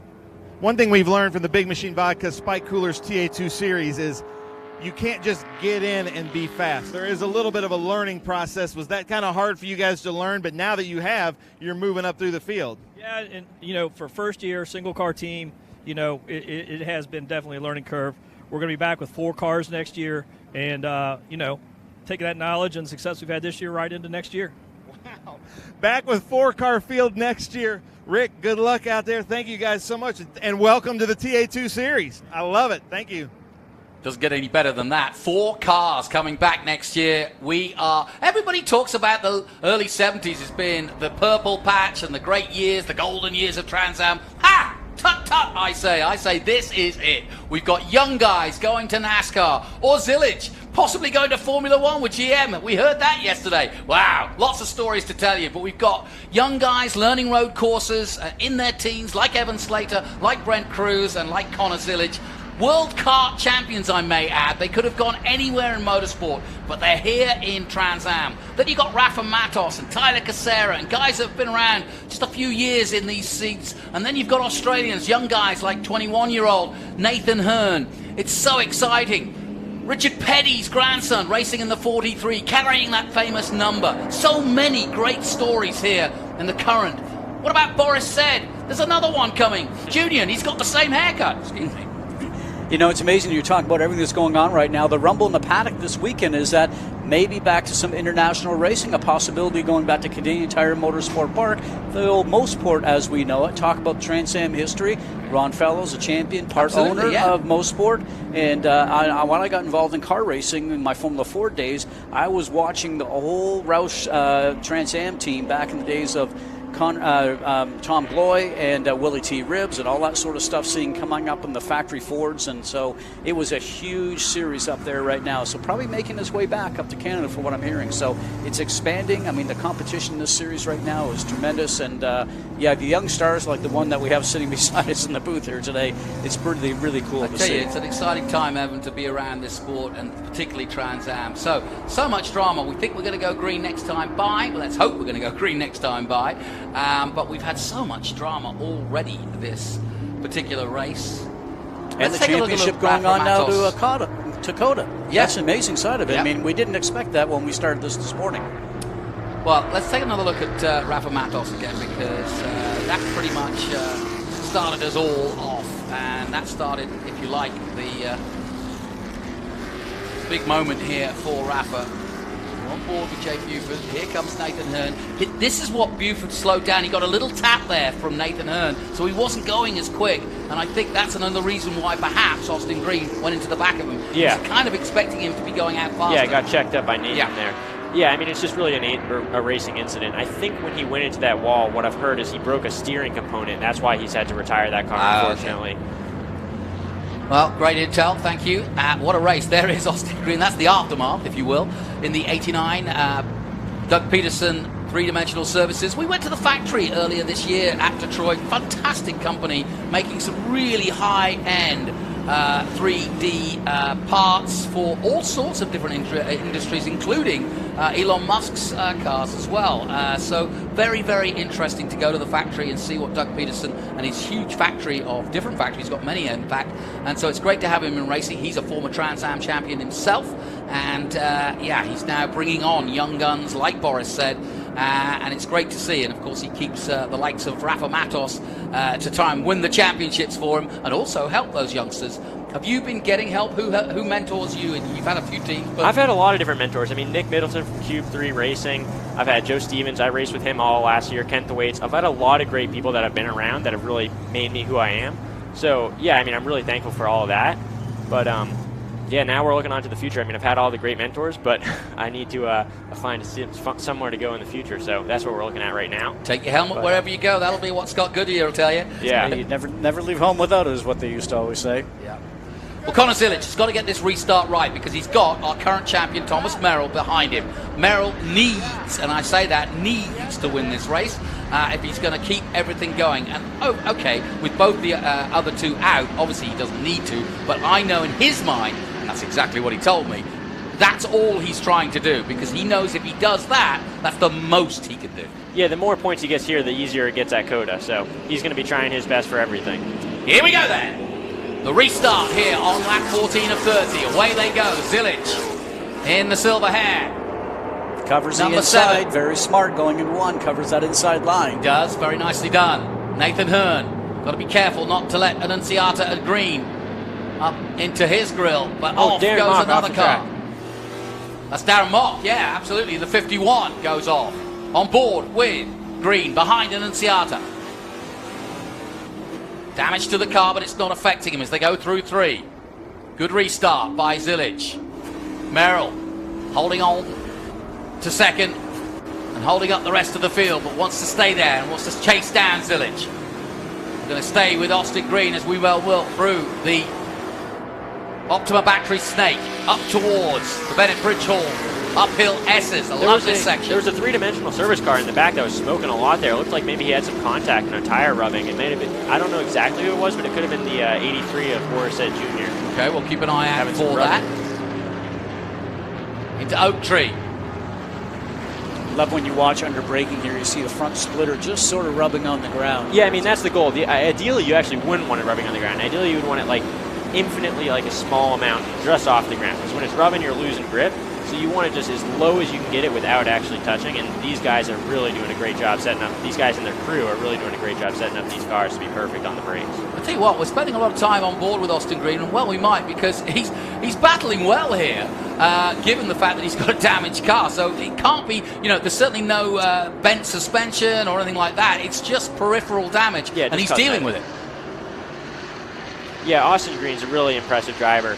I think there's a rumor that he's trying to go to NASCAR next year, so I don't know where we'll see him. Certainly got the contacts. Yeah. His dad actually now works in NASCAR as a marshal, I think. Yeah. And so he's still involved, but of course he was a champion back in the 90s. Oh, Austin Green going down the inside of Thomas and Annunziata. Can't make it stick. Wasn't late enough on the brakes, but definitely a good attempt. Connor Zilic pulling away. The gap 0.9 between he and Merrill. So Merrill tried to make a move up the inside. It was covered nicely, as Scott pointed out, by Connor Zilic, and now he's building on that lead as they go 2-3, and you can see that gap yourself.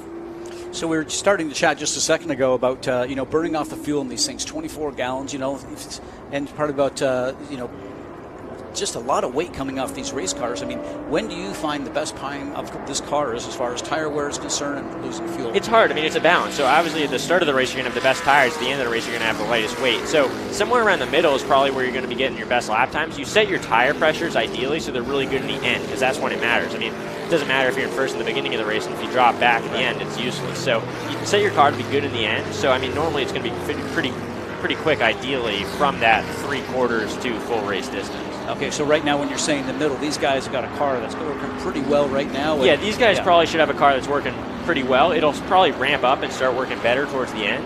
But ideally, the car will be working the best it can through the whole race.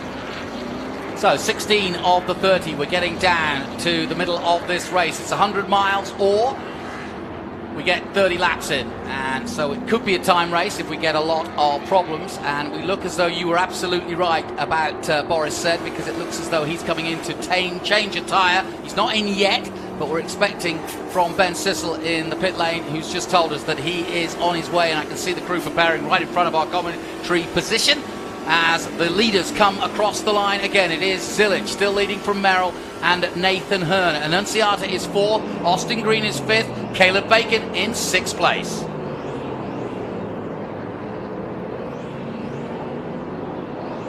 This is one of the cracking races of the season, and I never know. I always think that, your racecraft is so honed by the end of the season. You know what you're expecting. Everybody knows who's doing what, and you know who you're coming across and what their skills are. And so we kind of get the best racecraft in the last few races. Well, and I think as you start to learn the car, and these guys that drive it year after year, maybe not so much so, but I think as young drivers coming through this thing, you want to be one with the car. I always tell these young drivers that we have coming into our season, you need to wear the car. You need to understand, and I say this because I started downhill skiing at a young age, and you want to wear the skis type thing. For you guys, you've got a big car to carry all this weight, because these cars weigh 2,800 pounds. 2,800 pounds. Okay, so this is something that you have to wear all the way around you, and then as the season goes on, you start to slip into it. It's like putting a pair of jeans on, and you're absolutely into it. I just love to drive that. Yeah, the closer you can get that car to feel as though you're part of it, the better. Yeah, and then the better you can drive it, and then the harder you can race it. So yeah, at the end of the season, when you're getting really used to the car and getting comfortable in it, you'll be able to race a lot better because you're comfortable with what you have, and you're more confident in the moves you can make.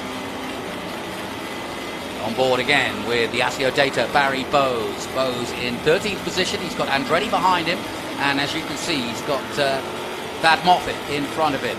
season for Thad Moffitt. He's really done well. I was talking to Scott Lagacy about him earlier in the weekend, and he's really pleased with the way the kid has put himself together. Even though he's got that big name behind him and that famous number, he's certainly not got a silver spoon by any means whatsoever, and he's doing all the hard work. And Scott Lagacy is never easy on his drivers, and he admitted to me that he's got a soft spot for Thad Moffitt because he's doing the hard work, and that's what's important in motor racing. Evan Slater, I've seen myself doing that hard work, and that's what makes the difference between those that make it and those that don't.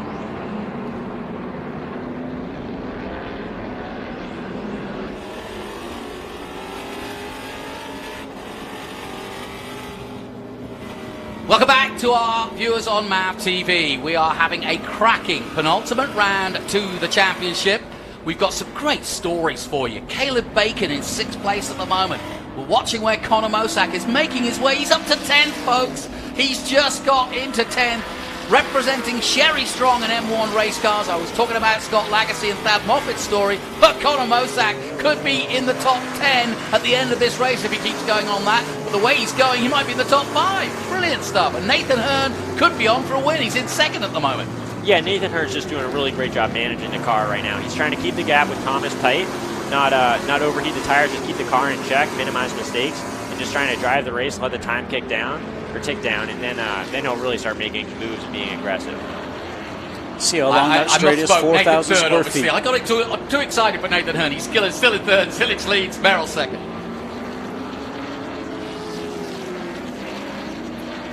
Yeah, I mean, Zilic is just walking away with this. He is at the moment, isn't he? He's got that car hooked up. That silver hair team, they really know what they're doing with this car, and they got it working fast, and he's comfortable in it, and he's just driving it, driving his own race. Yeah, I'm looking at his lap times. Yeah, 150.1, you know, and that is what he's doing right now. But even down to the 49s is his best time, and other guys right now are in the 50s or 51. So he just really has that car. He's wearing that car like we talked about before, and he's just doing a great job. And we saw that also previously in St. Louis. It's just amazing how he's all in one with the car and just really doing a great job. Well, lest we forget, he's won 2 races, 2 street races from the back to the front, which is pretty amazing. Yeah, that's impressive. I mean, that's just like a lot of aggression with the passing, but also not too much to hurt up your race car. And he did those races with keeping the car completely clean, which is really, really impressive. So this race, his car is obviously completely clean because he hasn't even seen another car because he's just been gaining a second a lap on the guy in 2nd. So he's really doing a great job this race, just managing it. Just to illustrate it, we were talking about Connor Mosack up to 10th position. Well, his best lap, or his last lap anyway, a 152.1 compared to that 150.1 of Connor Zilic. Just shows you. I would say that those 2 guys are, you know, equally yoked in terms of their ability. In terms of Connor Mosack, a huge success story for us now with Toyota and going big guns in Xfinity, and Connor Zilic just moments away from doing that. He was very interested in TA. I did a little bit of ferreting to find out, but there was definitely a reason why GM decided to put him in the TA car, and Justin Marks wanted to have a closer look. Of course, he owns a NASCAR team, so that's why he wanted to see Zilic, and I think he got a good eye for him.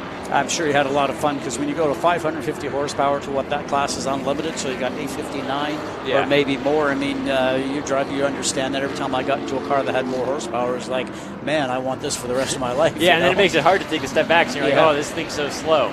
But yeah, he's doing a great job. We were having a laugh, me and Thomas Merrill, earlier in the season. I said, how is it going up against these kids? Because, you know, Merrill's an experienced driver. He's done a lot of racing in his time, in his 30s now. But really, in terms of Trans Am, you know, this is he's at the height of his career. And yet, he suddenly found himself in a battle against Connor Zilic at 17, Brent Cruz at 15, Evan Slater at 17. And he said, you know, it's not fair.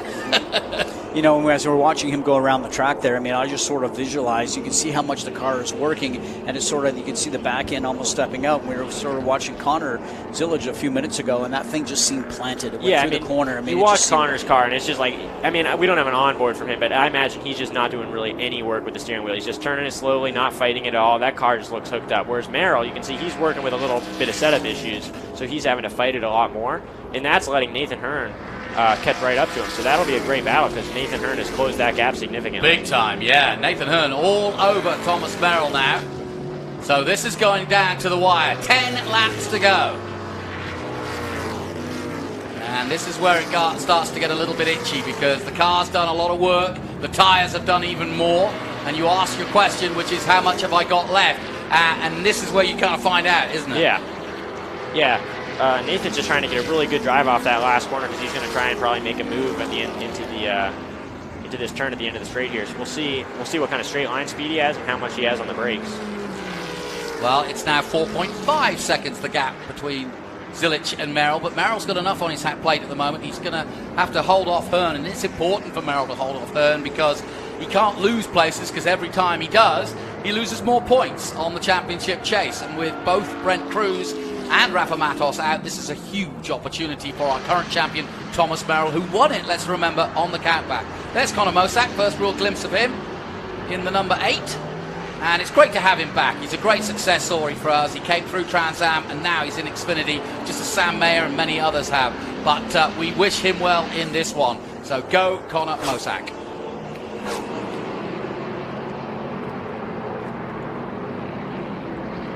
Had a quick chat with Conor, and he did a few tests here, and then he was telling me that because Charlotte's not far away, they practice in the morning on Saturday morning. The race is Saturday night. He got 24th overall last night, but I'm not taking that away from him because he was saying to me that he'd never raced at Charlotte, so he'd only had simulation practice. We went to Charlotte a few years ago. Conor was there, but that's a completely different track. Right, and was that on the oval or the Roval? Well, he was on the oval last night. Okay, on the oval, yeah. I ran IndyCar on the oval, which actually you watched the oval on TV all the time with NASCAR, and we got a chance to go over there early in the IRL days and run there. It was actually a pretty cool racetrack, and plus you're racing at Charlotte Motor Speedway, so that was pretty cool for an IndyCar guy. Oh, absolutely. So, Nathan Hearn. Evan, I'm going to put you in his car. Where are you going to make the move?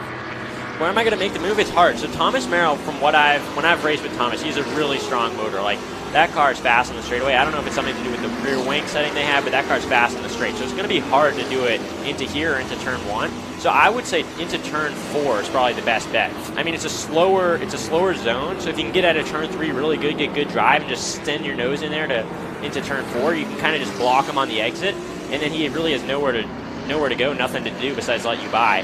But right now, it seems like the gap from Nathan Hearn to him is actually growing. So Thomas flipped the switch and is going a little faster now, pushing the car a little harder. So Nathan, but it looks tough. Yeah. Right now, what Nathan just has to do is close that gap as much as he can, get right up on him so he can make the move. Austin Green thinking exactly the same thing on an Enciado. He's had a few goes, but he hasn't made it stick just yet. He's trying again here as they come into turn 1. The Big Machine Vodka Spike Coolers turn 1. And he's right there on the rear end of the 90, trying to force an Enciata into a mistake as they dive into turn 2. Great racing from Trans Am. Really, really exciting stuff. We can't wait for the end of this race to come because it's going to be so exciting. We welcome back our viewers from MAV TV. I hope you're enjoying this. And if you are watching it and concentrating on it, you'll be able to see it again on Thursday night. We'll have all the highlights of TA and TA2, and it's well worth reliving what has been, so far, an absolutely stunning race here. The penultimate one of the season. We go to Circuit of the Americas in Austin, Texas for the final round in a few weeks' time, and the championship is still up for grabs. Nathan Hearn yet to win a race, but he's pushing hard in that Q329. Evan Slater and Scott Goodyear alongside me. Enjoying it, boys? Yeah, it's exciting. I mean, a lot of exciting things happening, a lot of crazy things happening, a lot of unexpected things. So it's a great race so far, and I'm really looking forward to the end of it to see what happens. Especially when you tune in and you think that we're going to see a champion crown today, and then you're going to move yourself on Dakota. So that's disappointing for some, but great for some of us that get a chance to see what's going to unfold at Circuit of the Americas here in a few weeks. Great place to finish the championship too. A big Formula One circuit with plenty of runoff and obviously plenty of places to make mistakes too. And but I think most people enjoy racing there. We love having Trans Am in little old Elroy, Texas, as I call it. And that Formula One circuit has turned out to be an absolute doozy. Dylan McAvoy. First time we've really had a proper look at the number 17. In 6th place, he's got ahead of Caleb Bacon, who's dropped to 7th. Dylan just behind Austin Green. Great to have him on board. And remember, Dylan also racing with Thad Moffitt as well. I'm sure you've raced him a few times too. Yeah, Dylan McAvoy. Yeah, we've raced a lot. I mean, he's a Trans Am veteran, so I think most of the races that I've done in Trans Am, I think he's been somewhere around. So he's really experienced for sure. Well, he's getting a good result. He needs one too at the end of the season. Annunciata, pleased for him. He's had to miss a few. Oh no, Austin Green. Austin Green. Where did that happen? That seems like the exit at turn 1 to me, but I could be wrong. Yeah, it is the exit. It is at the turn exit 1. at 1. Yeah. Car's smoking a bit, so I don't know what happened there. What about braked himself maybe? Because he's definitely he's going to stop now, and that's going to bring out a caution. Yeah, we get a full course caution. It packs the group back up again. Yeah, it's definitely in the horseshoe. Yeah, he's rolling. He's getting it going. He's got it. Good man. So Austin Green, we'll find out what happened. There's a lot of white smoke, so I wonder if tire. Looks like the right rear, I think, is something going askew with that. Struggling somehow because he should be out of there by now. And it's too deep in. I think he's got a puncture. You saw sparks there. Yeah, plus he's actually in the impact zone on the out there, so they're not going to wait very much longer for him to be able to get out. No, they're going to have to more smoke. Jim Gallagher. I think that's just brake smoke. So the brakes get super hot, so when you pull into the pits, they catch on fire if you're just stopped. Well, let's take a look at the replay. And again, guys, tell me what you see. And with the full course caution is out now like we thought was going to be here, so let's ride along with Austin Green. Into the braking zone. Everything seems normal. And the back end comes around. Yeah, the back end comes around really aggressively. I don't know. That could be an outside rear left tire puncture, or that could just be he lost the rear. I think I would guess it's a puncture in the left rear, but we won't entirely know until we get confirmation from that three-dimensional services team. Well, we're into another caution, our 90th. Well, it feels like it. Yeah. But great drama, great action. Well, you know, if I'm Thomas Merrill right now, I'm thinking, okay, here's my opportunity to get one more chance to have a shot at this. So once you all pack up and get the restart going, that's what everybody's looking for to make that pass. Well, Connor Zilic still continues to lead this race. We've had all sorts of drama, and as you can see, that tire's cut down. The tire is cut down, and therefore Austin Green is out of this race.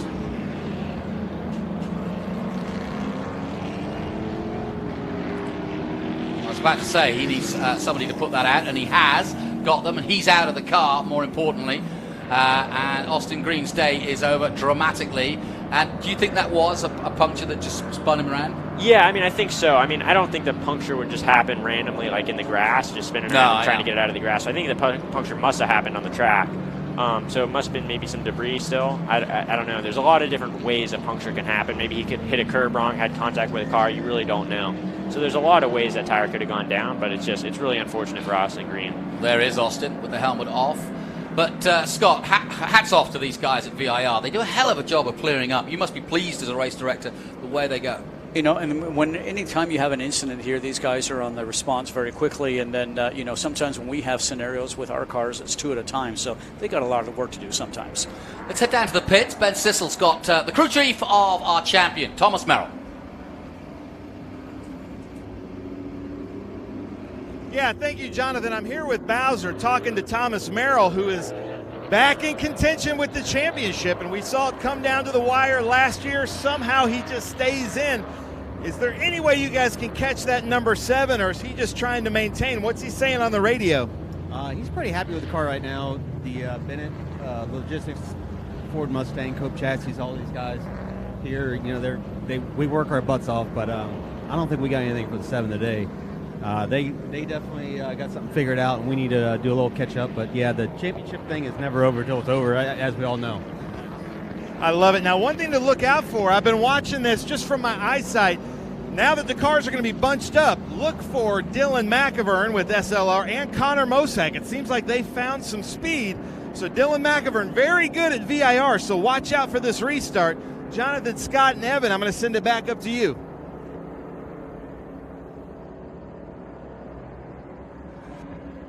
Welcome back to BAO TV and our coverage of Trans Am TA2 from VIR. We're at a caution and we're very close to the end of this race. 16 minutes to go, and this is supposed to be a 30-lap race. 23 have gone. We've had everything happen, but one thing that hasn't changed is at the front. Connor Zilic has been cool, calm, and collected, as he has been all weekend. He won the TA race. He's about to make history. If he can continue this, he will be the first man in Trans Am history to win both races of a Trans Am weekend, and that's a pretty good number to take and put on your CV. resume. Merrill in second place, our champion from this year, or last year I should say, currently the champion of Trans Am and trying to do it again, but he had a real uphill mountain to climb at the start of this race, but it was changed early on when Brent Cruz went out of the race, and Rafa Matos pretty much, but within a lap of each other. That changed the whole complexion of the race, and now Merrill senses the opportunity, and he does just need to finish second, but he'd love to finish first. With me, Scott Goodyear and Evan Slater. It's been a cracker, hasn't it? Super exciting. I mean, Thomas Merrill, he's in a good position right now, but he's got a lot of fast guys behind him. So he's obviously looking forward to Connor Zilic, but I mean, as you heard from his crew chief and engineer, that he doesn't think he has the pace for the number 7 car today. So, but it's not going to stop you trying on the it's not on the going to stop turn him trying. 1. But he's really going to be focused on trying to keep these guys behind him, because they're really aggressive, they're fast, and Thomas Annunziato and Nathan Hearn both really want to win these races, and he also really wants to. So there's a lot of aggression happening, so it's going to be an exciting restart for sure. And again, guys, I'm going to turn to you to ask, what is the key to the perfect restart? Well, a lot of times it's jumping and getting a good jump on if you're leading on the guy that's behind you, or if you're in second, you're trying to maybe hang back a little bit and then get a jump as soon as the guy goes to the throttle. But with you guys having that rule that you can't pass until you go past the start and finish line, sort of bundles everything up that we ever learned when we were in junior formulas, and that sort of stuff. So I guess that rule's been in place for a long time in Trans Am. No, this is the first real year with the rule. I'm personally really not a fan, because I think it kind of just takes the restarts and makes them less exciting, because you can't make up as many places. You can't do as much. So, I mean, the rule is good. I think they have it so you try and wad up less race cars on the restart. But from my perspective, they never really get wadded up right on the initial jump. They never get wadded up before the start-finish line. So I'm not a huge fan of the rule. I feel like it kind of just takes the restarts and makes them less exciting and less of an opportunity to pass. Unless you're the leader. Unless you're the leader, then you really like it, because then you can get away without getting passed as easily. But yeah, it's definitely an interesting rule, and it can change up restarts and the dynamic of them a lot.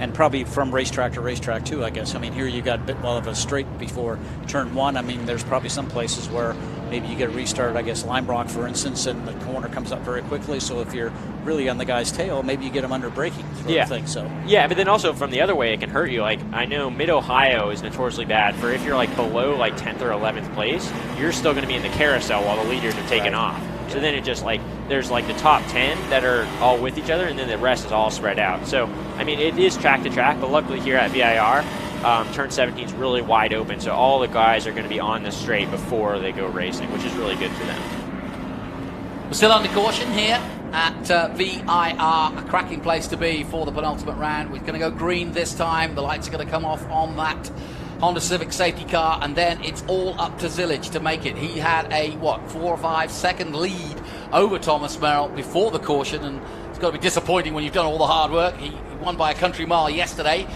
He's not going to do that now, given that we've done 24, and with 6 laps, Merrill is not going to lose him, I don't think.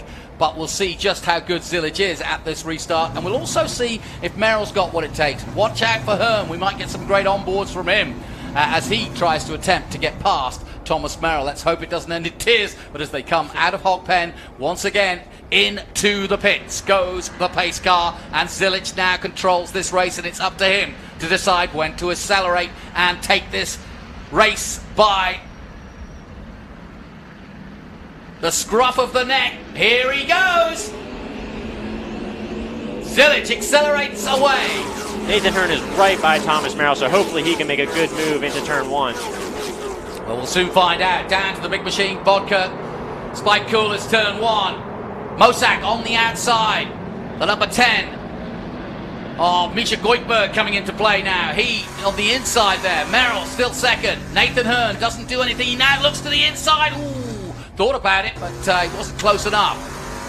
Yeah, wasn't able to make a stick, but that top 3, and it seems like the top 5 so far are unchanged from that restart. Yep, I think you're absolutely right. Contact in the back looks like between Thad Moffitt and Misha Goikberg. Thad Moffitt going around.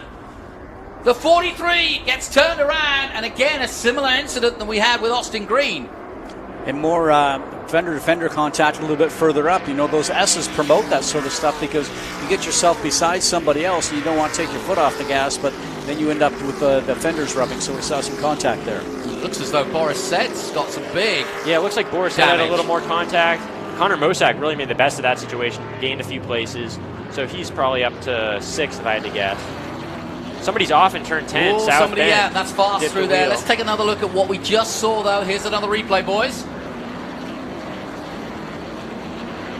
On board with Lostowski. That's Moffitt in front of him, so we'll see what happens to Moffitt because he does get turned around. Here he is, coming up on Misha Goikberg. Goikberg turns in, and, well, bang, bang, bang, and away you go. Yeah, I mean, I think that's just a racing incident. Rubbing's racing. That was tight racing. Let's ask our And, race director. Yeah. I think I agree, actually, and I think that could have probably turned around and gave a bit more room on the outside to help himself, but those are the sort of things you learn as you get involved in this sort of racing. Robbins racing, that's certainly true of Trans Am and Muir. You're right, heavy cars, we're all looking for the same spot of asphalt, and yeah, it's rough out there, but that's what happens. Nathan Hearn through the gearbox, past our commentary position, and down towards the horseshoe. Once again, he's lost a little bit of time to the leaders, still in third place, and Annunziata still in touch with him. It seems like, maybe Race Monitor's wrong, but it seems like Thomas Merrill has dropped out of the position. Nathan Hearn's now in second, and Thomas Merrill's nowhere to be seen. Now that would be dramatic. Let's hope it's not just a transponder because, well, let's just pause for a second because I don't think that's the case on track. No, so I'm looking at Thomas we're Merrill. riding along third, and he's third. Okay, so it's just Race Monitor Okay. scaring us. He likes to do this, Race Yeah. Monitor. But Thomas Good Merrill thing for bouncing his over case. every curve now. 27 of the 30 gone. Under the bridge and into the S's again. The bridge hall. Uphill S's. There's Connor Mosak in 5th now. An incredible run by him. McAvern up to 4. So, fascinating racing this. But it's still Zilic.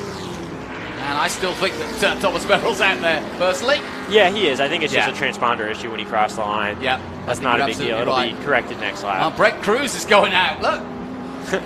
I don't know what's that all about. He's going to go and set the fastest lap. You watch. So he's either going back to the pits or he's trying to go out there for some reason, for some technical points thing. I don't really know. Well, he'll get points if he finishes the race. Finishes the race. So maybe he's just trying That's to do exactly that. what he's doing. Smart move by the Nitro Motorsports team and Brent Cruz, because if he does finish the race, crosses the line and takes the checkered flag, he will pick up points. Very smart move. There is Merrill, no problems there. And in fact, he's as close to Zilic as he's been in the last half hour at least. And as they cross the line again, the exact gap is, what, half a second. So here comes Merrill and Zilic under pressure again. So at this point in the race, the cars, they've burnt off a lot of fuel, and if you save your tires correctly, you're going to have a really fast race car. So right now, Connor and Thomas are both pushing as hard as they can. Thomas is just trying to close that gap, and obviously Zilic is just trying to keep pulling away. But it'll be an exciting end for the win for this race. Well, 158, a 1 minute 50.8 by Zilic and a 151.3 by Merrill. You can see from overhead where the gap is, and they're pulling away from third place Hearn. Zilic's car just looks like it puts the power down and gets through the middle of the turn out very well compared to other cars, and I noticed this at other races that I've done. So whatever he's able to do and being able to do that, and they've done such a great job on the suspension of the car, I'm going to gather, because I noticed it before. Like I said, there's a visual difference. I mean, when your seat's in the butt of the race car, then it's a huge difference. Boris said has come in with that damaged front left of his 83 three-dimensional services car. So he will be out of this race and not finishing. Meanwhile, Merrill bouncing over the curves and almost getting a little too far. They're trying to repair it, get him out there, get him to finish the race if they can. They're going to pull the hood off. Come on, there you go. I love Trans Am. Off you go. Just a flesh wound, as Monty Python would say. We can keep going. Ah, no! Out goes Barry Bowes in the 32. Car looks okay. And he's got it under power. But he's trying to get it in reverse and trying to get it out of harm's way, or at least back on track. He looks like he has difficulty getting it into gear, obviously, isn't he? Yeah, with these dog box transmissions, I don't really know why, but they're hard to get into reverse. So sometimes they're just picky and they just refuse to go in. So, I mean, some things you can try are putting the clutch in and then trying to wiggle it around, put it into first gear, then reverse, trying to row through the gears while you're stopped to get into reverse. But that's his goal right now for this race, is to get that thing into reverse. Well, if he can't get it going, and he stalled. Oh, yeah. Well, I was about to say we could be back under caution. There we go. There you go. He's got it forward, going. spin it around, and away you go. Oh, so it seemed like he wasn't trying to necessarily get into reverse. Maybe it's just a transmission issue because he couldn't get into any gear, it seems. Yeah, maybe We're on board with Barry. Let's see what happens. Oh, it's old. Yeah, it's at Customer Bank. Back end goes around, so as you mentioned, is it a transmission issue or just not have the balance of Yeah, the car maybe, right in the maybe back he had end the came brake around? the brake bias could be incorrect. There could be a transmission issue, a differential issue. There could be a lot of different things, or he could have just lost the rear. So the fuel load and changing the balance of the car, do you guys change the brake balance as the race goes on? Yeah, so as the race goes forward, you move your brake bias forward because you're losing weight off the rear, so you can use more front brake. And if you don't do that, you're going to start tail wagging on the brake. So maybe he just forgot to turn that thing a little bit forward and had the rear brake bias incorrect. Now, we've just worked out, we think, that if Brett Cruz will remain to be seen what he does pick up, but we think he's going to carry a 45-point cushion into Coda, which is nice, but it's not, it's not something to breathe easy about. Yeah, I mean, 45 points is really not that much. This series is pretty, I don't know, they give away a lot of points. So, Yeah. I mean, if you win the You can race. score over 100. Yeah, you can score a lot of points. So, I mean, 100 or 45 points, the difference is easily scoreable in one race. Yeah. So, Connor Zilic, though, on his way on the penultimate lap. And Mosak, I think, has done the business very, very good. And I think he's going to pick up the cool move of the day for sure, because he has gone from the back as the white flag waves for Connor Zilic, who is about to make history, folks. He is about to become not only one of the youngest drivers in Trans Am and a superstar for Chevrolet in the future. Where will GM put him? But boy, is he the poster boy today and most of this season. He won yesterday from the pole, and he won it by a country mile. He then stepped into the TA2 car straight after winning that race to qualify pole for this race in TA2. Brett Cruz back in the pits again, or back out again, I'm not sure, we'll keep an eye. But this has been sensational by Connor Zilic. Yeah, I also think Nathan Hearn's also done a really good job. He moved that car up from 6th or 7th on the grid to 3rd. And it seems like he just hasn't quite at the pace of the 7 car, but besides that, he's been right on with the rest of the guys. So really good job by him and the whole Stevens Miller Cube 3 Racing team. Yep. And as I want to confirm, that will mean if he does finish this lap, he will be the first man in history to do both and win of a weekend, both the TA and TA2. It's been a sensational weekend. One for the memory books and one for his home track. He lives just a few miles down the road from here, and I think his friends and family will celebrate with him. A former World Kart champion, and now makes a little bit of Trans Am history. Trans Am, the longest road racing series in America. We've been racing Trans Am since '66, but we've never had a phenom this young, this fast, and this brilliant in one weekend. We've got one now, and he's with silver hair and the number 7. Connor Zilic marches on into the future of racing in America by taking the checkered flag at Virginia International Raceway with a superb, immaculate weekend of victory. Absolutely superb. Following him home in 2nd place will be Thomas Merrill, who will help keep his championship alive with that podium. Nathan Hurt takes a valiant podium, and we will take a short break and we'll be back with more very soon. Well, silver hair, absolutely delighted with that, and well, they will be. Well, they should be. It's been a tough year. They've had a few controversies, but a few fantastic moments coming from the back to the front. But all through it, Connor Zilic has been metronomically good. It's been amazing just in the little bit that I've watched him. He's almost like a robot, and as you know, you have to turn around and do that. You're mechanical in your sense of driving a race car, hitting all your points, and making sure that you're doing the same thing every time. And a lot of that is seen by how consistent your laps are, and he's done that. Yeah, I mean, really consistent. I mean, you look at his lap times, and they're all essentially the same. I mean, his average lap time that he's running is faster than most of these guys' best lap. So, I mean, just really impressive, really consistent. He's got that car working for him, and kudos to that whole silver hair. And yeah. Shout out to Morris and Laura Hull, who of course live just 3 miles down the road. This is their home track. This is where they wanted to win. They were very, very accommodating to let Connor race, and that's a risk because he's fighting for the best position he can in TA2, and to let him race in TA, you never know what's going to happen over 100 miles. He'd never raced one of those before, but they gracefully put him in the Showtime car and allowed him to race with Justin Marks, but it turned out to be a great story, and this will be the highlight of Silver Hair Racing's young effort at Trans Am, and it's been quite a brilliant weekend for he and the team, and I think Morris and Laura can rest safe tonight that this has been almost the perfect weekend. So then, Connor Zilic making his way to Victory Circle, and we will hear from him down there with Ben Sissel, I'm sure. Thomas Merrill does all he can and takes second place, a brilliant second place, I may add. Brent Cruz will keep fighting. We think he's got a 45-point lead going into COTA, and that's not a great cushion, but it's not bad. Nathan Hearn, of course, in third.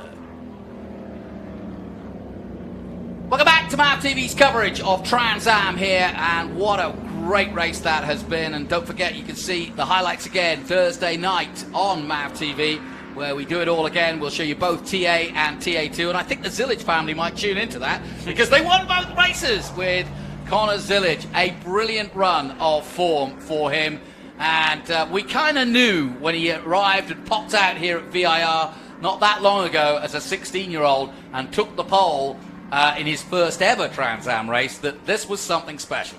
You know, and just to have that youth, and along with them that's sitting beside us right now, I mean, such a possibility for all these young drivers because there's so much opportunity out there, not only in the single-seater, but especially, obviously, in the sedan racing and NASCAR with all the different classes. But this seems to like is now a destination for everybody that's thinking about NASCAR to get into these Trans Am cars because it offers you almost likeness of what you guys are looking for in NASCAR. Yeah, I mean, I've heard from a lot of NASCAR drivers that these cars actually drive very similar to the Cup cars. So, I mean, this is a great feeder series. I mean, all of the NASCAR teams are learning that this is where you want to find your drivers. I mean, for the road courses, this is like the best you can get to prepare for NASCAR. So, what's your ambition?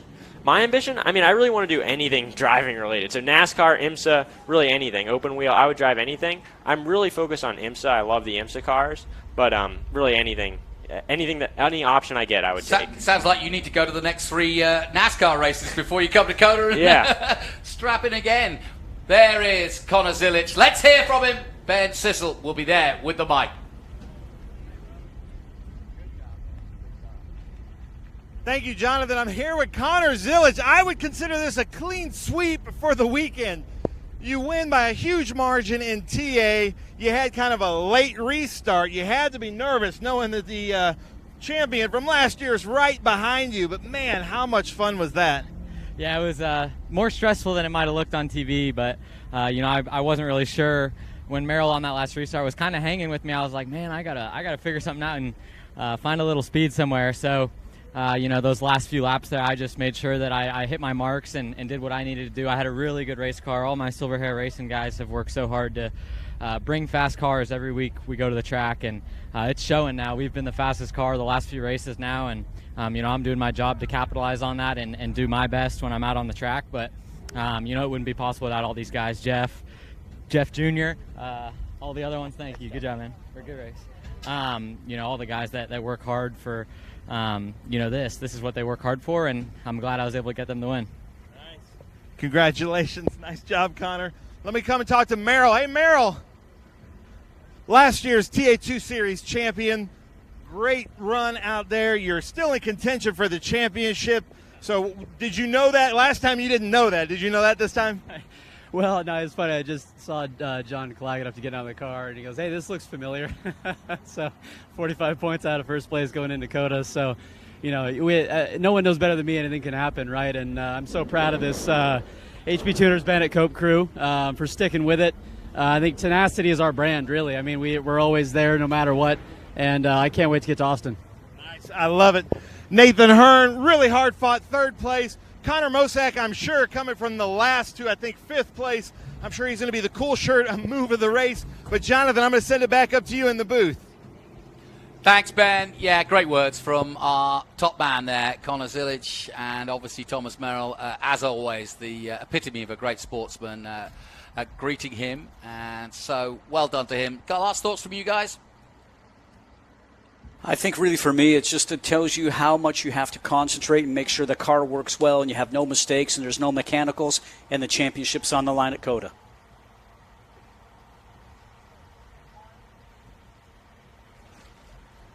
What about you, Evan? What's your thoughts? I mean, I think it was a great race. I mean, you showed like the consistency, the great car from Connor Zilic, and then you had the perseverance of Merrill, and then he obviously didn't have any mechanical issues. All the mechanical issues that were surrounded by this race really made it interesting. So, I mean, Nathan Hurd, Cube 3 Racing, they did a great job too, just keeping it consistent, staying out of trouble, keeping the nose clean. So, I mean, I think it was a really great race. And then Connor Mosack also fighting from the back to 4th or 5th position. That was really impressive too.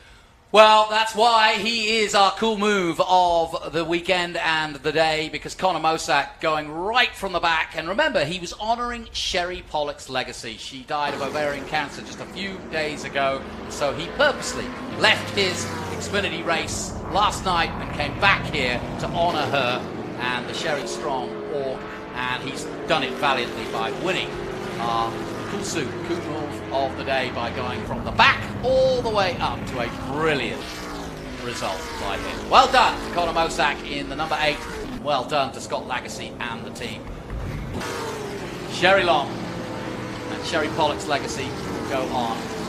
Sherry Strong. Cool shirt systems, cool of the race. Well done. So let's take a look at some of the highlights. Boy, we've got about an hour of those.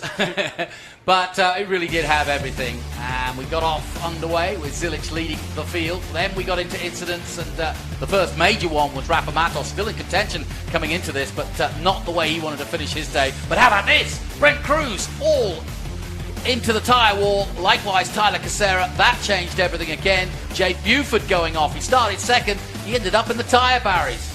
He too would go out. Austin Green got into a bit of a flurry as well, damage to the car. Then obviously another incident, Misha Goikhberg taking out Thad Moffitt, but it was Zilic all the way. What a great race for him.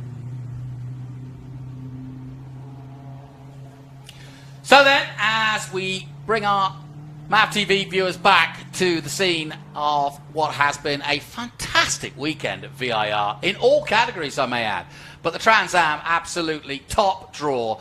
VIR always throws up great racing. My thanks to Evan Slater. If you have anything in your pocket, or you want to see another 17-year-old just as good as Connor Zilic, put some money behind Evan Slater. Scott Goodyear, I'm sure, would agree. But let's head down now to Ben Sissel, who is getting ready to do the podium.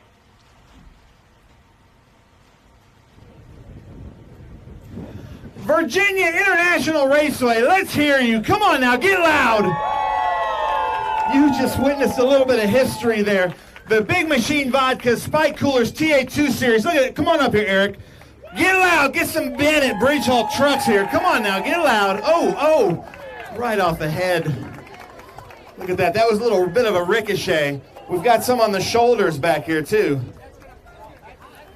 All right, I need you guys to stay with that kind of energy here, okay? Can we do that? We've got a lot more to throw out. So, in Pro-Am and Masters, first place in that beautiful number 33 car, where is William Moore? Give it up for William Moore, ladies and gentlemen. Bill Moore. Nice job. Come on up to the top step, Bill. Let's have a hand for Kim McCullough with our trophy presentation, ladies and gentlemen. So, Masters, Pro-Am, beautiful day at Virginia International Raceway. Fantastic crowd. Does it get any better than this? No, it was a fantastic race. Everybody had a lot of fun out there, and hats off to my crew. We really thrashed yesterday. We blew a clutch. We had a rear end problem, so we had no rest last night. Oh, nice. I love that. Anybody you want to thank?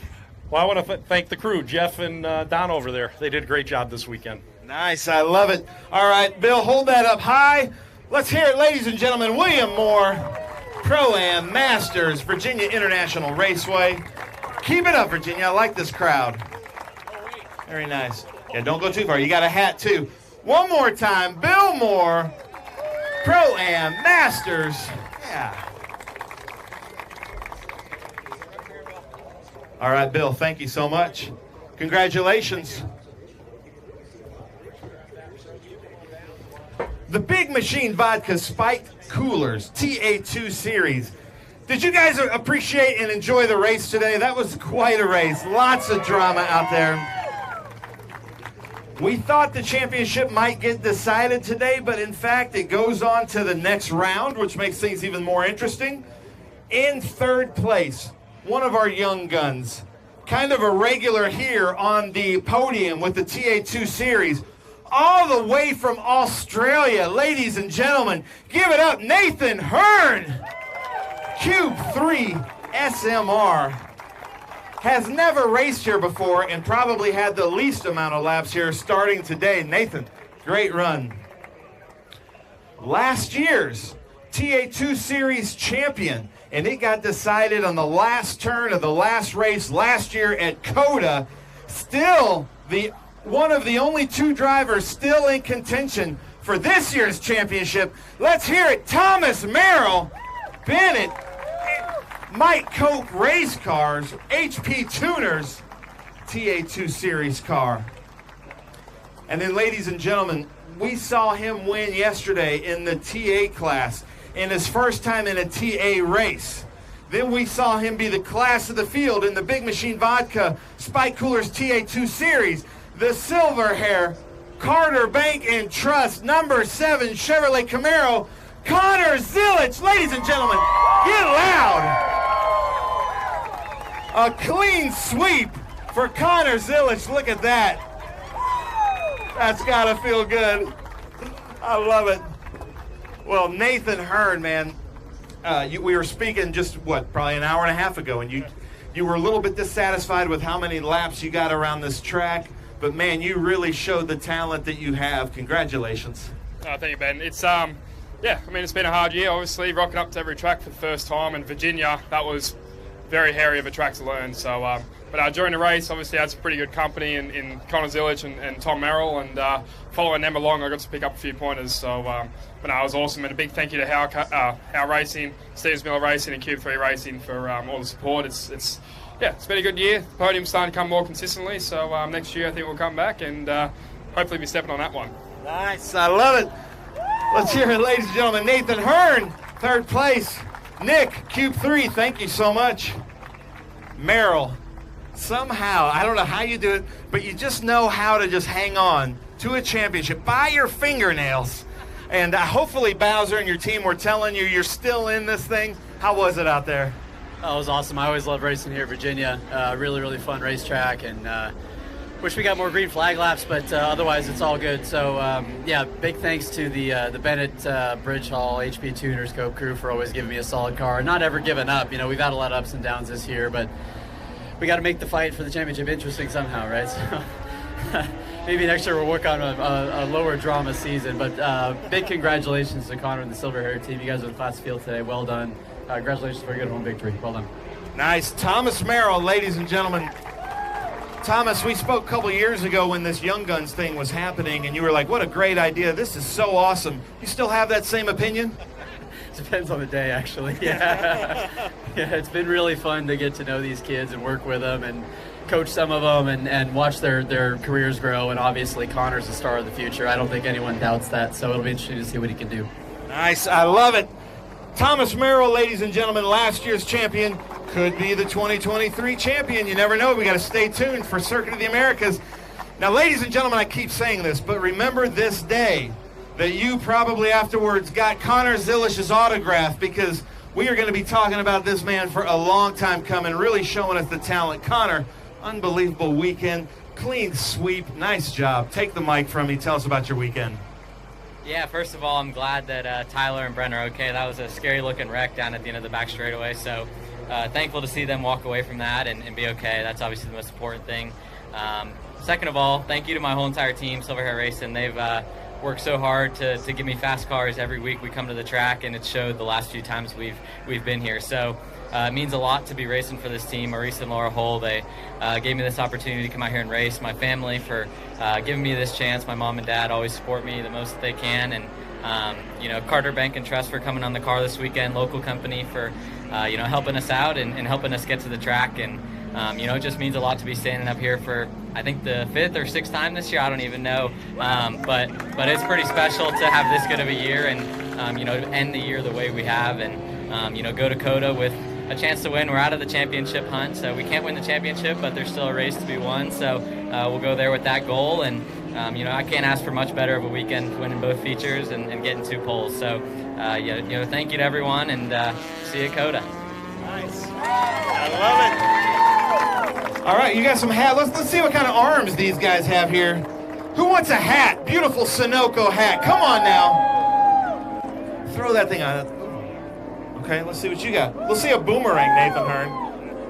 Yeah. Here we go, Nathan Hearn. Oh, it's a little bit of a boomerang. Man, fell short. Oh, you got some more stuff. Now, just right back here in this golf cart, ladies and gentlemen, Connie, the proprietor of the track. Everybody wave at Connie. Let's have a big round of applause for Connie. Connie, thank you so much. Beautiful track, but thank you so much for ordering this weather. I know that took some work. Beautiful weather. Connie Nyholm back there, the reason Virginia International Raceway exists. All right, hold up those trophies, ladies and gentlemen. Let's get loud.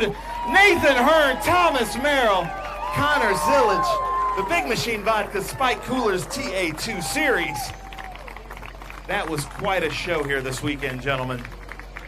And Connie, the whole VIR staff, crew, Kerrigan, everybody that put in the great work, and the corner workers. How about a round of applause for them, too, ladies and gentlemen? Unbelievable. But come on, Virginia, get loud. Nathan Hearn, Thomas Merrill, Connor Zillage.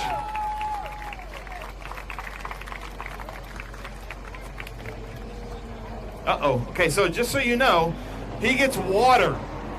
The rest of them get champagne. Connor Zillage gets water. Thomas is not waiting. Sorry, Chris. Look at him. He can barely spray it. Connor, I'm sorry. But you still got 4 years before we can legally give you champagne. I want something that'll spray. Yeah, we need to get him like a seltzer sprayer or something. Come on, Virginia, get loud one more time. Nathan Hearn, Thomas Merrill, Connor Zillage. Nice job. Connor, don't go too far. Don't go too far. Nathan, nice job. Yeah. So, our Omologato fastest lap, the Omologato watch. Where is the watch? I just saw him check his, sorry, I went out of order because he asked me. What are you going to do when a champion asks you, you know? Hold that up. Let's hear it one more time. Connor Zillage for the fastest lap. Omologato watch. Don't drop it this time. And it is a new one, yeah. It is a new one. Nice new one. Nice. Connor Zillage, congratulations, man. And then, ladies and gentlemen, another Connor, and the grid was bookended by 2 Connors, starting in last place because he was racing yesterday in the Xfinity race. He's been racing here for the last 2 years. His first Trans Am start was here at Virginia International Raceway a few seasons ago, but coming all the way from 34th to, I believe, 5th. Is that correct? He finished 5th? He's not sure. Anybody? 6th? Finishing 6th. Team SLR M1. Let's hear it. Connor Mosack, the cool shirt, cool move of the race for working his way all the way up from 34th to 6th. Come on up here, Connor. Because I know last night's race you were racing for a great thing with Sherry, and then today the same thing. And welcome back to the series, man. We've been loving watching you in the Xfinity Series and ARCA. But tell us who you're racing for today. Yeah, it's an honor for us to represent the Sherry Strong Foundation and honor Sherry Pollock's legacy in the sport of racing and in NASCAR. So just an honor for me to be able to do that in the Xfinity race yesterday and then again today. But just big thanks to my team, Scott Legacy Racing. We brought a really good car. Just took us a little bit too long to get going. So I think we learned some stuff for sure. But had a lot of fun coming from the back and just happy we could finish near the front. And just wish we had some more laps there. Perfect. I love it. Let's hear it. Connor Mosack, ladies and gentlemen. He just loves VIR so much, he had to race here again. How about that?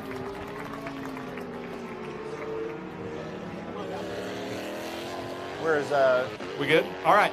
Well, ladies and gentlemen, that does it for the Trans Am Series presented by Pirelli here at Virginia International Raceway. I'm going to put the pressure on Connie and say we will be back here next year around the same time. So make sure you stay tuned. Thank you guys so much for coming out. And I'm going to send it back up to the booth to Jonathan Green. And thank you guys so much for coming out. Well, thank you, Ben Sissel, and thank you to our podium top three and winners of the cool suit in Conor Mosak. What a weekend. Really had everything and truly was a fantastic venue.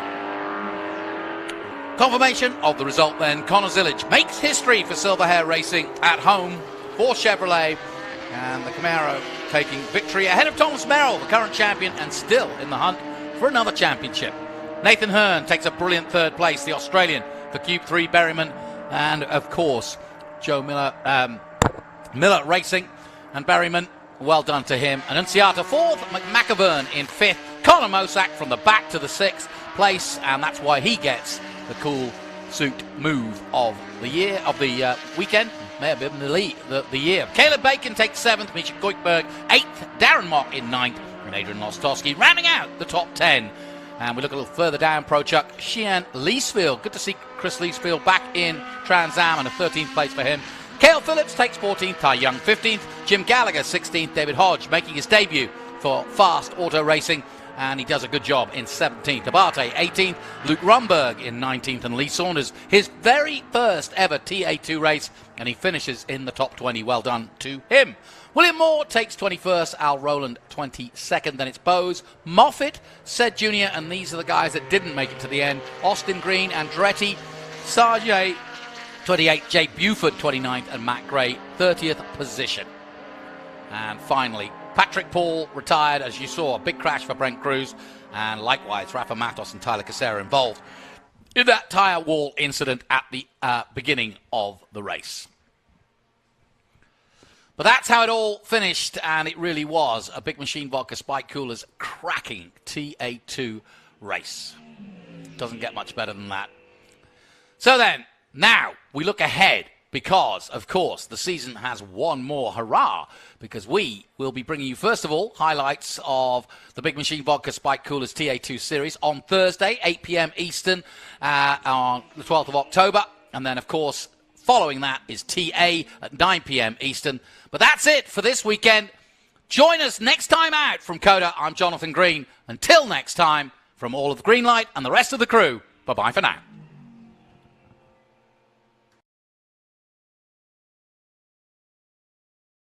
For low to medium volume production parts and full assemblies, utilizing the latest manufacturing technology and automation, which 3D continually invests in, we are able to deliver high-quality parts rather than empty promises.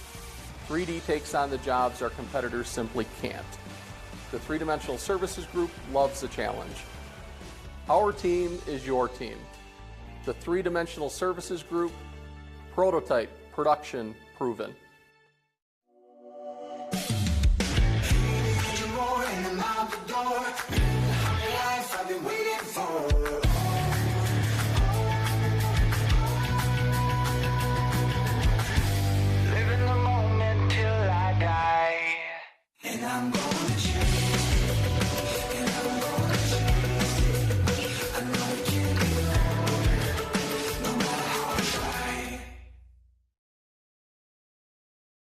Hungry for SVRA action? Well, the best way to enjoy classic auto racing is with a delicious classic from Mission Foods.